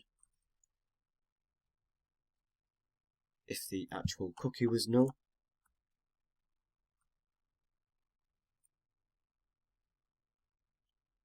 Which is essentially the same as what we did up here. And then finally, once we've somehow got either an empty basket of some sort or description, we simply return that basket. So let's go ahead and create this create new basket method. Again, this will be a private or internal mechanism.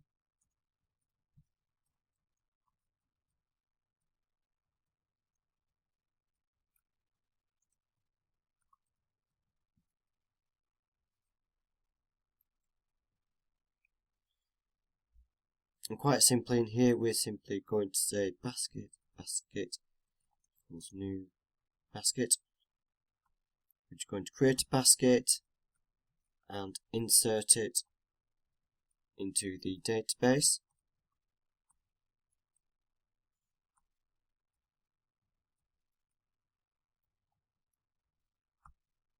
Once we've done that, we then need to write a cookie to the user's machine. Again, we do this similar to as we did before. We create a cookie first.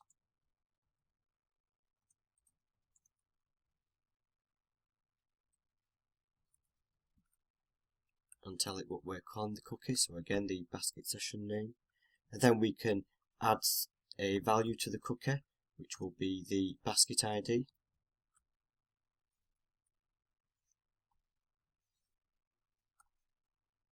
We're also going to set an expiration on the cookie. Now, what you set as this expiration can be up to you. I generally add it as a day. However, sometimes you might want a customer to be able to come back days, weeks, months, maybe even years later, in which case you can either not add a cookie, not add an expiration date, or increase the length of the expiration date. And we do that by taking the current date and time, adding a number of days, months, years, whatever you like, and that will set a timestamp on the cookie expiration. Finally, we need to add that cookie to the HTTP context response, because a response is because we are sending it back to the user. And then finally, we'll return the basket we've just created. As we said, both these methods are private because we will only use them internally within this basket service class. So the next method is where we want to actually add a basket item. And now things start to get a little bit simpler, because we're actually now just, for a lot of what we're doing is just using these internal methods we've just created.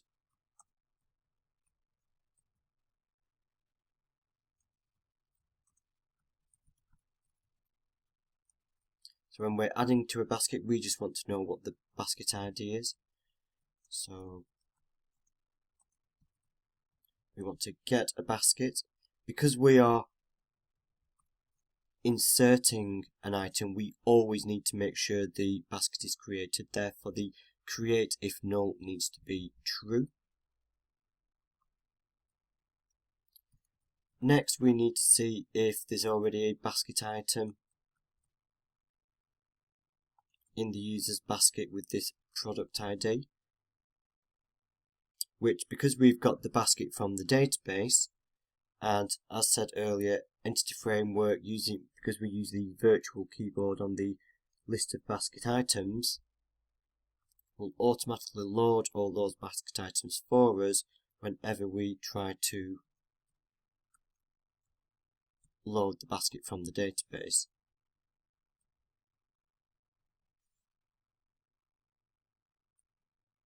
Actually, we don't want to check on the ID because that's the basket's ID. We need to check on the product ID. So again, we say, does that item exist in the basket?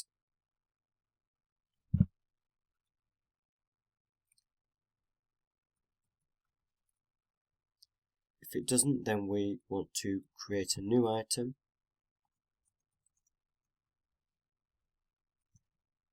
And we want to set the basket ID to the current basket ID.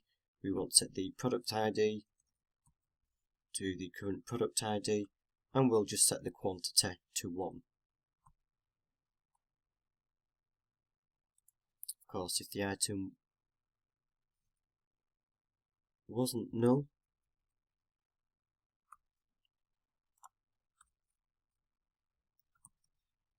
then what we want to do is increment that property.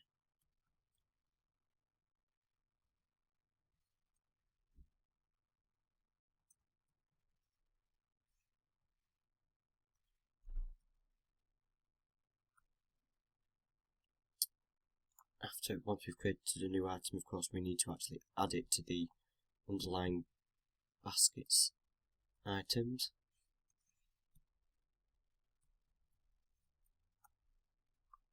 And finally, once all that's done, we want to commit any changes that we've made. So whether we've either added a new basket item or updated the existing quantity, we just commit our changes. Note that when we updated the quantity, we've not actually had to call the basket context.update method. And that's because with Entity Framework, when we load something from the databases, it maintains that link, it maintains it in the Entity Framework's cache. So by the very act of loading it, we can then just update the value and perform a commit, and Entity Framework will automatically know that that item is changed and persist it to the database.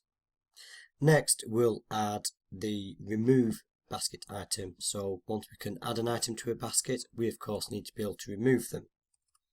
So this is again quite similar to our add to basket method.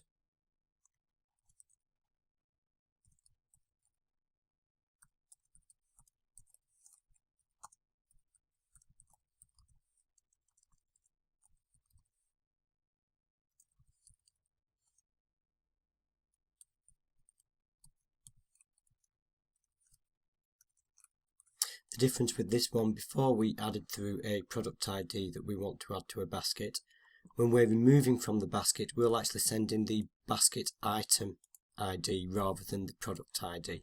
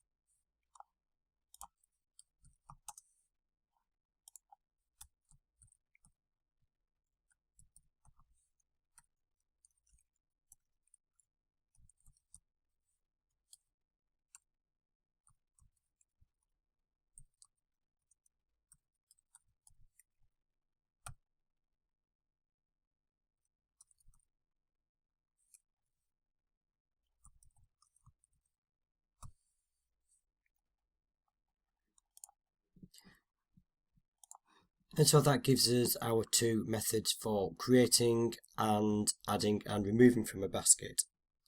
The next two methods are more about retrieving the items from the basket, which will be slightly different. Because we've only been storing the product ID in the basket, we need a way to supply the actual product details, i.e. the name and the price.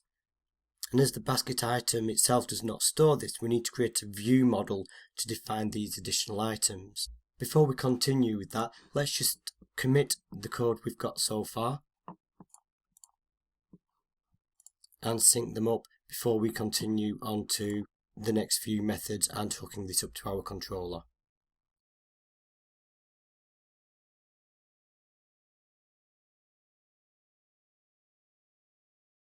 In the last lecture we created the methods to insert and remove basket items, and we mentioned that the next two methods that actually return basket items were slightly different to what we've done before.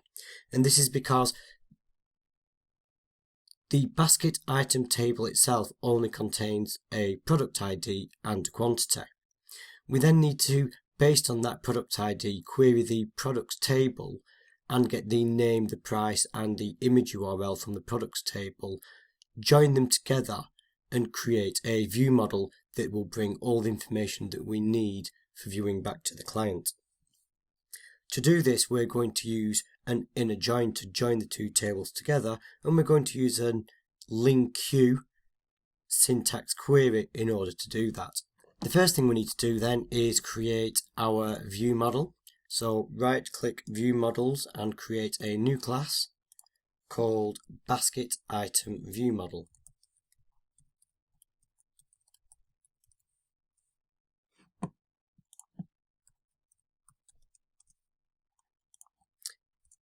And as we said, this is going to bring together a number of different properties from the two tables that we're going to want to bring together. The first will be an ID, and this will be the ID of the basket item.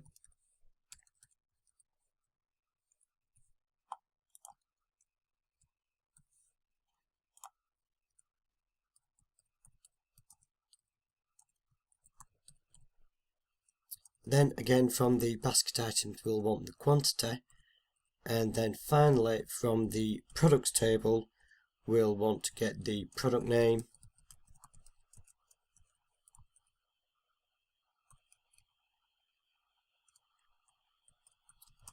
the price,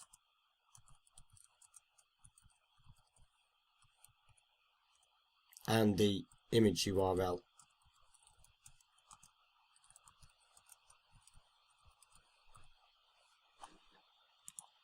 With our view model in place, switch back to our basket service, and now we can create our new method called getBasketItems.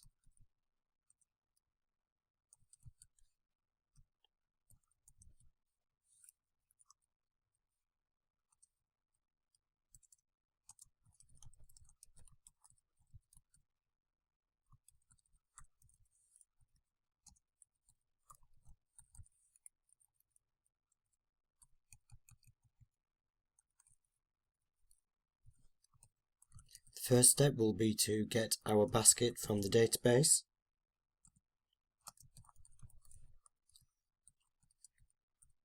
And because we're just retrieving items, if the basket doesn't actually exist, we don't want it to go ahead and create one.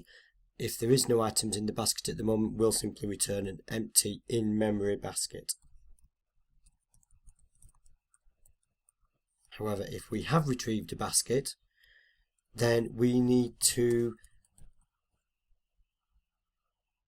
query the product table and the basket items to get the information that we need. So, as we said, we will use a LINQ query. We generally put it within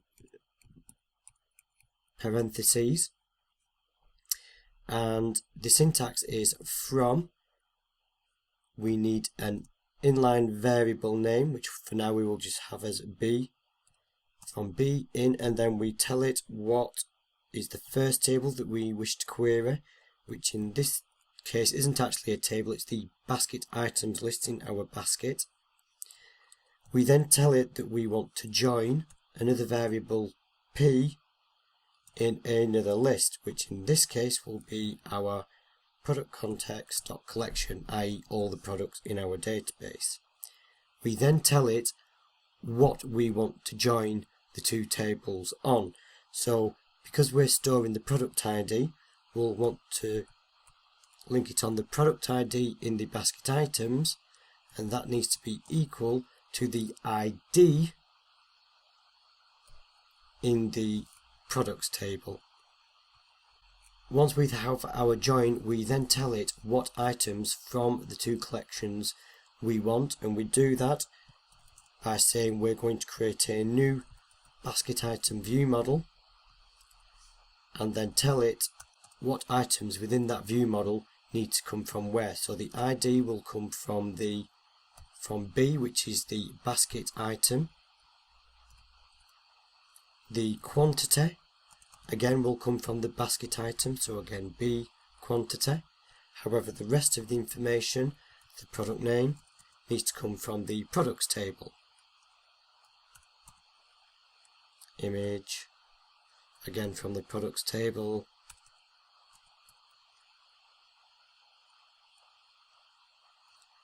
And finally the price from the products table.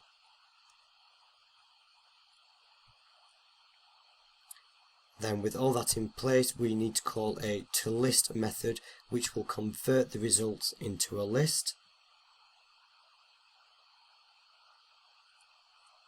and then return those results.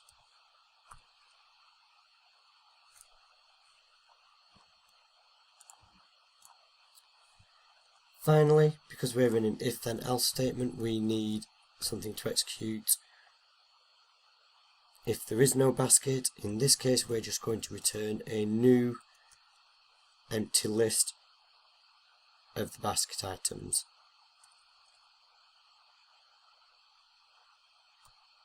This method will return a list of all items in the basket, which is great for when a user clicks to look at the basket page. However, what we also want to do is provide a basket summary, which will simply be a total list of all the items in the basket and a total quantity in the basket. For that, we're going to need another view model. So right click our view models and add another class and call this one basket summary view model.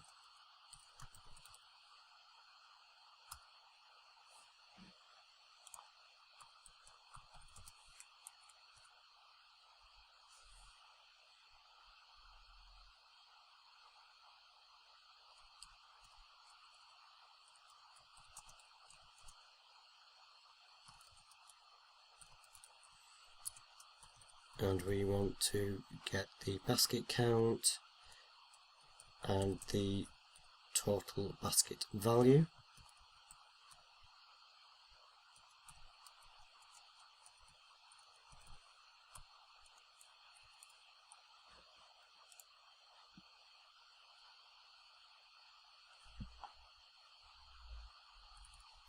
And what I also want to do with this view model is create a couple of constructors. The first will just be an empty constructor that won't do anything. We have to create the empty one because I want to actually create one that sets some default values. So I want a user, when creating this view model, to be able to pass in some values on creation, which you will see why when we start to consume the service. So this is simply going to assign these variables as we pass them in.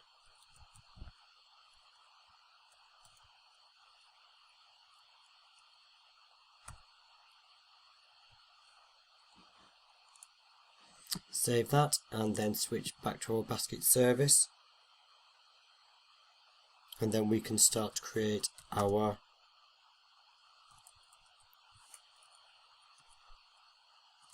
get basket summary endpoint action.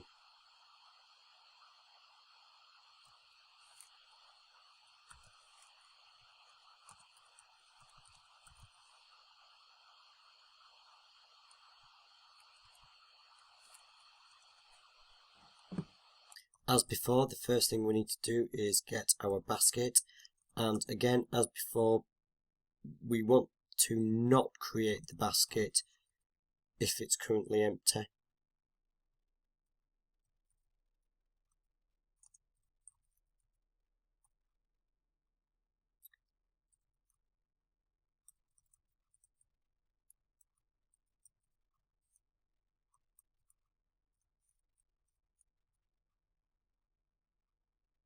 So what we want to do now is use our view model, so we'll create our view model. Basket summary view model equals new basket summary view model, and we're going to default it with zeros of 0. So this is why we created our constructor, so that by default there will be 0 items with a 0 basket total. And the reason why we do this is so that it just makes it a bit easier here, that if our basket is null, we can just return that model with the empty values in it. If, however, we do have a basket, we need to perform a couple of calculations. The first is we need to calculate how many items are in the basket. Again, we can do that using a LINQ query, whereby we can select just the quantity from each item in our basket and then sum them up. So we're going to declare an integer, but we're going to declare it with a question mark on the end. This means that we can store a null value in here, i.e. should the answer from the basket items sum be null, i.e. because there are no basket items, it won't fail, it will allow us to store that null value within this variable that we are creating. So the syntax is going to be similar to the earlier one. We're going to say from item in basket.basket item. So we're querying the basket items. Out of there, we're going to select the quantity. So we're just selecting the quantity, which is an integer. And then rather than a toList, which is what we did before, we're going to perform a sum. So that is going to count up the quantity value of every item in our basket items table, and if there are no basket items it would return null, therefore this variable would become null. We're going to do a similar calculation, this time to a decimal. Again, we will make it nullable, and this will be the basket total, so the total value of our basket. And again, we're going to query our basket items list, but because we need the total value, we're going to need the price of all the items in there. Therefore, similar to the getting the full list, we're going to need to do a join on the products table so that we can get the price for each product in our basket. So again, we're going to say we're joining the item product ID on the products item.product ID equals .id. So that's the ID from the products table. But whereas before we created a new basket summary view, again what we want to do is we want to select the basket item quantity. We need to multiply that by the product's price, and then again we need to sum the entire value up, and once again if there are no items in the basket it will simply return a null that will be stored in here. So the final step is to assign these values to our model. Now because our model actually wants a normal integer, so it needs a definite value, so if there are no basket items we need to be returning 0. So what we can do is, similar to the inline querying that we did earlier, we can see if the basket count is null or not. So what we say is we say equals to basket count, then if we put question mark, it would default to 0. So this is saying if there is a basket count, return the value of that basket count. If however this is null, return a 0. And again, we will do the same for the basket total. Say basket total, and if it's null, return decimal.0. The reason why we could just return 0, but to be more accurate, to make sure we capture any issues that might occur, we use decimal.0, and that makes sure we get a well-defined 0. Again, once that's done, we simply return the model. So with the basket service finished, we can now consume it within our web UI. However, in our web UI, when we're using things to query the products table, we're always using an interface so that we can swap out different implementations as we need. And it would make sense to do the similar for the basket service, because it may be that we want to write a different type of basket service at some point in the future. So to follow this pattern, we're again going to create an interface for our basket service, and then we can use that interface within our UI when we come to build it. So go to our contracts and add a new class, select interface and call it iBasket service. Now when we did this earlier, we actually used a method in here. We went to quick actions and extract interface. This time I'm going to do it manually, and all we need to do is get the items that we want to expose, so the methods we want to expose, such as that one, and copy them in. So we want an add to basket, we just need to add these in there. We want remove from basket.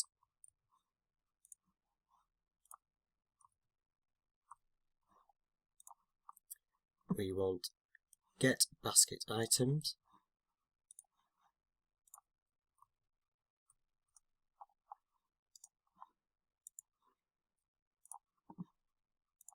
And finally, we want get basket summary.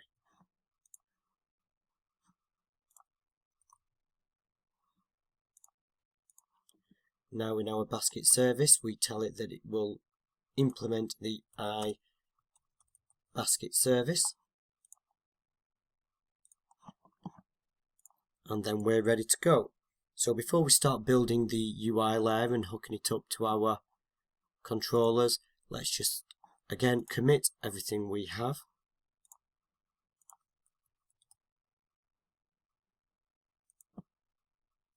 And then merge it into our master branch.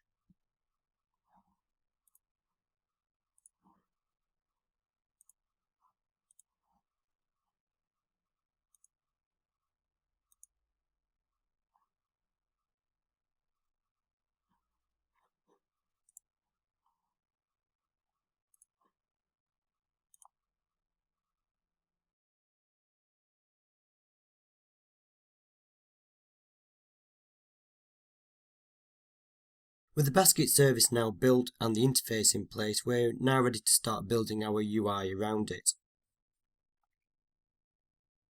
So the first thing we want to do is hook up our basket service, and we need to do that in our Unity config file.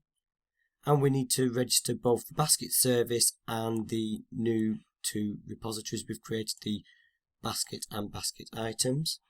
So we'll do the repositories first.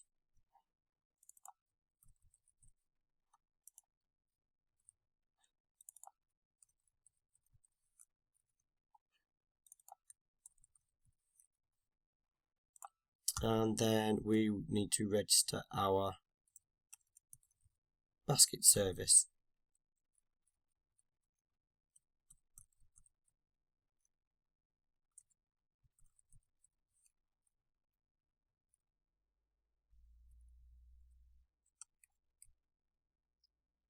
It needs to be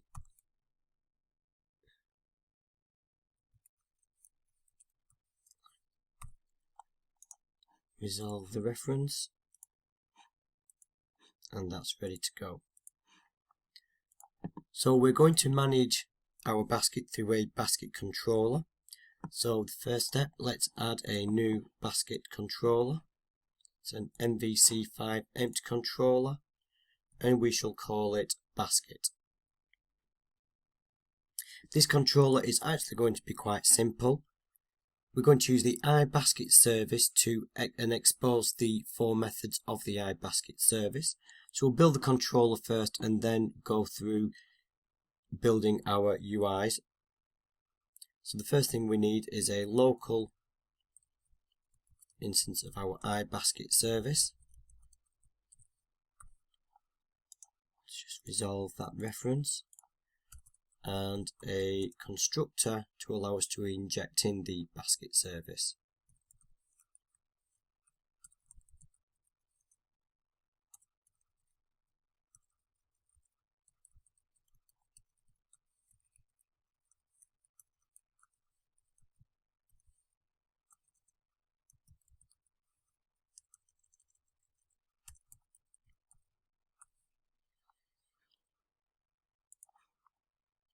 Next, we'll use the main index page for returning our basket view, which will be basically a list of all our basket items.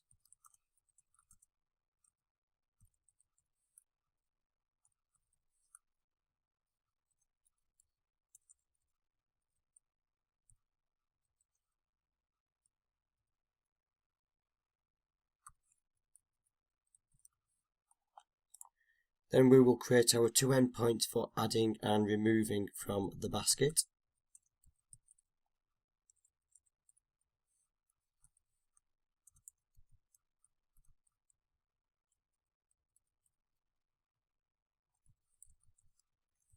So the add to basket will take in a product ID and pass that through to the basket service.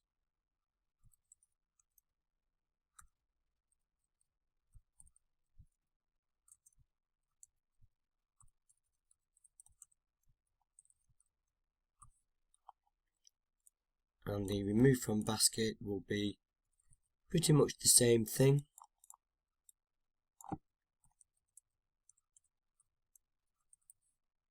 Except this time the ID is actually the basket item ID.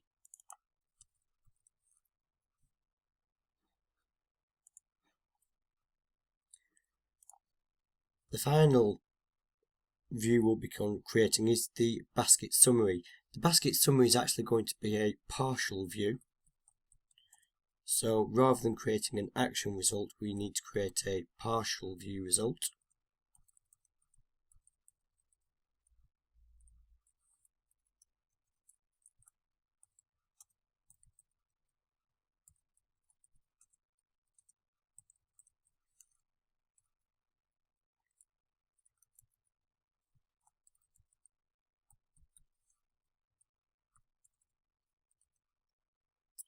And we will return a partial view result.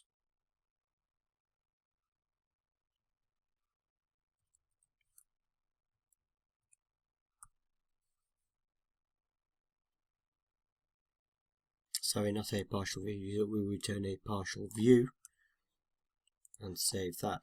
So as you can see, this controller is actually very straightforward and simple. But now we can go ahead and start creating our views. We were actually only going to create 2 views. There's the index view. Both the add to basket and remove from basket are just performing actions and don't need views of their own. And then there's the basket summary. Let's just set that so it's spelled correctly. So for the index view, we'll start out by scaffolding an index view. So it's a list, and it's based on a model of basket item view model.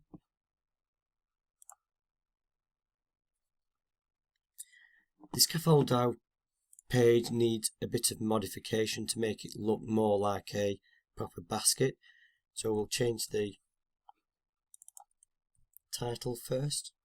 We don't want the create link in there. We really want the product name, so this is just the table header at the moment, but we just want to reorder things a bit. We want it to show product name, quantity, price. We don't want to show the image. However, the final column we will want to show a line total. So we're going to have a product name, how many items are in our basket, the individual price of the product, and then the total line. So if we had 2 items, the line total would be the price times 2.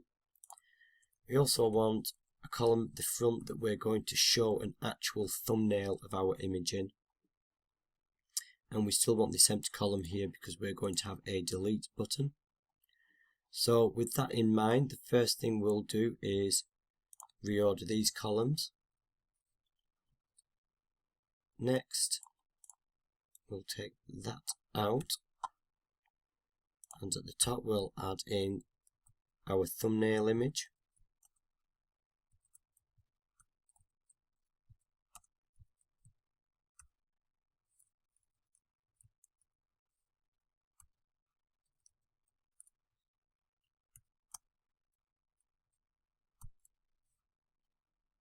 The price we're going to do slightly differently. Rather than just expose the price as a number, we want to actually format it to currency. Previously we just put a dollar in front, and that's fine if it's always going to be dollars, but a better way of doing this would be to use a format method of the string. So we can get a string.format, and we tell it what that format is going to be. And there are a number of built-in formats. The one we want for currency is we will put 0, so that 0 will be replaced by our price, and this C is saying that it's going to be formatted as currency, and then we just pass through what the actual value is that we're formatting, which in this case is price. For our line total, it's going to be pretty much the same, except it wants to be the price multiplied by the quantity. We don't want edit and details links here, so we can take those out. And we want to have a bit more control over formatting this button. So instead we're just going to put a href in here.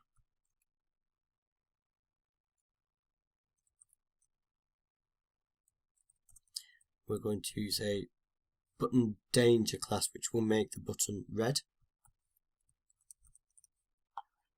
Then the actual URL, we'll use the URL.action link.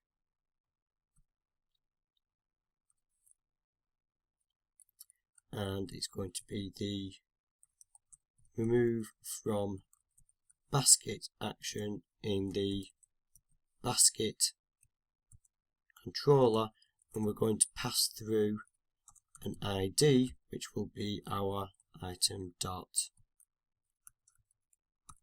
So it's the ID of the basket item we're passing through.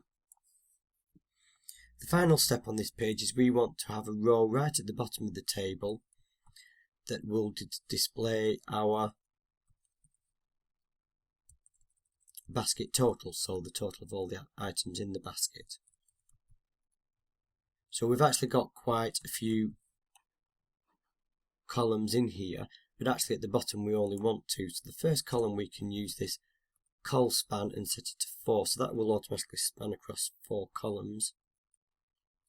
And I also want to change the styling slightly so that we can have the text right aligned.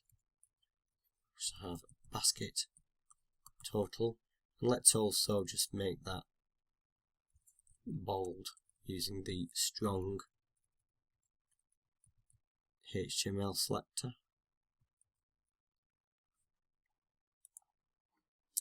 To actually display our price, I'm going to copy this here, because again we will format it. However, what we want to do, we don't just want an individual line item, we want the item multiplied by quantity of all the items in the basket. So what we can do here is create an inline link queue query. So similar to what we did in our controllers, we can say from p in model, or we can say select price multiplied by the quantity, and then we can do a dot sum, which will automatically have it add them all up for us. The next view we need to create is our partial view for our basket summary. Again, we could say add view here, but because none of the scaffolded views would do what we want, instead I'm just going to manually create this. So instead I'm going to right click the basket folder and say add view. We shall call it basket summary. We'll leave the template as blank and we'll say create as partial view. So it will create as a blank page. First thing we need to do is tell it what our model will be, which will be our view model that we created for our basket summary. And then we want, basically, it's going to be like a menu at the top of the page. So what I will actually do is, if we go to this login partial view here, it is very similar to how I want it to be formatted. So we'll just take that and paste that in here, but we'll remove all these items between these LIs, these line items, and instead we're going to have, it's going to be a link that will display, first of all it will display our basket count, and then we'll say items. So it's going to say 1, 2, whatever is in basket count, and then it will have the text items. And the href wants to be url.actionLink. This will be our index page on our basket controller. So if anybody clicks this, it will take us to the actual basket, and then to complete that we just need to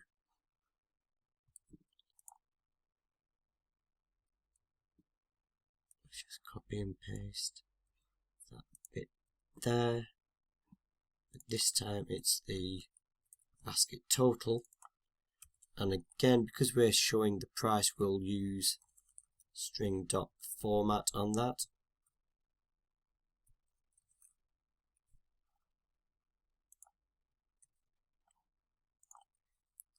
And again it's 0:C, which is the currency formatter.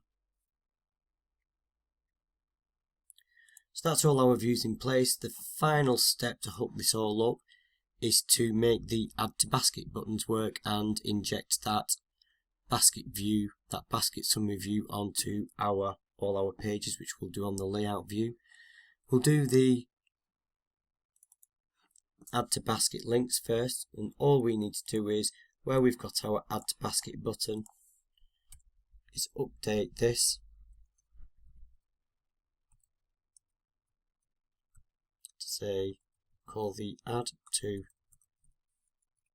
basket on our basket controller. We need to tell it to pass through an ID, which will be our product ID.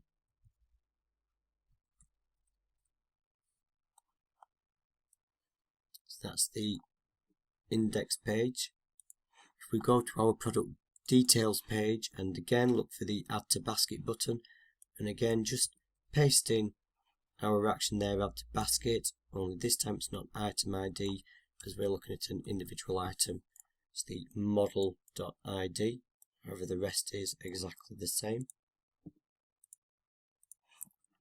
And then finally go into our layout view and look for our login partial, because right after that we're going to inject our partial view. Because our partial view actually has data in it, so it's based on a controller, we actually have to render it slightly differently. So we say HTML dot render partial, render action. We're rendering the basket summary, that's part of the basket controller. So save that and hopefully your project will build.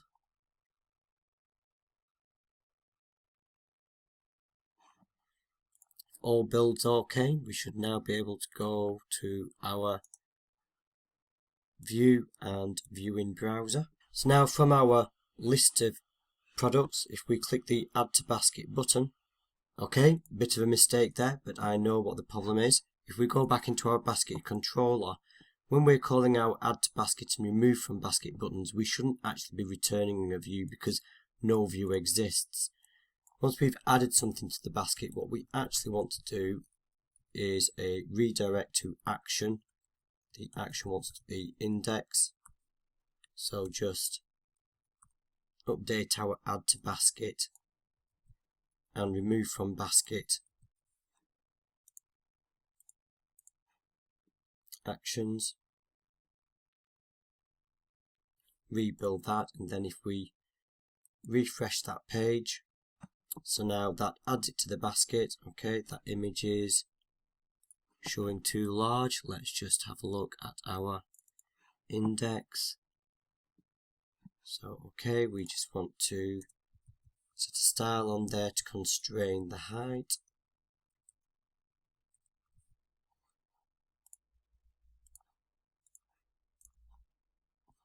Okay, great. So if we go back, let's look at the product details, click the add to basket link there, and again that takes us to our basket. If we go back and add another one of those to the basket, it updates the quantity, the line total and the basket total accordingly. Finally, if we hit the delete button, it removes the item from the basket. So now that's all working. Again, we need to commit our code. I've just realized at the start we didn't branch, so that's fine. Let's just create a branch now. We'll call it basket UI. And now we're on our branch, we can commit all the changes we've just created.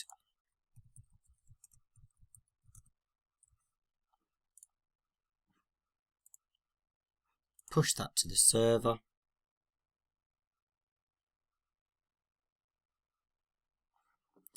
And then finally switch back to our master.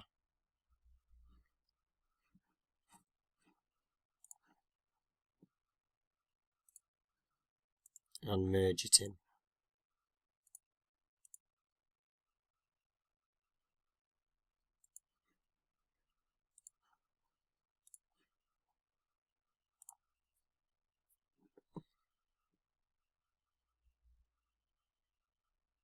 And we're all done.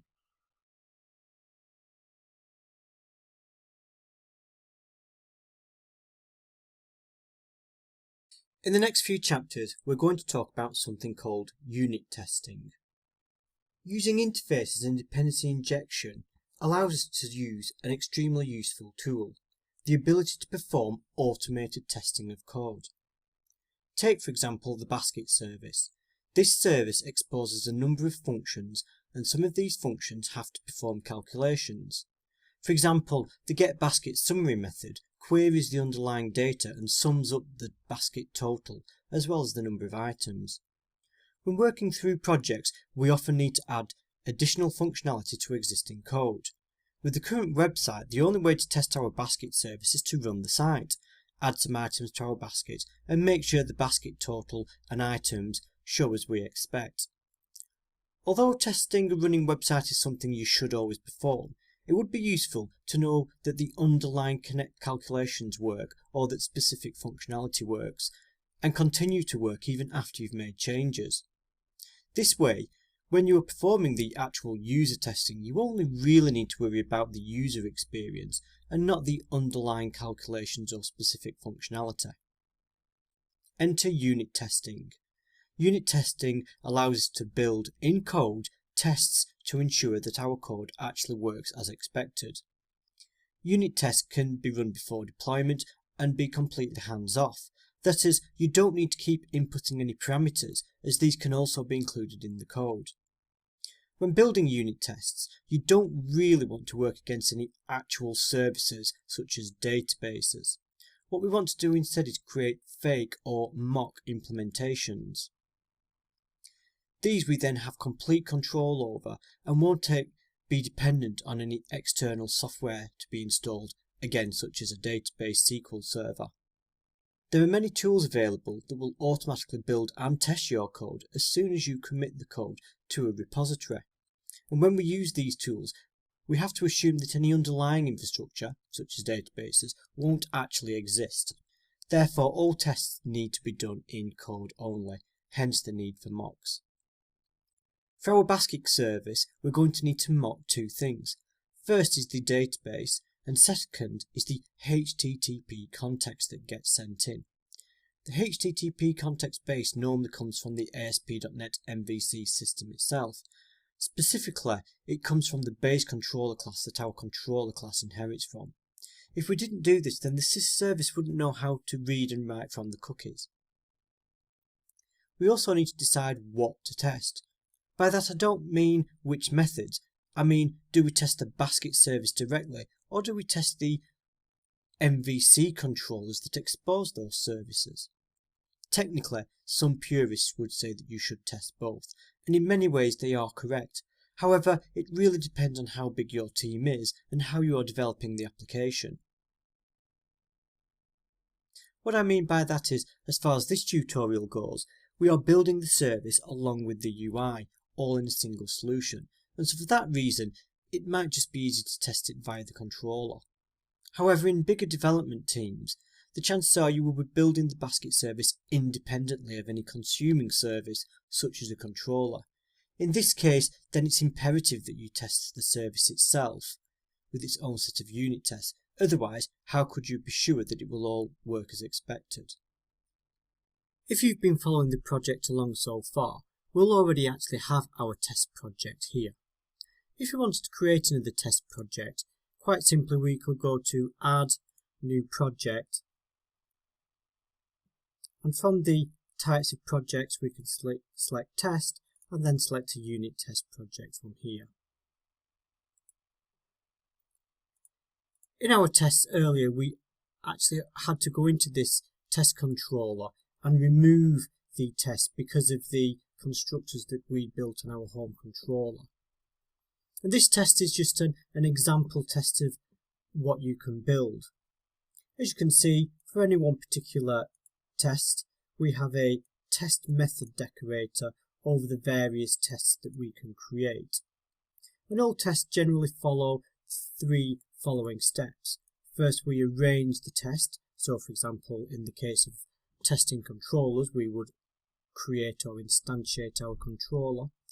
We would act upon the test, i.e. we would go and get the result from the controller, and next we would assert, so we would see if the test was correct or not.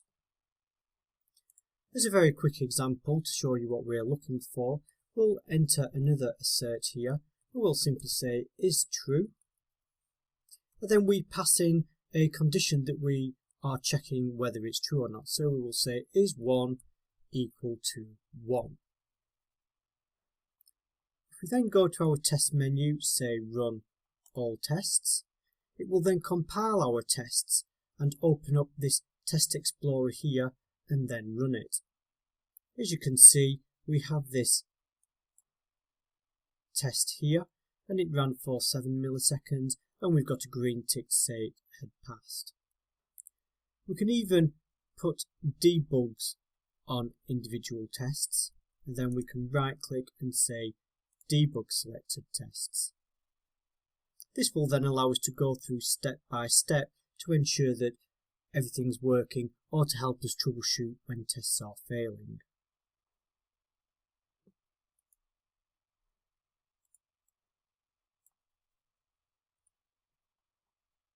As we can see with this example page, if we remove the comments,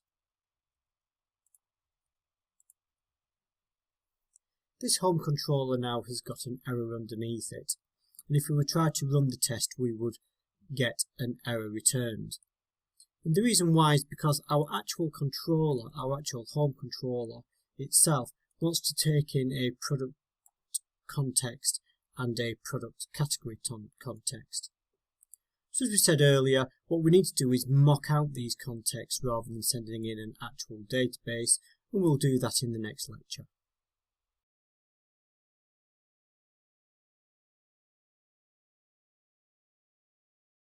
As we saw in the last lecture, our home repository takes in a iRepository product context and an iRepository product category context.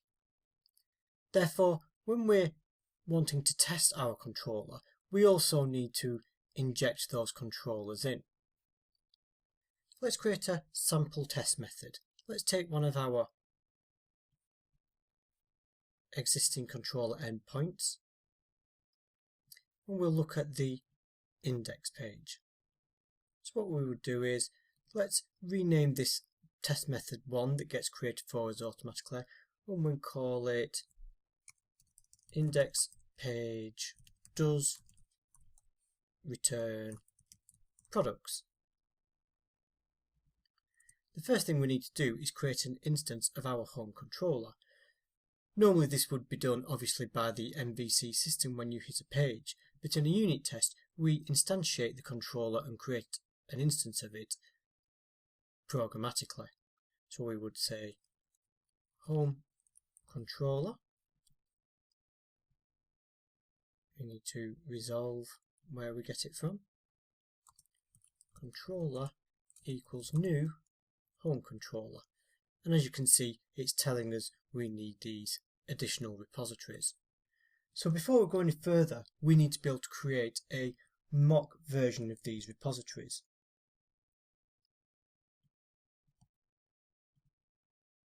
In your test project, create a folder called mocks, and in here we will write classes for our mocked services. So then we will add a new class, and we shall call it mock context.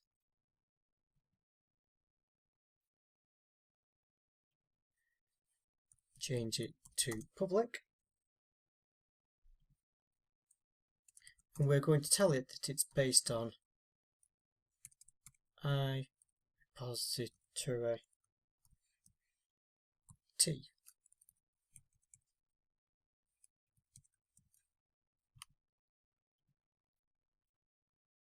So we need to add a reference to iRepository, so we add reference to myshop.core.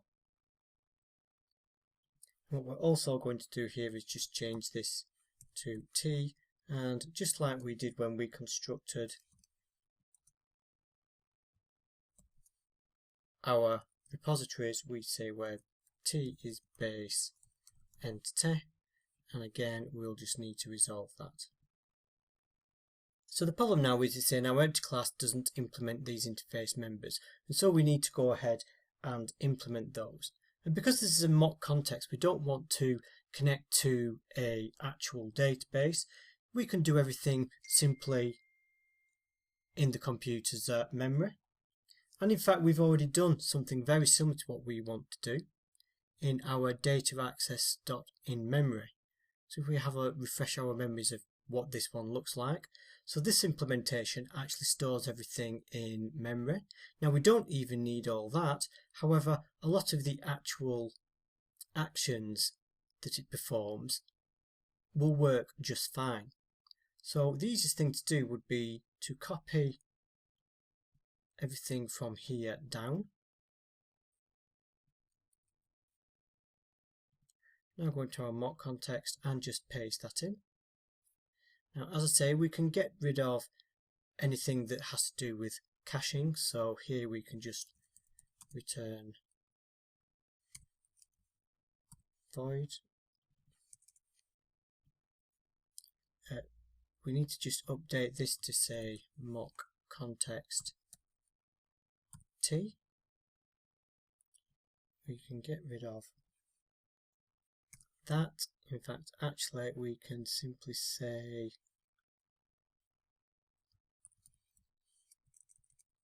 equals new list t. Because this is a constructor, we don't want that there. Okay, just remove that.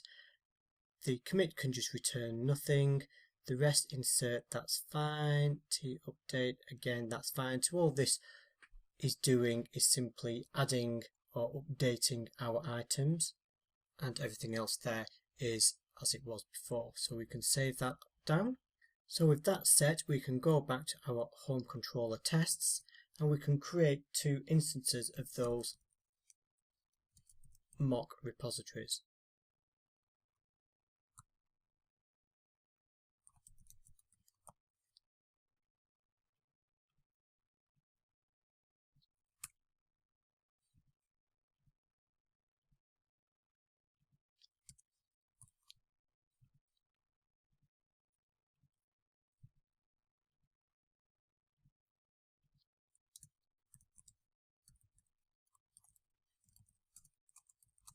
So rather than do a new in memory or new SQL, we will say new mocks dot mock context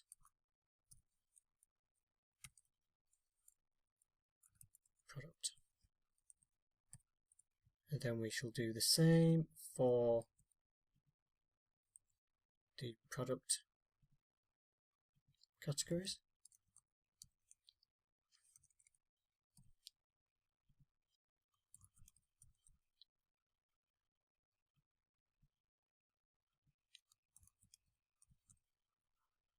And then finally we can send those in. So it wants the product context first, and then the product category context. So now we've created our controller, what we can do is we can call the index method on the controller to get the result.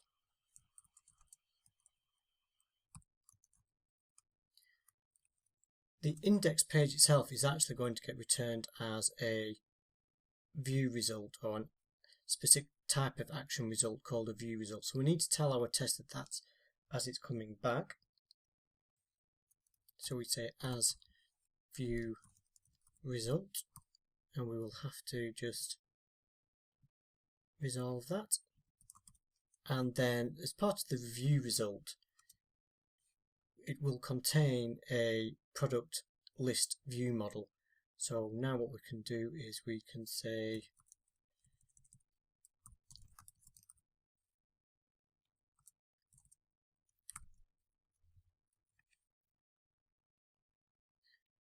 this time we do it by putting it in brackets. So this is called a cast. So we cast that and we say it is the result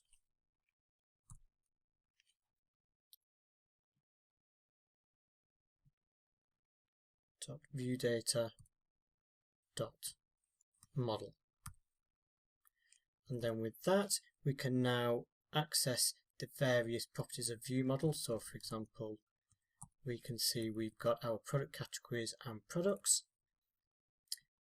So what we can do now is run our tests. So for example, we would say, we'll use the assert keyword, and we would say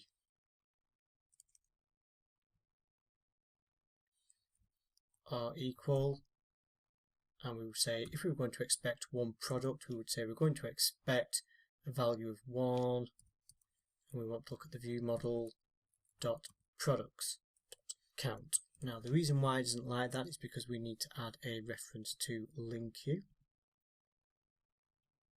And there we go. So this test will make sure that there is one product in the list of products.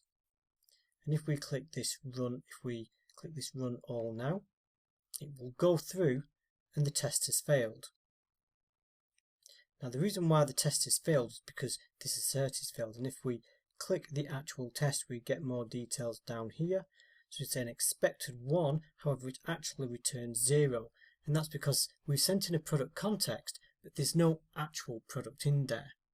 So to fix that, all we need to do is in our mock product context we simply insert a new product. Now we don't even actually have to send any details into there, because all we are checking for is the count of products, and as you can see, that test has now passed. So that's how we test very simple view controllers. However, what we want to do now is go through and actually test our basket service. And to do that, our basket service says controller.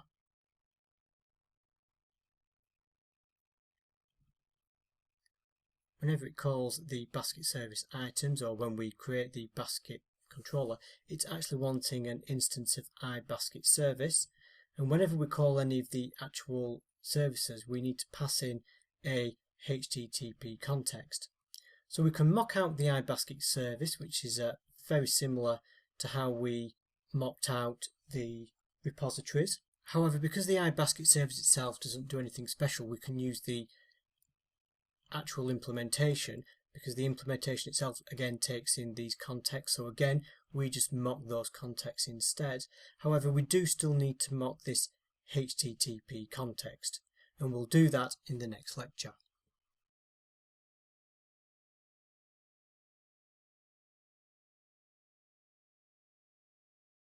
In the last lecture, we created a mock context.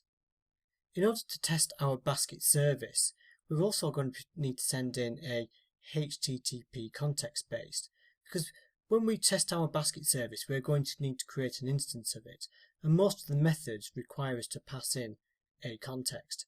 However, this context based normally comes and gets passed in from the MVC system itself, and so we need to pass in our own mock implementation. Now, the HTTP context based itself comes from system.web.http context base.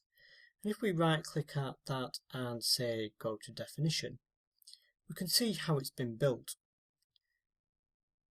So the HTTP context base has all these methods that allow us to store things, among others, such as requests and responses, and the requests and responses themselves contain our cookies collection, because our basket service uses the context in order to read and write cookies. So we don't need to implement a full implementation of the entire context base, just the request cookies and response cookies that we need to make our service work. The way we can do that is we can create a mock context.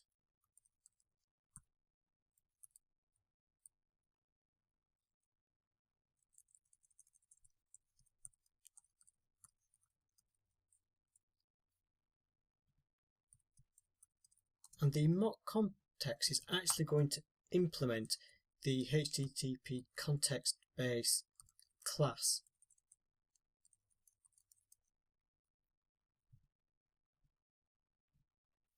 Now, this is different to how we've done things before. Previously in our mocks, we've used an interface to define what we're going to do. But in this instance, the actual HTTP context base is written in such a way that the default implementation doesn't actually implement anything, because this is more of an abstract class that we can use as our base, rather like we used the T-entity class. So it means we can use this as our base and implement that, and then simply override the methods that we want to. In our case, we want to override the request and response methods, and so that we can expose a collection of cookies. Because we want to be able to override the request and response, we also need to create individual classes to create mock requests and mock responses. So in the same file, create another class, and we will call this one mock response. And similar to how we've implemented a base class here, again here we will implement HTTP response base. And this HTTP base response class, again we will override the methods that exposes the underlying cookies collection. So the first thing we want to do is create a private collection of cookies.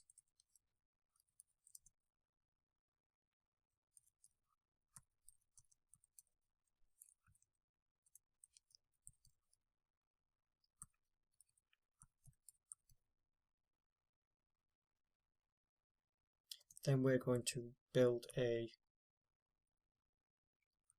constructor that allows us to pass in the cookie collection that we want to do. So again, this is just so that we can have direct control over the cookies within our tests.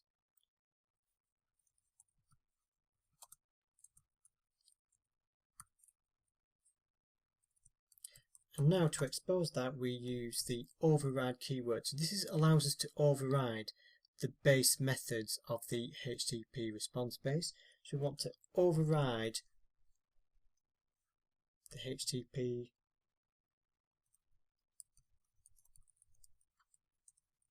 cookie collection cookies. And rather than it using the base implementation, instead we will simply tell it to return our own private list of cookies. So it's a bit hard to explain the real ins and outs of everything that's going on here without understanding in much greater detail things like the HTTP context and base. But as you can see, this class we've built here is actually quite simple. We're simply returning a list of our own cookies. We want to do the same, except this time we want a request class.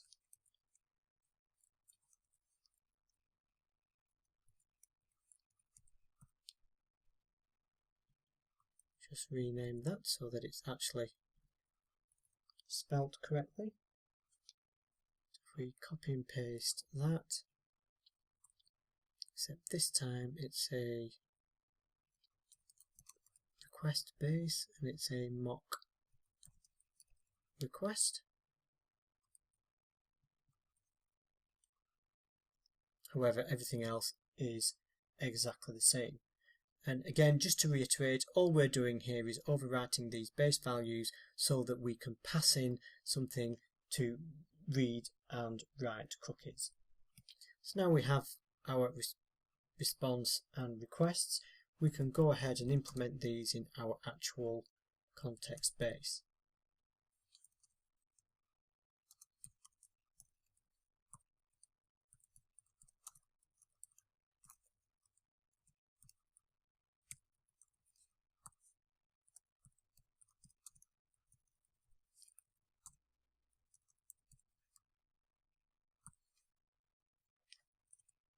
And again, we're going to create a constructor.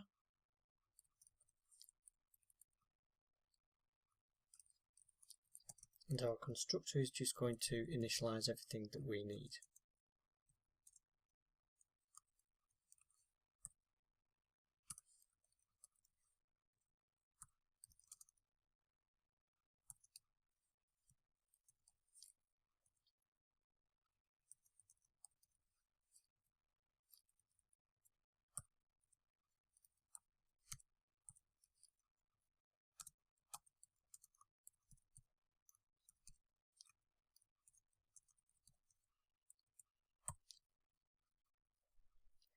If you're wondering why we're creating the cookies here and then passing it through to each of the requests, it's because when our class is reading and writing cookies, it needs to work with the same underlying list. If each of these had their own instantiated collection, then whatever we added to request would not be in response and vice versa. By moving the actual instantiation of the collection up here and then injecting it into the calls means we're always working with the same collection of cookies. Next, we need to create some override methods to actually return our overridden requests and responses. So again, just like we did earlier, HTTP request base request,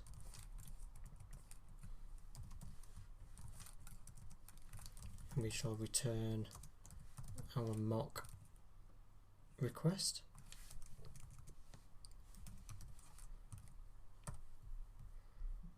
And similar Do the same for the response.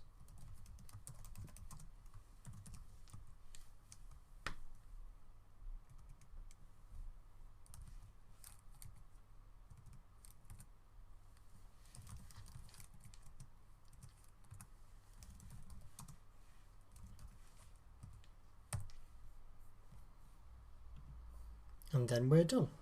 So with that in place, we can now start creating our tests for our actual basket controller. As we did earlier, if we right click controllers, say add unit test,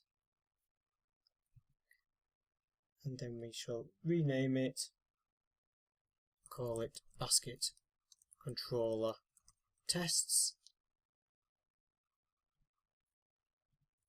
And then in the next lecture, we'll start going through building out these tests.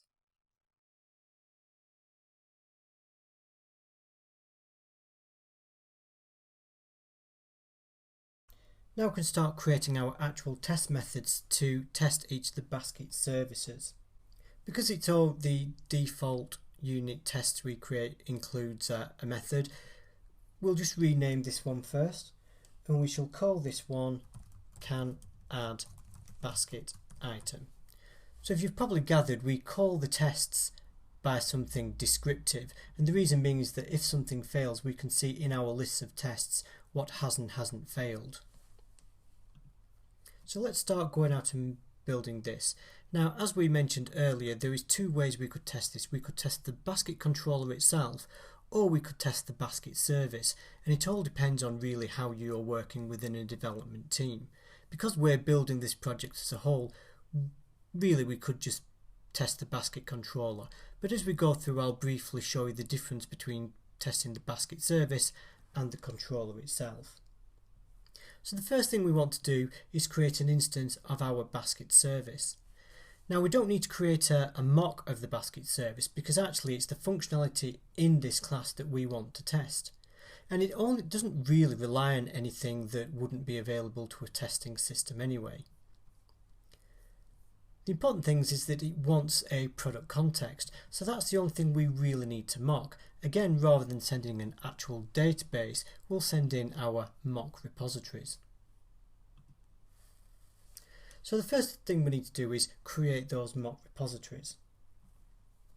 So we will need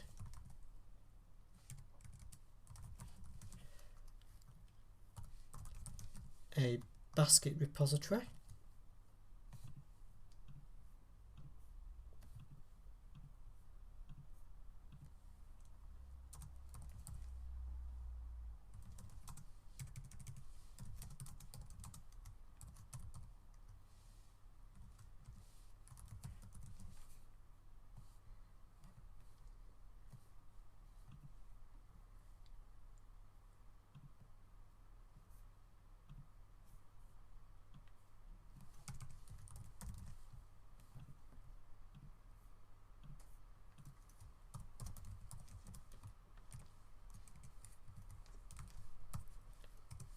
and we want a product repository.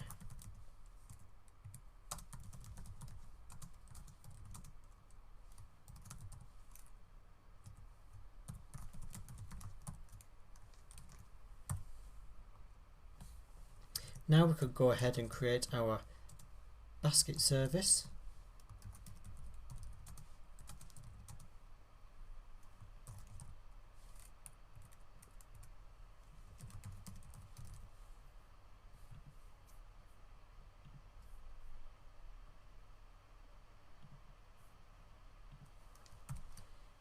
Which wants our product context and our basket context. With that said, if we wanted to test the service directly, we simply need to say basket service, add to basket,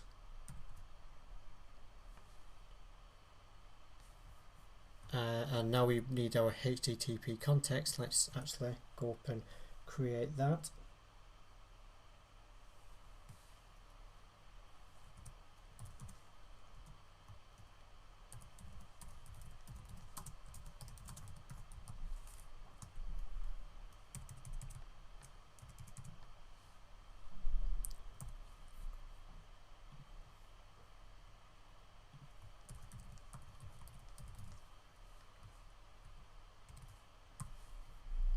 So we will pass that context in, and then we will pass in an arbitrary product ID. At this stage it doesn't matter that we don't actually have any products or any baskets, because all we want to test is that we can add something to the basket. So once we've got that done, we can go and see if there's any baskets in our basket collection, because the basket service should have now added that.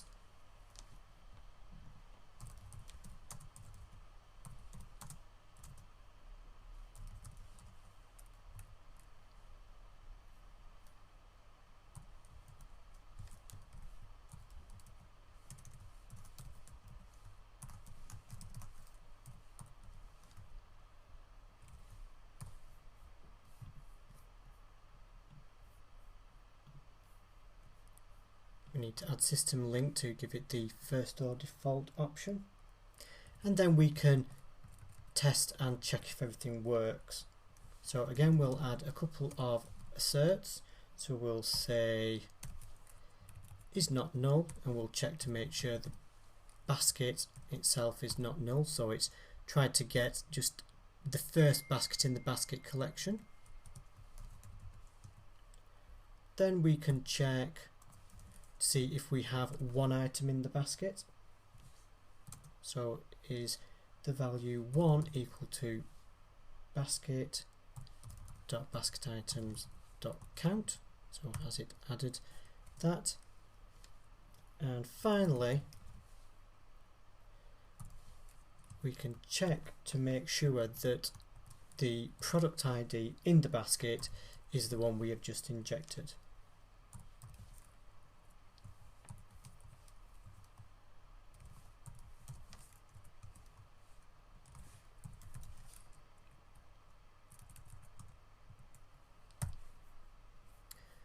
So now if we run all the tests again, and so hopefully those tests will pass.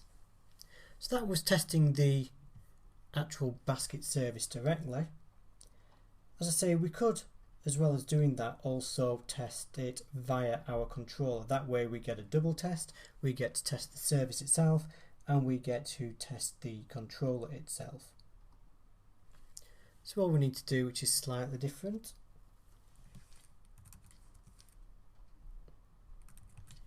is we need to create an instance of our controller.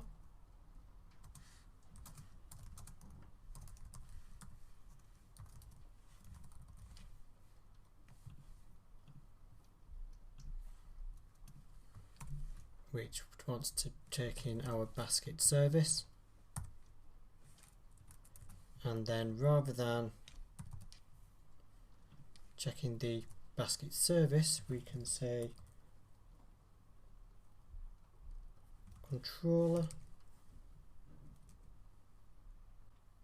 dot add to basket.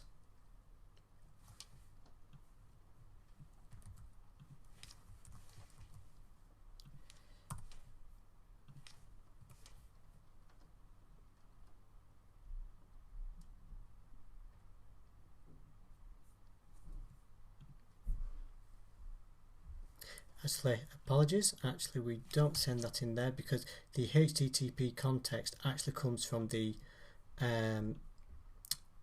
context within the controller itself.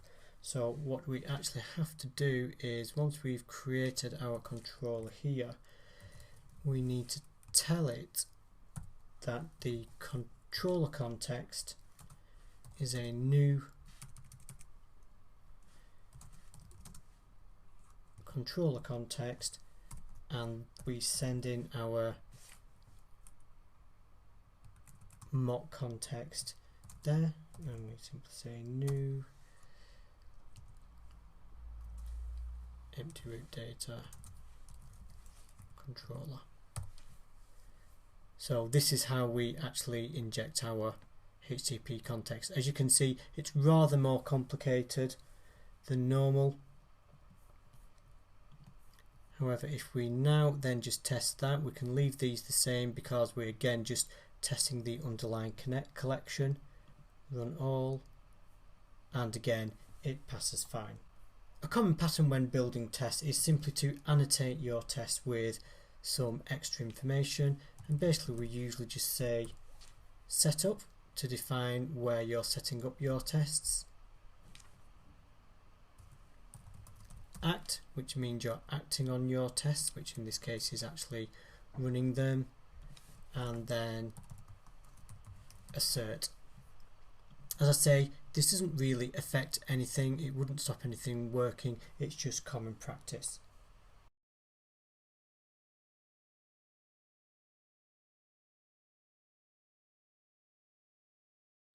In the last lecture, we created a test to test the service for adding basket items. If we think about this, the test isn't doing a great deal. At the end of the day, all we're doing is creating an iRepository basket, which we pass into the basket service, which we then call to add a basket item. So we're not doing anything particularly clever. In fact, because all we're really doing is adding a basket item to an underlying list, especially in the case using our mock context, we're not really testing anything that we ourselves have done that's particularly complicated. So let's go ahead and actually run a test against something whereby we're performing some calculation. So if we have a look at our getBasket summary code, what we're actually doing is we get our basket and then we want to work out what the basket count is, and we do that by performing this linkU query. And then we want to total up the basket altogether by timesing the product ID by the quantity and the price, and then we convert them to 0 or the actual basket total depending on whether there was any basket items. The point is, there's a few areas here where we could conceivably make mistakes, so actually this is the kind of method we really want to test. Let's create a new test and we will call this one can get summary view model, and we need to annotate the test or decorate the test as a test method, and this is what tells our class that this is a test method that needs to be run when we run all our tests. As before, we need to set up our repositories. So what we'll do is let's just copy these items here. However, in our products, what we want to do is actually add a couple of products, because what we're testing is not how to add products, just what gets returned when we call the getSummary method. So we need to manually add some items into our products database.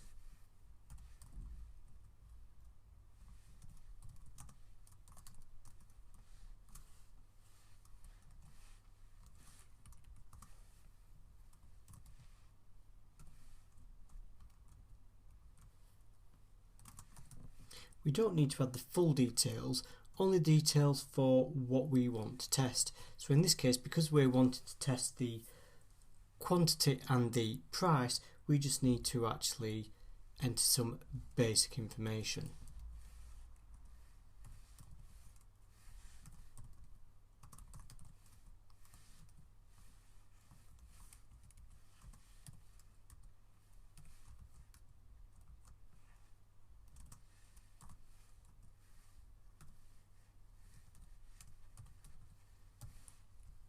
Once we've added our products in, what we need to do now is actually create a basket.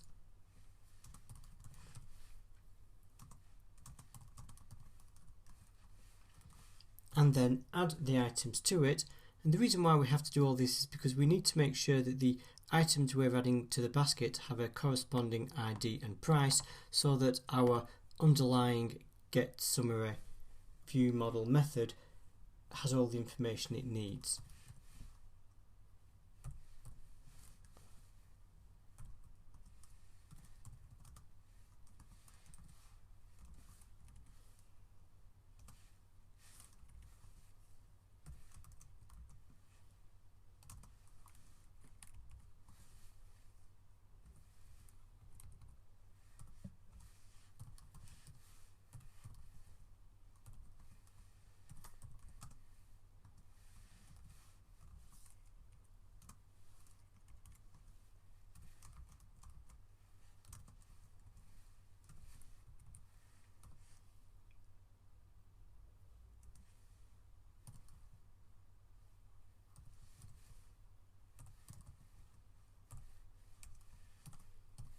So we've created our basket with our basket items in it. We can add our basket to that underlying basket collection that in turn will then get passed through to our basket service.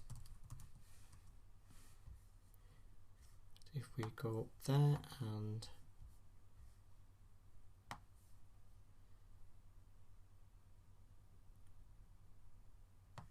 copy that,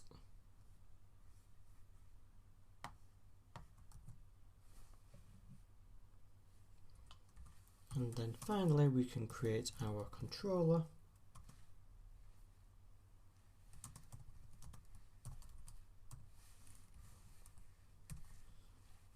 and pass in our newly created basket service.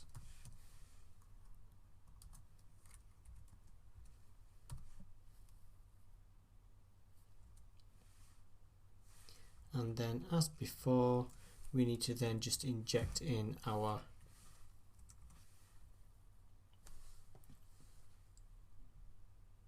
cookies. Before we do, we need to actually manually add our cookies. So just to explain that, when we did our add to basket, the add to basket method itself creates the cookies and creates the baskets and so on, but because we're trying to bypass all that functionality and just really concentrate on the calculations that's performed, we're going to get in there and do everything else manually. So what we need to do is, once we have our context, we need to then add a cookie to that context.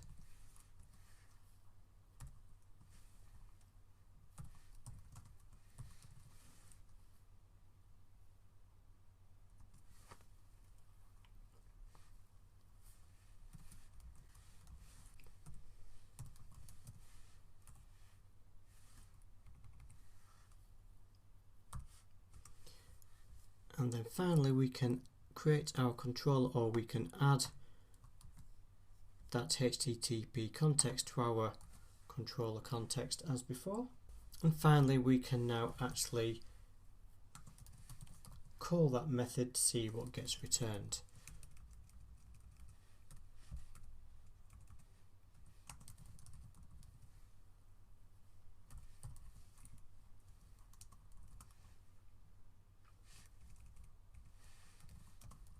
Now earlier we did this because we cast our basket to an action view.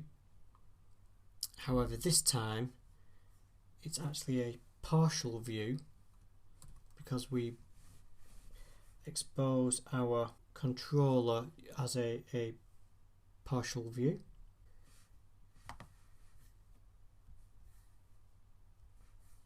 We need to add that namespace. And then finally we can cast the result of that to a basket summary view model.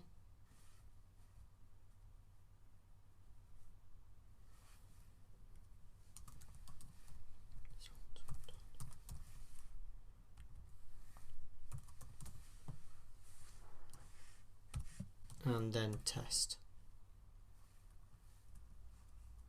So the first thing we want to do is make sure our basket summary has a basket count of 3, because we added one product with a quantity of 2 and then another product with a quantity of 1. And we also want to make sure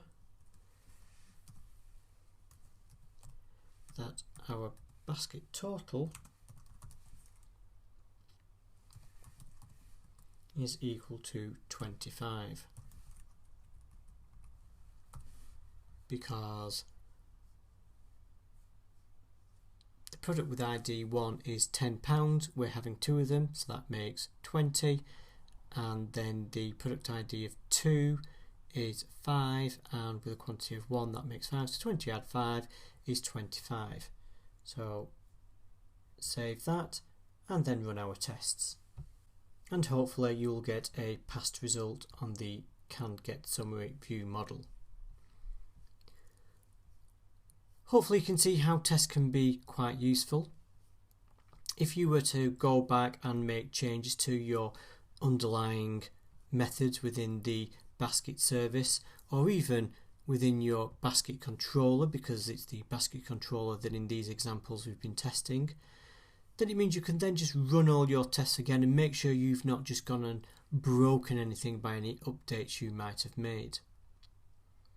It's worth mentioning at this point as well that there is a methodology of programming called test-driven design. In test-driven design, you write the tests first and then write the code to actually fix the tests. So in the example of can add basket item, as we discussed earlier, it's perhaps not a test that you would necessarily need to run because of the way all it's really testing is internal functions, unlike our basket summary that returns some computations that we're doing. However, you might want to do things like that if you're using test-driven design, because in test-driven design what we would do is in our basket controller we would define a set of tests that we would want our website to actually implement. So for example, one of the actions we would say is we would want it to be able to add to basket. So what you would do is go ahead and you would write all your code to actually run, say for example, the add to basket method, and when you run your tests you start you actually start to get build errors. It's just so that you can keep going back to your code until all your tests pass, and then you can make sure you've captured everything you wanted to capture. Testing in itself is actually quite a large subject, but I hope this gives you a bit of an overview of how it can be useful and how you might want to use it in your own code. As always, let's finish off by committing all our code. In this case we've not actually created our additional branch yet, so let's just go and create that branch.